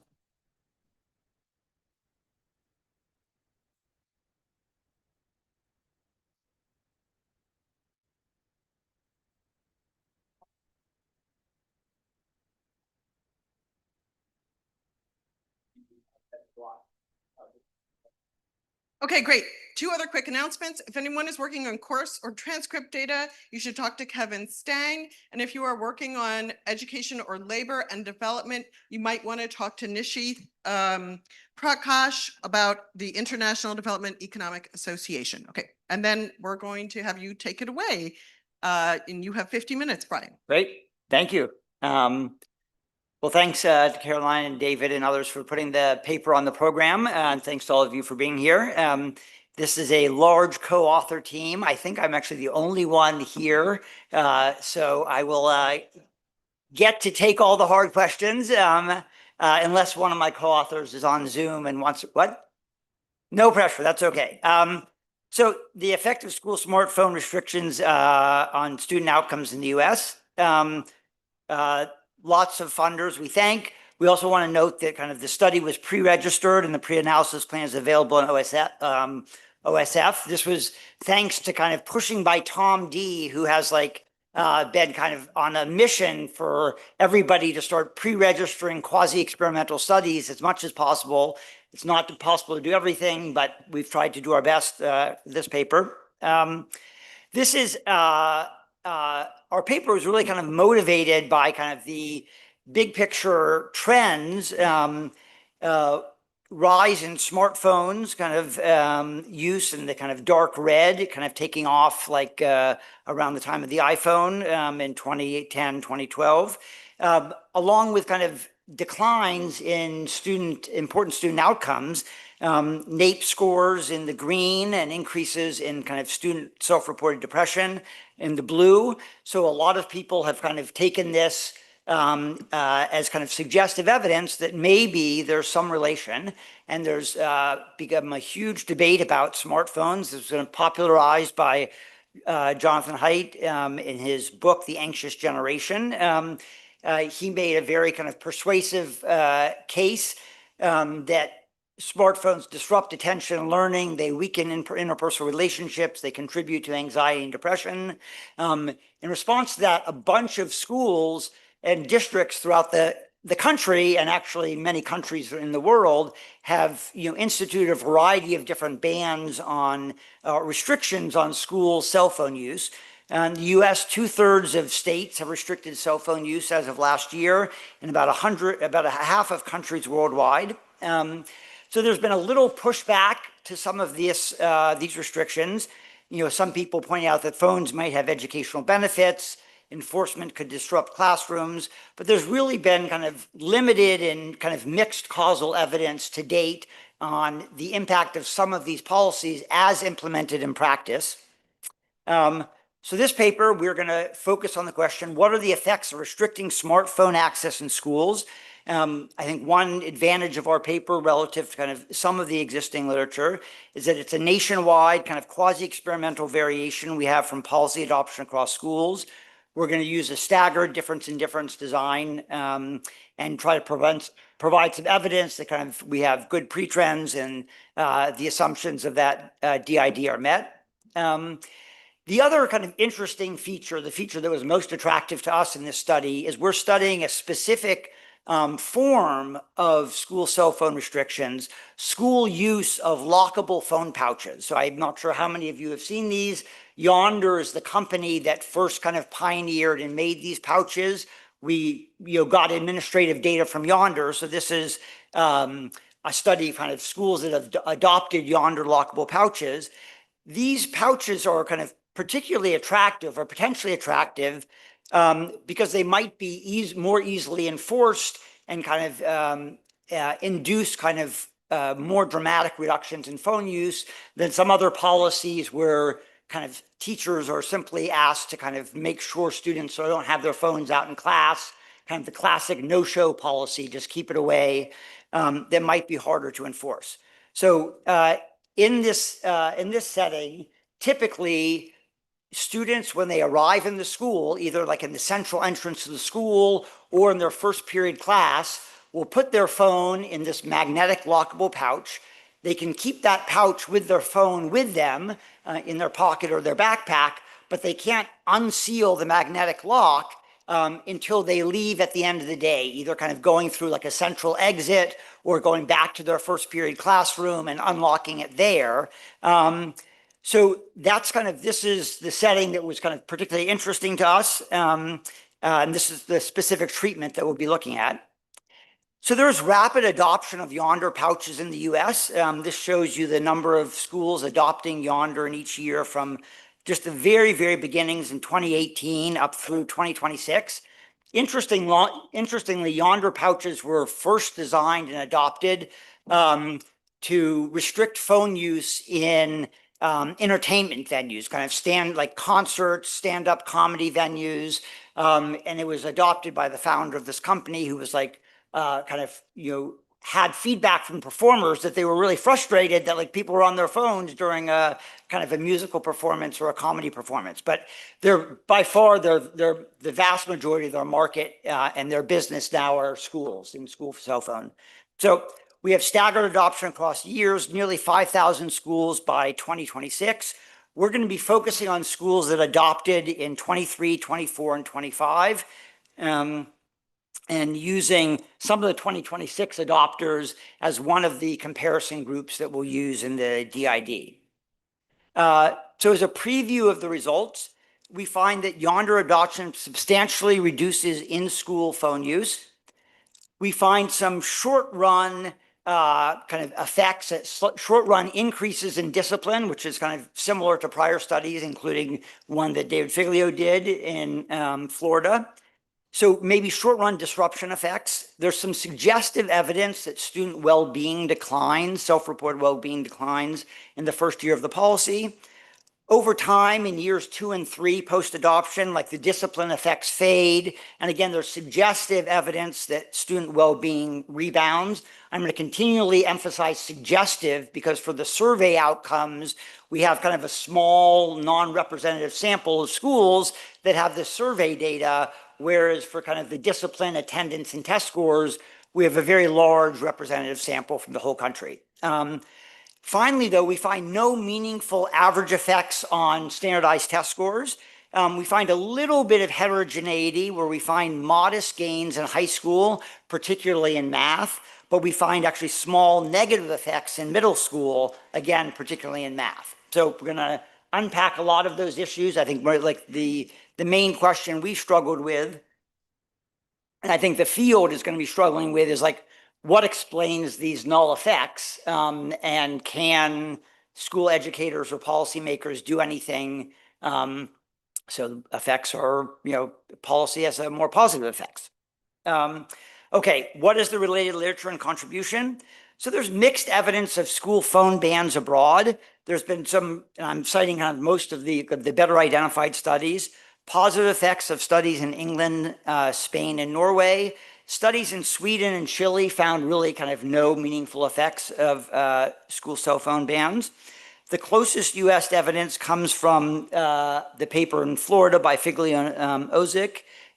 They compared schools with very low versus very high pre-ban phone activity. They found short-run discipline spikes and very small achievement effects, about 0.6 percentile points overall. And those are actually kind of quite close to some of the effects that we find. The discipline effects are very close. We find kind of smaller and non-significant achievement effects, but comparable evidence in the discipline and attendance. So what we add, we study a strict physically binding restriction in these yonder pouches. We have a nationwide sample, which I think improves to some degree the external validity, with a large pool of never treated schools. We're going to bring together a rich set of data, including GPS phone ping data that kind of many of you have probably heard about from other papers, administrative data, and then some of these original surveys that we administered to teachers across the country. We're going to measure a broad set of outcomes, and we did pre-register to the design, the outcomes, and the subgroups. So what's the conceptual framework? Brian, can I make one overarching? Yep. Well, maybe I'll let you get through this slide. Okay. So obviously the attended. I'm not, because I've just read. Okay. I just read the slide. Okay. So, okay, so I just wanted to comment that I think because of the Jonathan Haidt book and probably some other things as well, this has been one of those situations where we went from a base of almost no evidence, from people believing that we ought to believe that the evidence was that smartphones were causing all of these problems. And somehow people went to 100% certainty based on incredibly little evidence. So it's almost like you guys are working against a status quo that we don't know where exactly it came from, but it came from one book. Yeah, I mean, it really was Mostly popularized by the one book. popular book with correlational stuff in it. And I mean, a bunch, there's been, Candace Augers is like a really famous psychologist who wrote like a piece in, I think it was Nature or Science, criticizing the anxious generation and pointing out that, as like all of us would understand, there's like really suggestive correlations, but there hadn't been any real strong causal evidence. And yet we have a bunch of policies now. So, okay, the attended effects, obviously the idea is you restrict access to smartphones during the day. It's going to reduce in-school phone use. But there's, not even that is kind of guaranteed. There's, certainly lots of creative ways that students can circumvent all policies, including the pouches. This is like a New York Times article that some of you have probably read from, I don't know, it was like 6 or 9 months ago now, that kind of was anecdotal evidence about all the different ways that students broke the yonder pouches, put in fake phones, kind of were creative about demagnetizing the magnets. And like, I mean, it is really impressive. Like that alone might have catalyzed learning.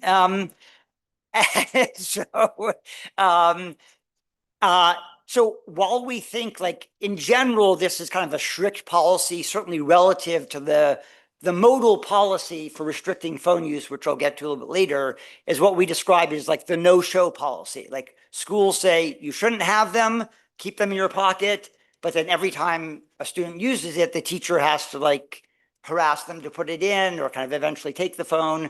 So like relative to the no-show policies or other ones, this is, even with some circumvention, probably one of the more strict policies.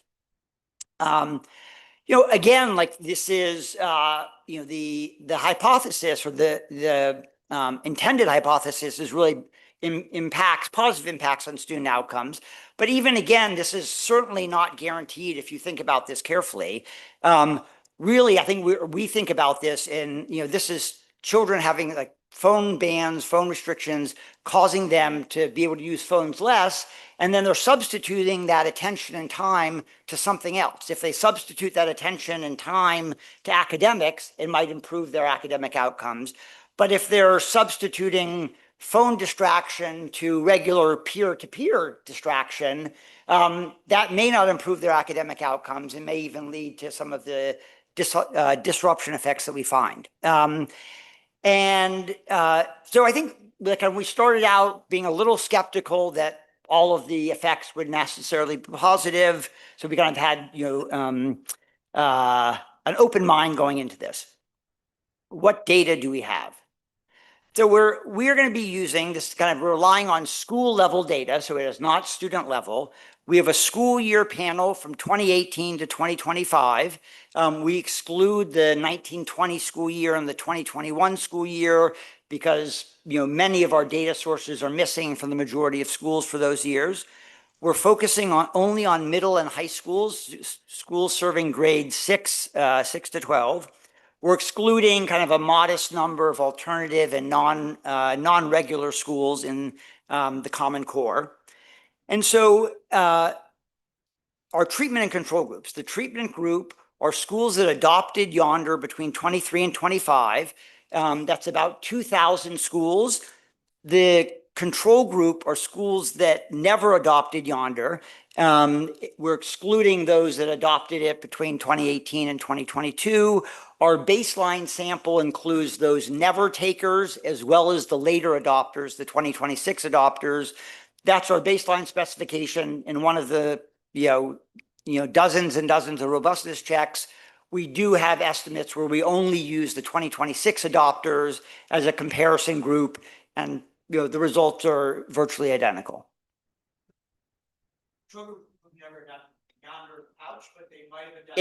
Oh, absolutely. Yes. And we're going to take this very, very seriously. We're going to talk a lot about that. So the control group is they did not adopt these Yonder lockable pouches, but that's the perfect question to ask.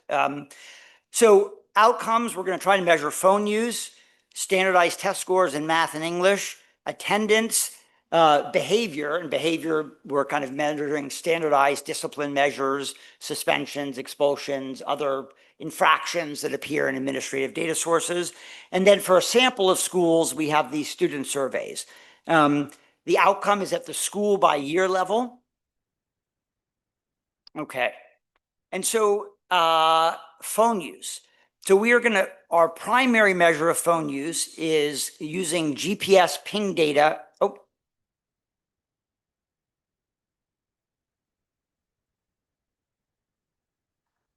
That's a great question. So the question was, what about kids that have laptops? And I think that's certainly a concern. Like you read anecdotally, kind of talking with teachers or administrators or newspaper articles, there certainly is like kind of some substitution, students kind of using tablets or other laptops. That's kind of one potential explanation for some of the null effects. Like our sense though is that the magnitude of that substitution couldn't explain. There's like sporadic kind of students with ability to use that. Most school districts on the school issued devices can block those. Some students can bring in non-school issued devices. So I'm sure there is some of that substitution going on. Our guess is like the magnitude is not sufficient to really explain, but it could be part of the story. So phone use. So we have GPS data purchased from a company called Advan.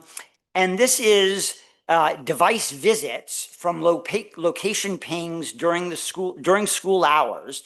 So this is a useful but very, very imperfect proxy for the amount of student phone use in schools. We try to net out some of the noise. Our measure is going to be kind of the log difference between pings during school hours minus non-school hours during school days. That difference with school hours minus non-school hours during weekends. So we have kind of this double difference to try to net out some of the underlying noise that we know exists. But we think of this as kind of the measures that we're going to get from this are a rough proxy, maybe a lower bound of kind of the reduction in phone use that could be taking place.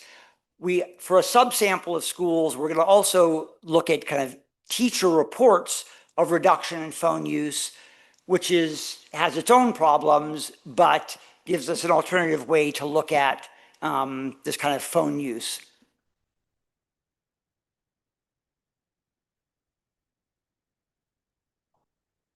No, so it's not, it is not, it can be, I think this varies a lot, but like, if a phone is actually physically turned off, I think it will not ping.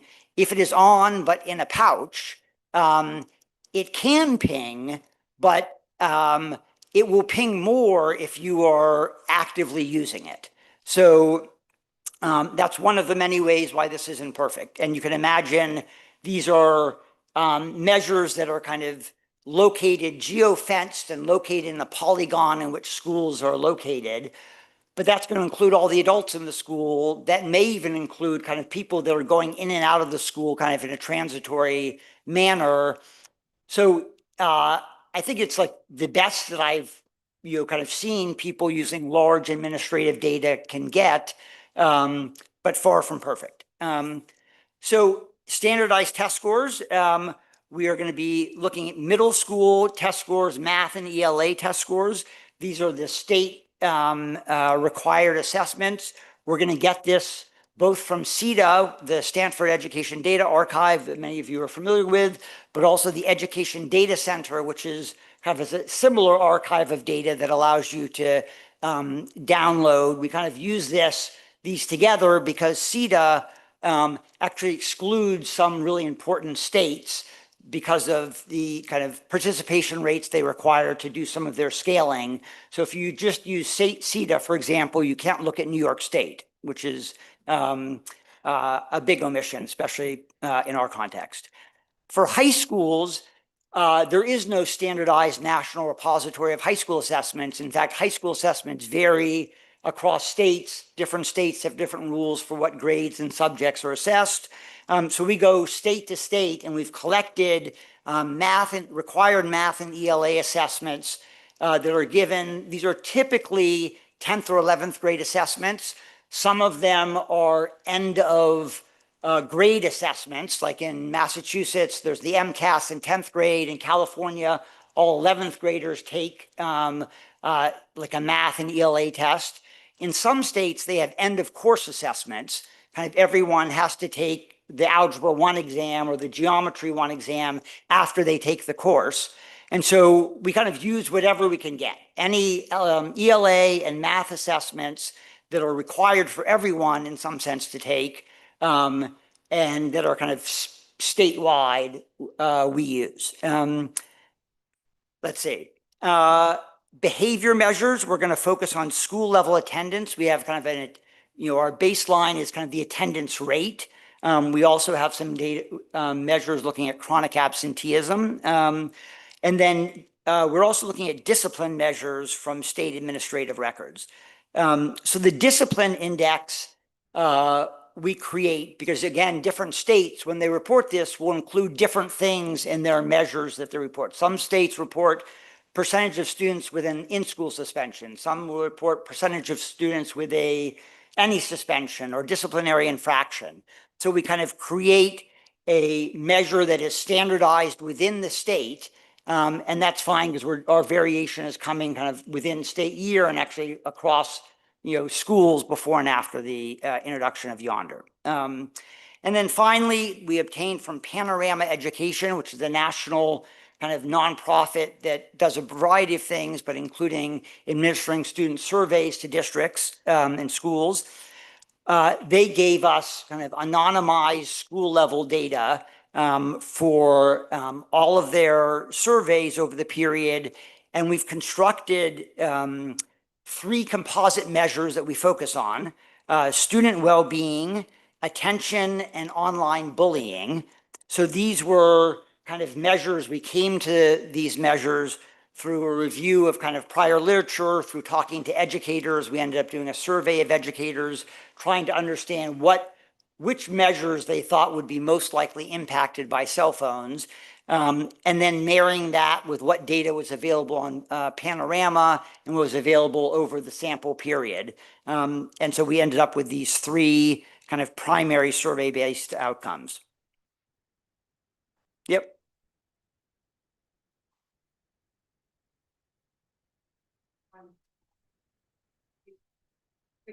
We don't have, no, we don't have that.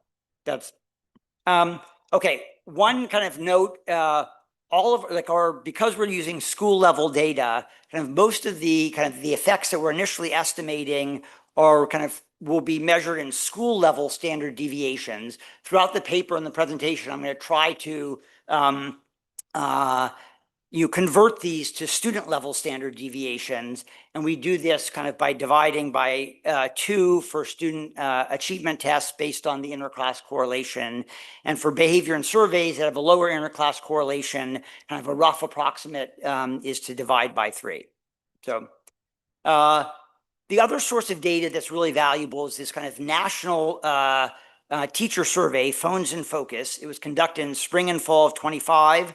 We have data from over 100,000 educator responses representing 50% of all middle and high schools in the country. We're going to use the data in a variety of ways. First of all, we're going to kind of use it descriptively to provide a landscape of like what policies are going on, what kind of, we have some measures of like what teachers and teachers think of the policies. Importantly, we're going to be using this to help us understand the counterfactual, what policies Yonder replaces, and what was happening in some of the control schools. So that gets to one of the questions that was asked before. Okay, so research design. So Mike Levenheim, I think it was Yep. you who asked what's going on in the control schools, right? Yeah. Yeah. So, but doesn't don't the pings tell you what's going on in the control schools? Like if they're doing the same thing via some other means, they have lock boxes or something, the pings, I mean, you were kind of making us worry that the pings weren't a great measure, but they are a really good measure. I think they're good, but I think they're not perfect. I mean, I would love to have like, you know, number of minutes spent on like Instagram and TikTok. I mean, that would be like the holy grail. But I think it's important as a supplement. Are objective and you can see them in the control schools. Yeah. And although they have faults in the treated schools, they also have the same faults in the control Yeah. schools. So Yep. I think you should be less worried about it. Okay, good. Ask for me to be your review. Back there.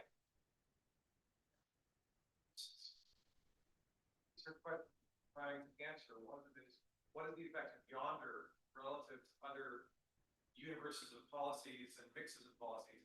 But you could also say Yonder gives us a GPS signature. Other schools will at some points adopt policies that deliver an identical GPS signature. So you could be interested in the endogenous adoption of those policies relative to not adopting an effective policy. And I think you've got the data to run that compression. Okay.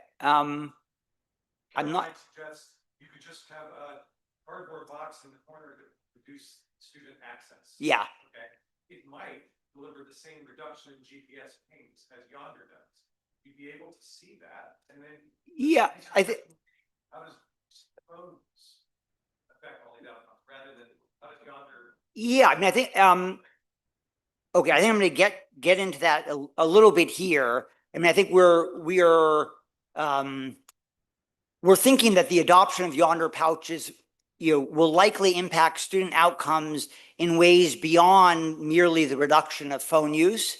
So we're going to be presenting, it's on the next slide, focusing on ITT estimates of Yonder adoption, both because we think kind of like the measure of phone use is imperfect, but also because we think there's other reasonable channels through which kind of the adoption of lockable pouches or maybe other phone restriction policies could be influencing outcomes. So I think,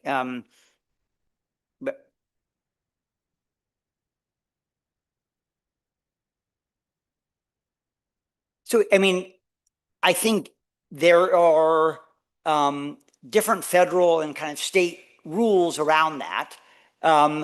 when we talk to people who work with these ping data, across all the different companies that sell it, and across the different app providers, I mean, I think the enforcement of it is very, very lax. I mean, kind of there's Advan, for example, doesn't, gets all of the ping data from all of the apps that it has. It doesn't even try to verify user ages, and it just kind of generates all of that. The apps themselves, I think, kind of based on my reading of some of the legislation, should be trying to enforce, like, oh, we're not allowed, you're not allowed to use this, or when we sell it, we're not supposed to sell your data. But they don't really have any incentive, because there's not a lot of enforcement, to kind of either verify a user's age, or when they're selling it to Advan, only sell them certain of the pings and not other of the pings. So I think in practice, it's not very well enforced, but I guess that's one additional reason why this is an imperfect. Yeah, I think that, right, but that's, but Caroline says I should still be confident in this. Okay, so this is like this is a pretty standard staggered difference in difference with school and year data.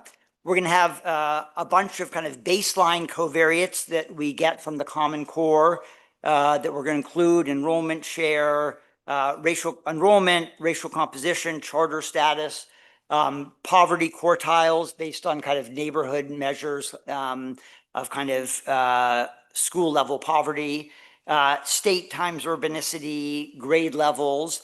We're going to be estimating it using Callaway Santa Ana. Our baseline control group is going to include the never takers and the 2026 adopters. Our baseline results in kind of the most recent work is just using the regression adjustment implementation of Callaway Santa Ana. The results are robust to using kind of the propensity score reweighted, kind of doubly robust versions. The reason, which is what we had originally presented in the NBER working paper, we kind of switched to presenting the regression adjusted because for some of the survey outcomes, we have kind of small enough samples that things aren't estimating well when we try to do the doubly robust. And so we're going to like the regression adjustments, which is consistent across all samples, and all of the results are robust to using both methods. Let's see. I thought I'd maybe even show you, this is a table that we had put together, kind of looking at the never adopters versus the yonder adopters. So like in the raw sample, you can clearly see the yonder schools differ in a variety of observable characteristics. They have a larger fraction of Black and Hispanic students. They're more likely to be urban. They are, roughly the same charter school makeup, but the poverty rates are higher. But when we reweight, just simple IPW reweighting based on all of these kind of characteristics in the, I guess, first panel down to income to poverty ratio, we get very good balance. And I think interestingly, we get really good balance, not just on the variables included in the reweighting, which you would hope, but this is like the 2018 baseline math and English scores. And so the reweighting, even on these kind of small number of covariates, does a really good job of getting us kind of comparable baseline achievement. So I think this was something that, again, along with like the pre-trends and others, made us pretty feel pretty good about the approach. Okay, so we're going to be focusing exclusively on the ITT effects. I mean, I think one, we think this is really the policy relevant parameter. Also, we think the introduction of yonder pouches may affect things like student-student and student-teacher relationships, school attendance, phone use out of school. It could even affect kind of curricular choices that like the teachers make. So I think there's, for a variety of reasons, we're going to focus on the ITT. One, like, I guess two cautions. We're going to be really cognizant of the trouble disentangling cohort versus event time effects. I'm going to show you cohort specific event studies, but given the short panel, like we recognize the concern about disentangling these, and we've tried to kind of do some due diligence there. And then again, for the survey outcomes, take all of these as suggestive with a grain of salt. Okay, yep. Can you say something about the actual Yonder treatment, right? Like, because they do more than just the pouch. Well, I mean, I think they mostly do the pouch. I mean, what they offer, and it's more in the more recent cohorts, is they kind of will do some kind of consulting with schools on how to best implement the pouch and kind of how to get your school ready and what sort of meetings you should have with parents to let them know, and how you can organize school entrances to like minimize queue times. And so it's really about kind of how to best implement their product as opposed to any other broader school reform. No. Okay, so the treatment group. So this is kind of getting to Mike's point. 23% reported having no student phone policy before Yonder, no policy whatsoever. And 62% of adopting schools reported operating under a quote unquote no-show policy before, which we view as roughly equivalent to no policy. We have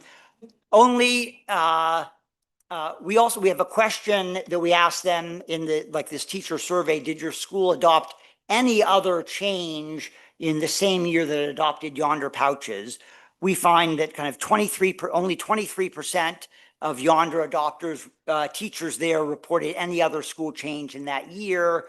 We have some robustness checks at the end where we say, okay, let's throw out this group where there might have been other school level changes happening. All the results go through. So it's like the treatment. It seems like the big thing you're worried about here is, what if you're wrong about no-show? If you're wrong about no-show and it kind of works, then what you're finding is that Yonder's not an improvement over no-show, but it has nothing to do with the question you started with. That's a good question. I mean, I think the point there, we'll go back and show the GPS phone pings to show that there was a substantial reduction in phone use, and this is relative to the pre-Yonder adoption. And we have some teacher survey reports kind of showing, reporting really massive changes in kind of phone use and student phone use after adoption. But so I think that kind of the GPS phone pings, as well as kind of our teacher survey data and anecdotal evidence, suggests that the no-show policies really are quite hard to enforce and not particularly binding. But I think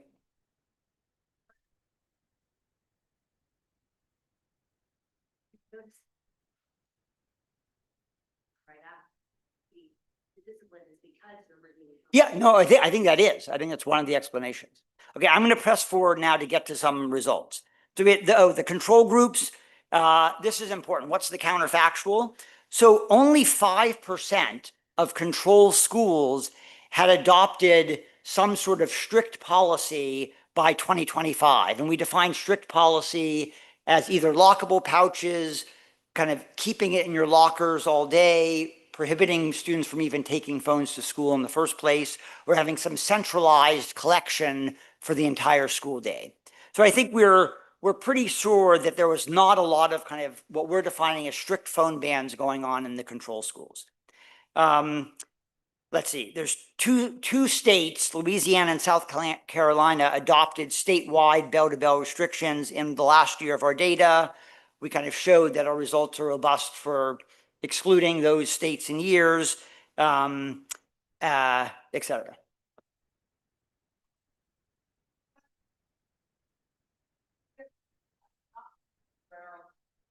So ours, it's kind of basically like a two-way fixed effects. And so we're have school fixed effects and year fixed effects. And like the Callaway Santa Ana does regression adjustments on covariates. And it's IPW matching that propensity score reweighting that's kind of done in that piece of it based on all of the covariates, but not specifically, not like nearest neighbor one-to-one kind of matching. Yeah, okay. So most schools use a no-show policy. This is just national descriptive data. Most schools, at least in 2025, it was kind of evenly split between bell to bell and kind of classroom-based restrictions. Most schools use a no-show. Relatively few schools in 25 had what we're considering strict, which is yonder, locker, centralized collection. So this is kind of from the survey data. This is teacher reports. So teacher reports, and this is, I think, purely descriptive. Following the adoption of Yonder, teachers reported an increased satisfaction with the school's phone policy, a reduction in student phone use between classes, and a reduction of student phone use within classes. And so this is teachers reporting, oh yes, we had a phone policy. This is how much I see students using the phones in class now. And oh yes, we had the phone before 2 years ago. This is how much students use the phone in class before. So this is retrospective teacher surveys assessing kind of phone policies in their schools. So key empirical results. This is the first one. So we find phone use does fall after the adoption of Yonder. This is kind of using the GPS ping data. So the average post-adoption ATT is 18 log points. So kind of a reduction of roughly 20% reduction in this imperfect measure of student phone use. It reaches about 30% by 3 years after. And then if we think about those teacher reports, teacher reported is it roughly equivalent to an 80% decline in student phone use. Kind of before the policies, teachers were reporting roughly 61% of students were using their phone in their class during their school day. And then after the policy adoption of Yonder, it was about, teachers reported only like 13% of students would be using phones in class during the school day. So these are kind of our two measures of phone use. I think the more generalizable one is obviously the ping data, but it's kind of imperfect in a variety of ways. Yeah, I mean, that was kind of for the survey, and there were other schools kind of adopting other policies, or like the control schools, there's been a little bit of a secular decline in phone use over the last few years, even in non-treatment schools. So the second result, we find that in the first year, discipline violations increase, and there's suggestive evidence of lower student well-being. But over time, these kind of effects fade, and well-being may even rebound. So this is the event study estimates for the disciplinary incidents. So the average post-adoption ATT is just 0.02 student level standard deviations. In year one, we find an increase of about 0.026 student level standard deviations, which is statistically different than 0. So kind of how can we benchmark? What is that, how does that translate into something we can understand? It's about a 15% increase in suspension rates in the school, from about 2.95 on average to 3.39. So it's kind of the baseline is really low, but it's kind of a non-trivial increase in suspensions or other violations in that first year. And can I push on for just a few more results? So we find a suggestive pattern of changes in student well-being.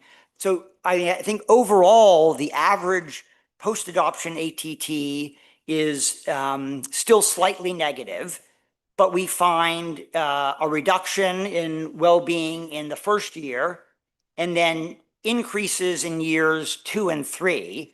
I really want you to take that with a grain of salt. And so in the spirit of full transparency, I'm going to show you this.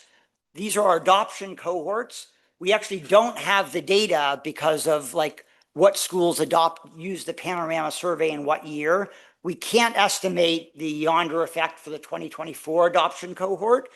We have data for the 2023 adoption cohort, but we have no pre-data for this. The big decline in student well-being in year one is coming just from the 2025 adoption cohort, where we do have a few years of pre-data, a noticeable decline.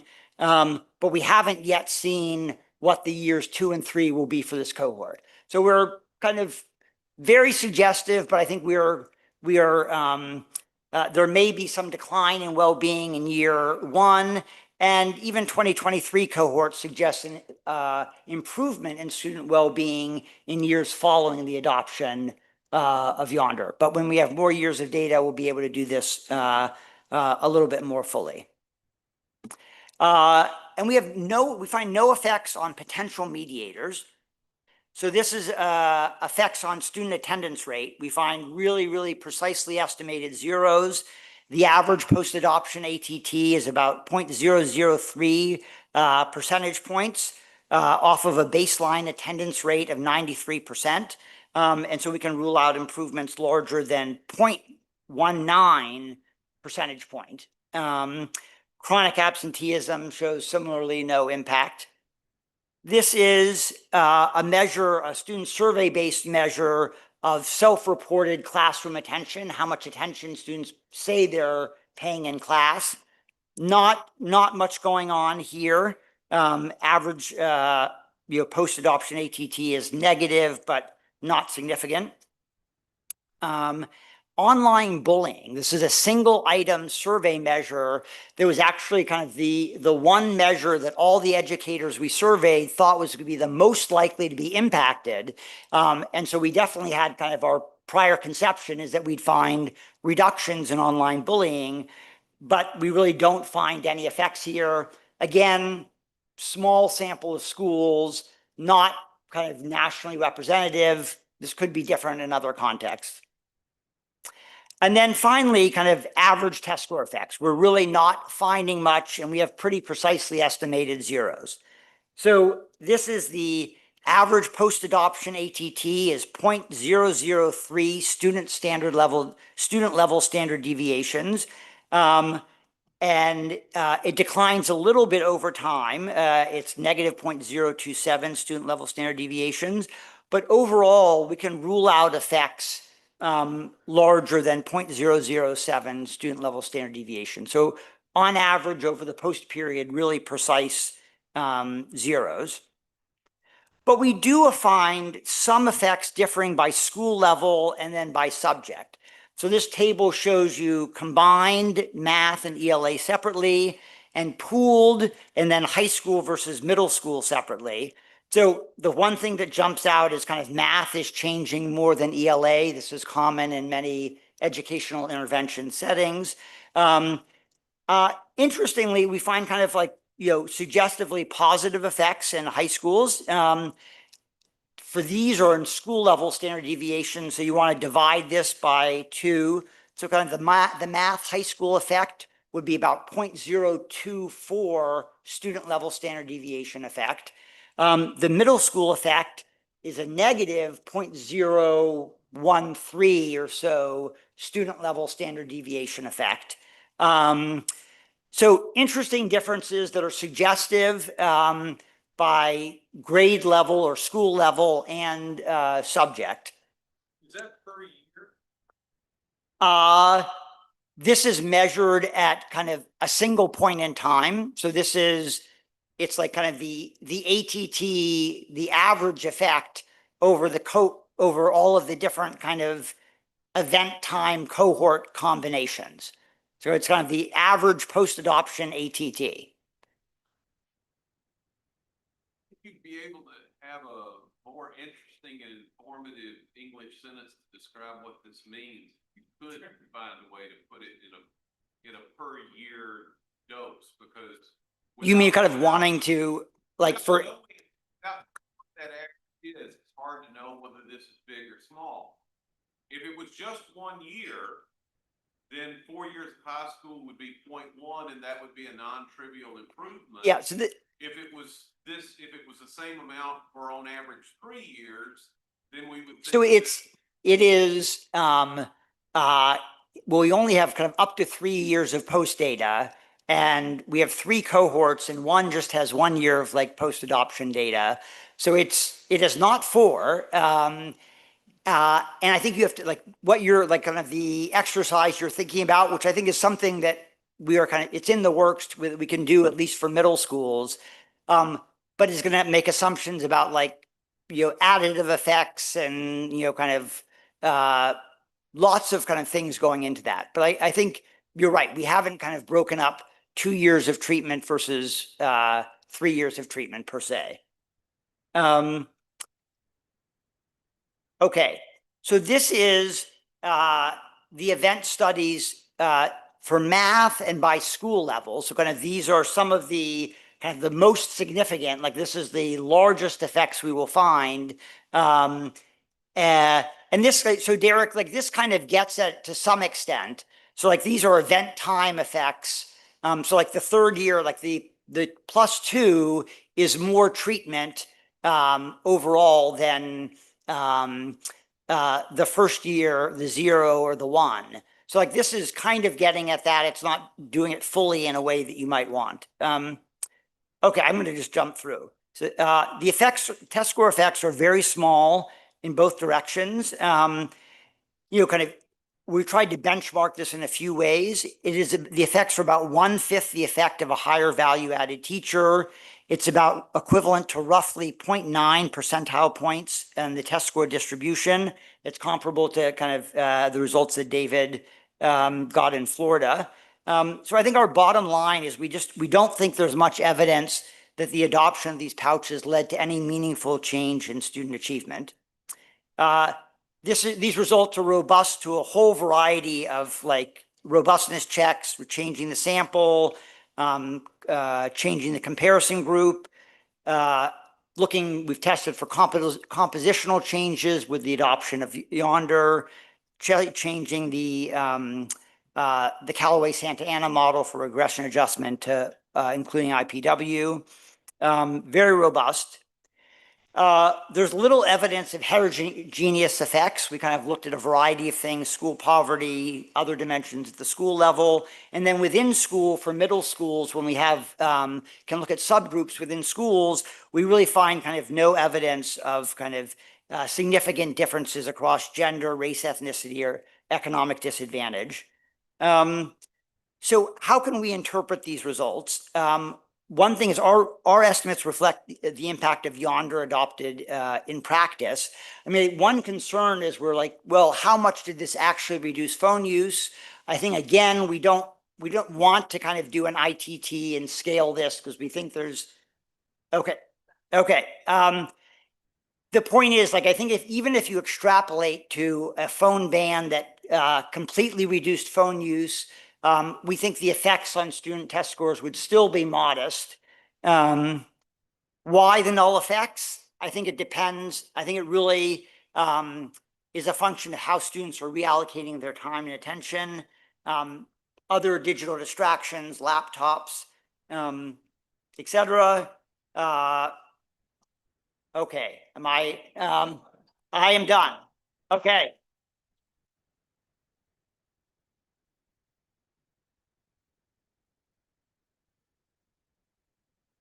Okay, last but surely not least, we have the effects of charter schools on economic mobility. Sarah Cajotes is at the podium, but we have maybe all the other authors in the room except for Sonia Porter.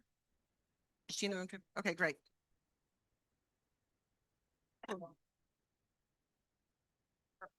Is that view? Just to remind you, the Martin Feldstein lecture by Mark Duggan on